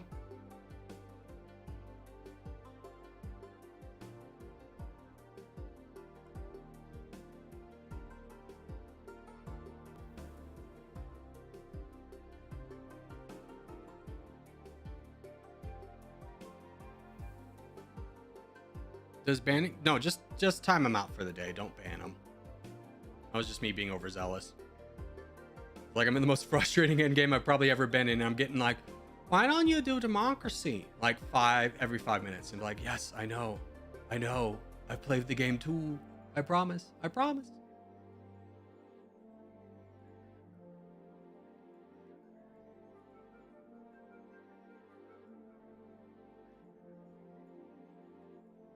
Okay, once this army gets here, we'll start invading Brazil. Now, Brazil has a lot of allies of their own, but they're not strong enough. Their defensive power is 97. And we're just letting that tick up the longer we wait. So let's just keep going, and we'll just keep feeding this army. We'll also get another level of welfare state and start pushing that through. Here comes their army. Yeah, it's only 18 million. Most of it's wrapped up in militias, so we'll be able to quickly roll through that. Not too detrimental to us, and now we just go into Brazil.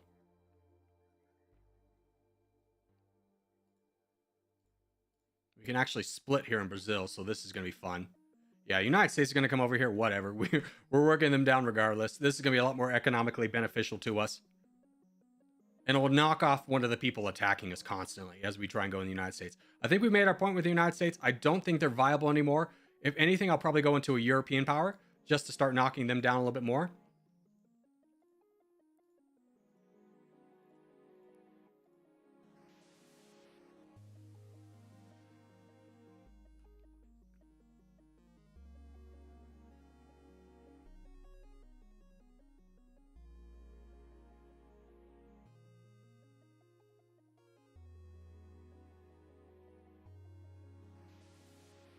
In fact, we're getting such few resistance. Let's split into fours.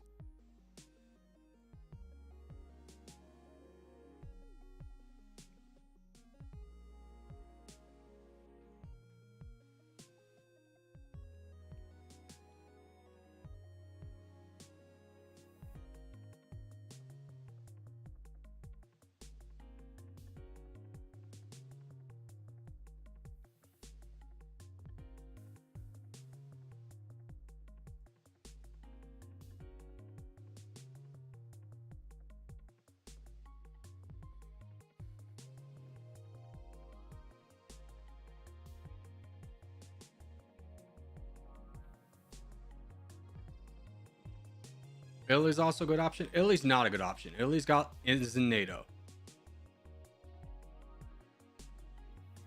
Thank you for your suggestion, but it's not based off the realities of what the game is.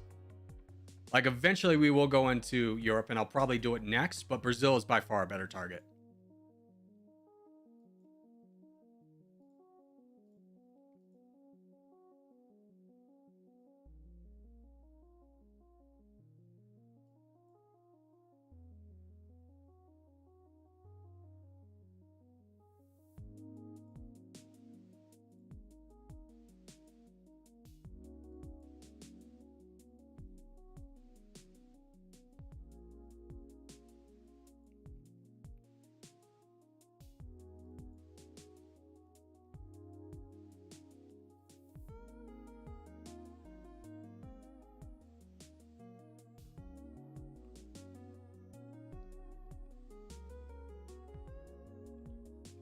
Is there any way to turn off NATO?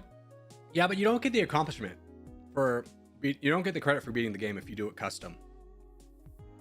Like, I don't mind it. It's just, we got dragged into the war way before we were ready for it. So it's kind of slowed us down a little bit. We're doing fine. We're still winning the game.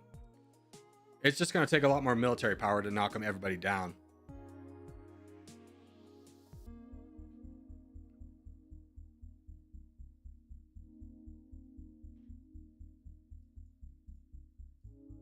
Yeah.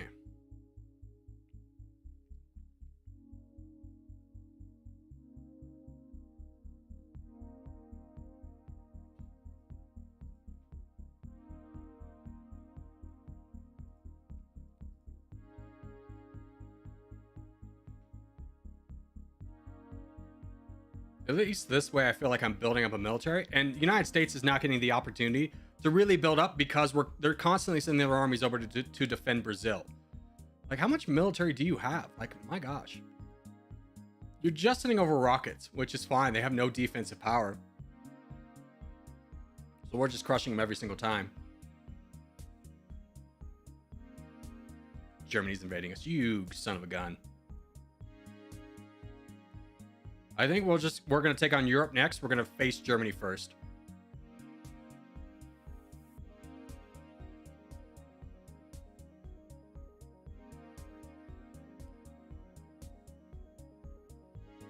Train! Hurry up!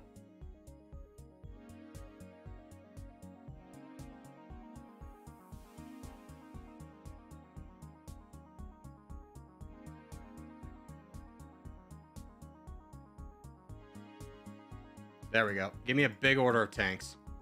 7,000. Perfect. You go rebel hunting. You, I don't know what you're doing. Please continue attacking.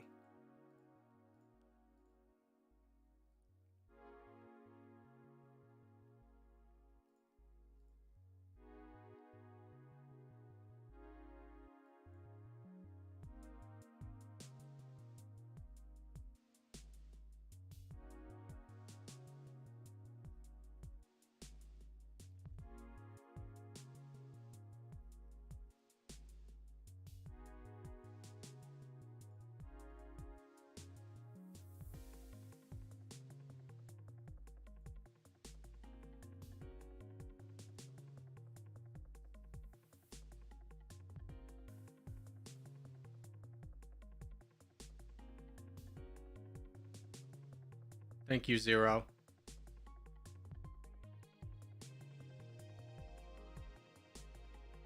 I don't know why everybody feels like they need to announce like what they're doing. It's just like, okay, it's fine. Do what you want. It's okay. But like, this is something everybody needs to know. All right, another big round of these guys. How we doing? Brazil, I think, is got that. Do they have this? Is this Brazil? No, that's Norway. Brazil anywhere else? Did we defeat him? No, not quite yet. Brazil's got a little bit. Oh, they've got some Africa holdings too. Okay. Let's get everybody over and let's just start fighting down their Africa holdings. Oh, Japan, please don't fight my military. Okay, I think we got away unscathed.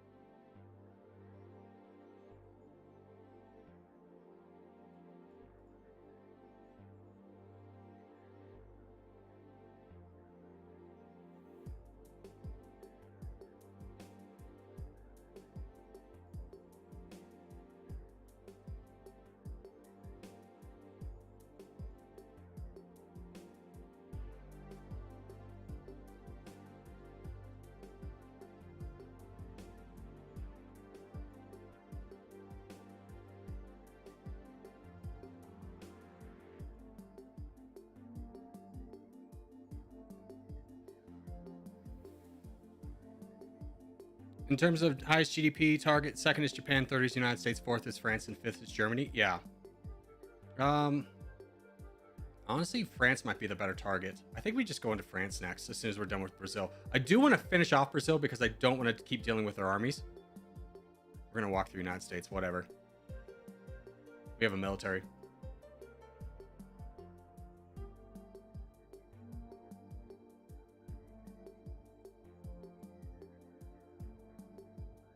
Give me more gunners, and then we'll start investing in tanks again. Or probably rockets. But our military power is going up with this strategy, which I'm very happy about. Brazil only has a few more territories left. Do we all... Can we just split? Can you go down here? Give me another one.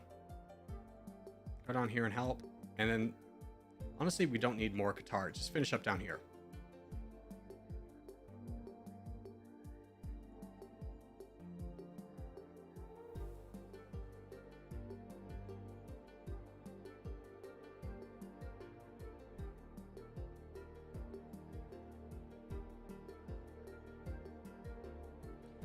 You can switch back to democracy. No, the damage is done. the damage is done. Even if we switch back to a democracy, people would still hate us.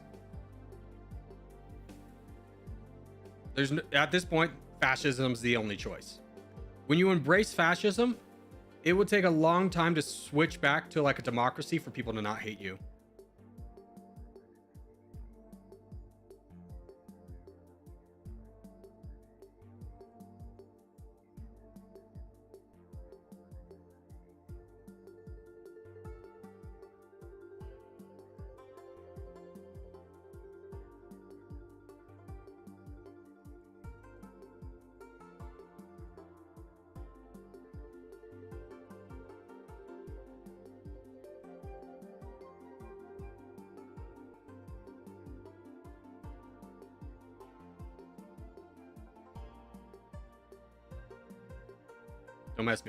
Don't mess with me, Vietnam. I'll crush you.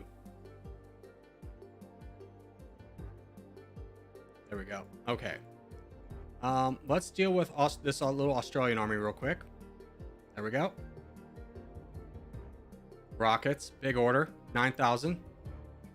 We'll wait for that, and then we'll go into... Is that the end of Brazil, by the way? Yeah, Brazil's been defeated. Okay, let's wait for this big order of rockets, and then we're going to go into France. Let's see. France's defensive power is 324. Yours is 437. Yeah, so basically fighting down everybody.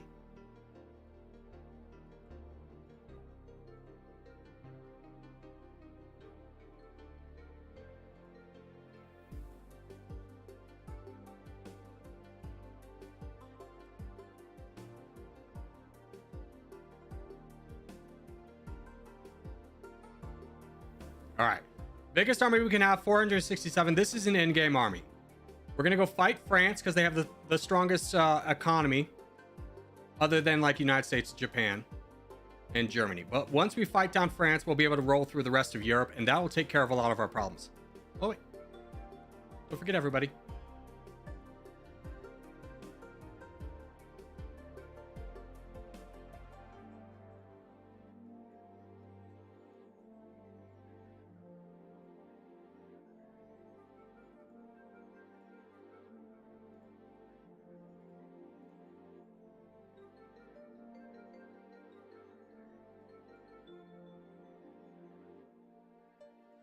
All right, France's army's been defeated. Now we just begin the slow trudge of running through all of Europe's armies.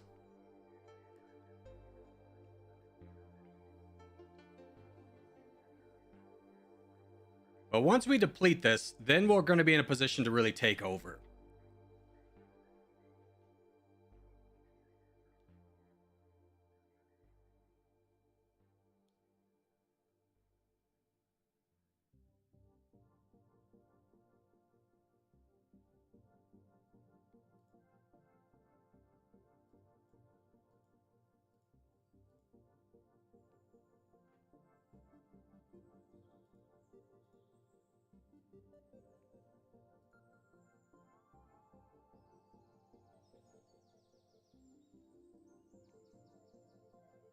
Still same game? Yeah. We got put in a difficult end game. Where we're basically fighting the entire world all at once. As you can see. Their defensive power is down to 171. So we're making progress.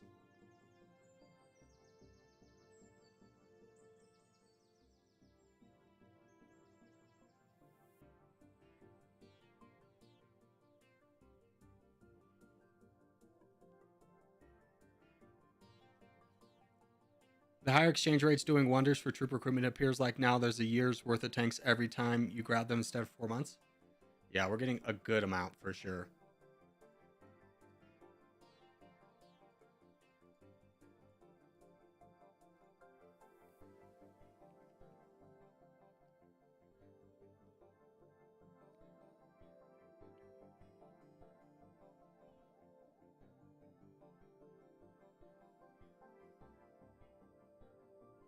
The fascist Neo-Mongol Empire has recently naval invaded France, heading to Paris. Yeah, didn't we invade in Normandy, or is Normandy down here a little bit more? Well, Normandy's like right here, yeah. I'm not sure if it's the exact location of where they landed, but yeah, we're pretty close to Normandy.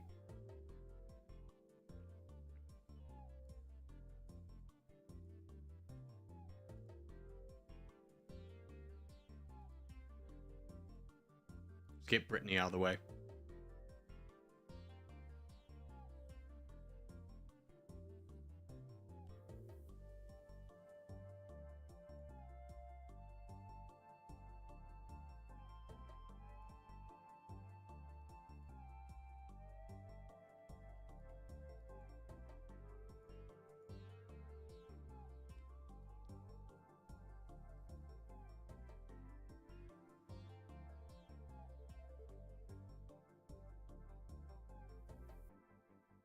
Gosh, even Malaysia's getting in on it.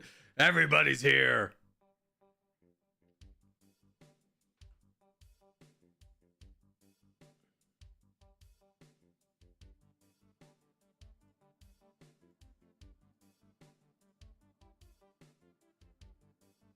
And at this point, I feel confident enough to even split the army. So let's try and mow through France a little bit quicker.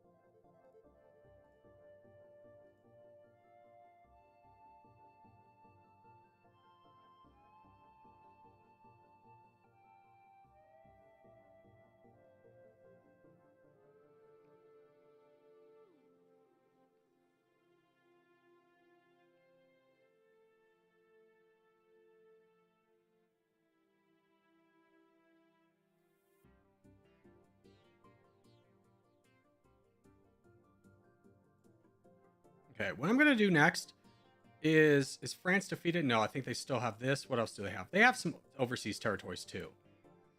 I kind of want to mow through Italy and Turkey just for the reason that I want to be able to reinforce from here and not have to walk through Japan.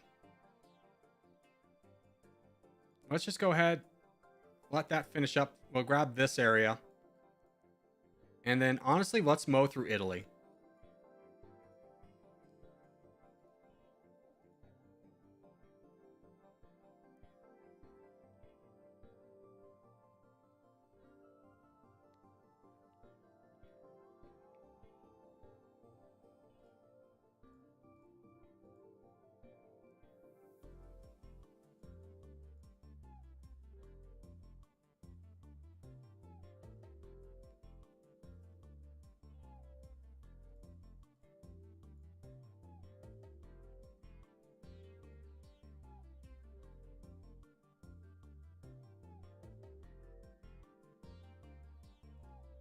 Let's just recapture this little bit of France that we lost as well.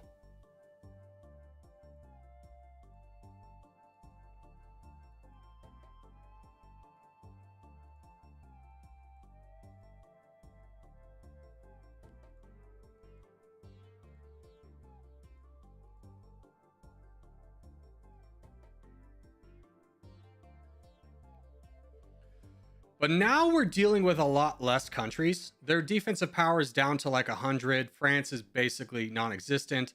So we're definitely making some progress. But like I said, I want to mow through Italy and Turkey, not because like either one's really that strategically advantageous, but more so because I want to be able to run through my reinforcements over here rather than having to keep walk through Japan, because eventually that's going to bite us in the butt. And I'm very scared of that. So we'll just keep going in over here. Hold on. You guys just combine. There you go. Right there. There you go. Now go into Italy.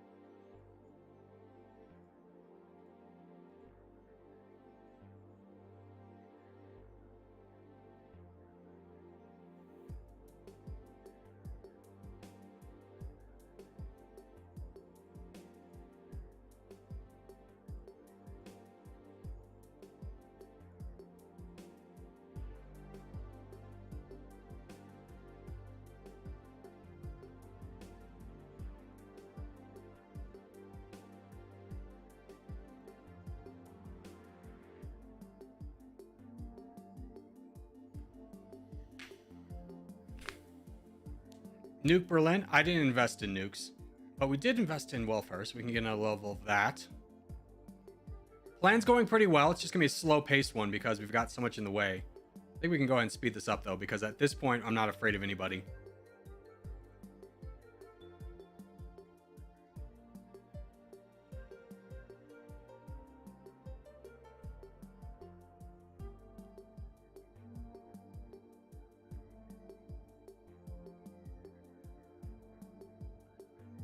And I would like to just wipe Italy because they're going to be a lot easier. They don't have any Africa holdings. They don't have any Asia holdings. They just have everything in Europe. It's very confined, and it'll be worth getting rid of somebody completely.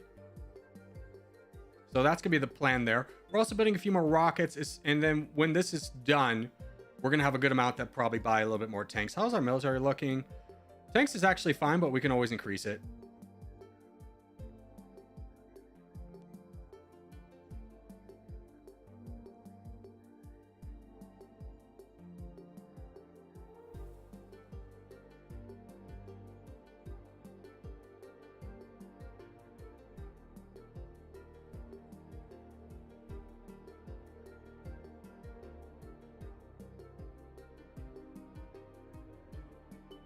All right, Italy defeated? Yes, they are. Okay, great. Let's start working our way through Turkey.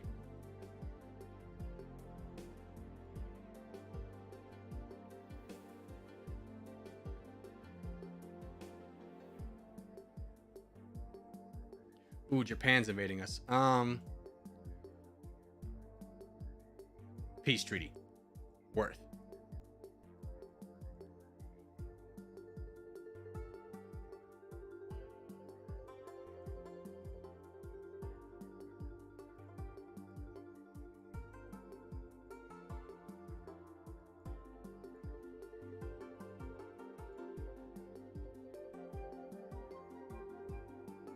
Azerbaijan just chilling? No, they attacked us as well. I think they lost all their troops. Yeah, they basically lost everything. But this will finally give us a land bridge to reinforce from our capital. So big ups for that. We got another 4,000 tanks on the way. This army here is just chilling until we can get connected. But it's a pretty heavily militarized reinforcements.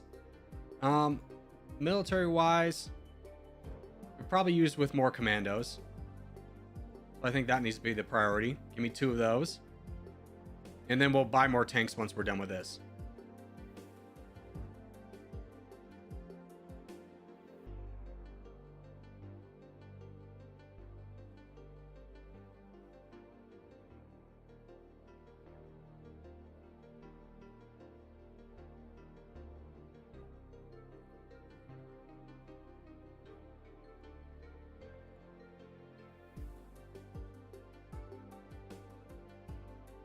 Honestly, while we're down here, let's take out Israel as well. Just give me Israel. Knock them out of the fight as well. There we go. That was an easy one. Now we continue on with Turkey.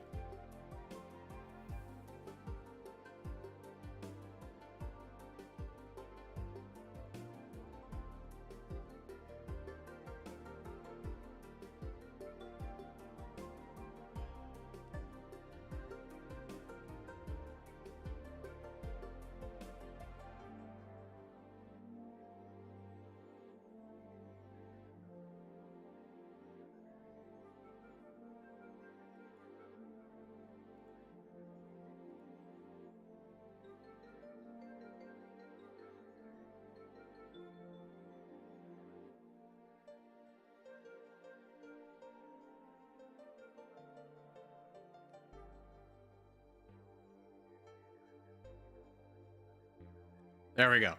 All right. Turkey's been defeated. Now we can start more easily reinforcing our fights over here. Let's grab everybody, bring them on over, and get ready probably to just finish off Finland really quickly and then start marching our way over.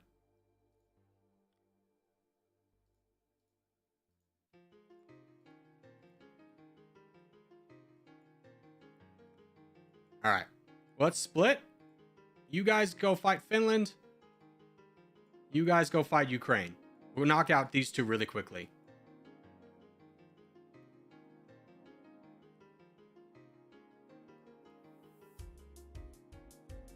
All right. Poland doesn't have any troops. They're pretty self-contained. Let's fight them down too.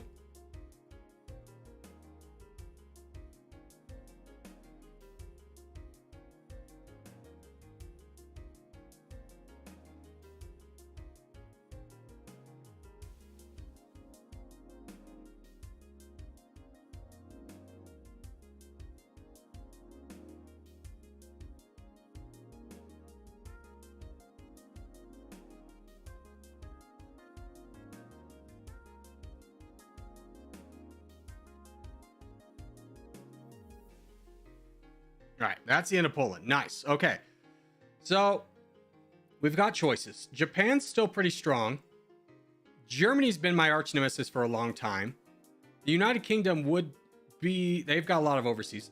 The problem is I don't want to get wrapped up in fighting a lot of people who have a lot of overseas territories. But I think it's the point that we have to. So let's bring everybody over. We'll wait for these tanks to finish. And then we're at 92%. So I think we just go ham on, probably Germany. They're a little bit more contained than like the United States. The United States has got a lot of Africa holdings, a lot of landmass, which is the reason they're big. And I don't feel like at this point it's honestly worth going for. So I think going for Germany is probably our best move. And Soniku agrees. So that's probably, he's my trusted advisor in this game at this point. Let's grab everybody right here. And then we'll just make a big push for Germany. We'll probably split into 2s or 3s. I'm not 100% sure. Let's get some more rockets on the way as well. As soon as this army gets over here, we'll be ready for our next battle. All right, let's go ahead, split this army. Germany, and let's just finish him down.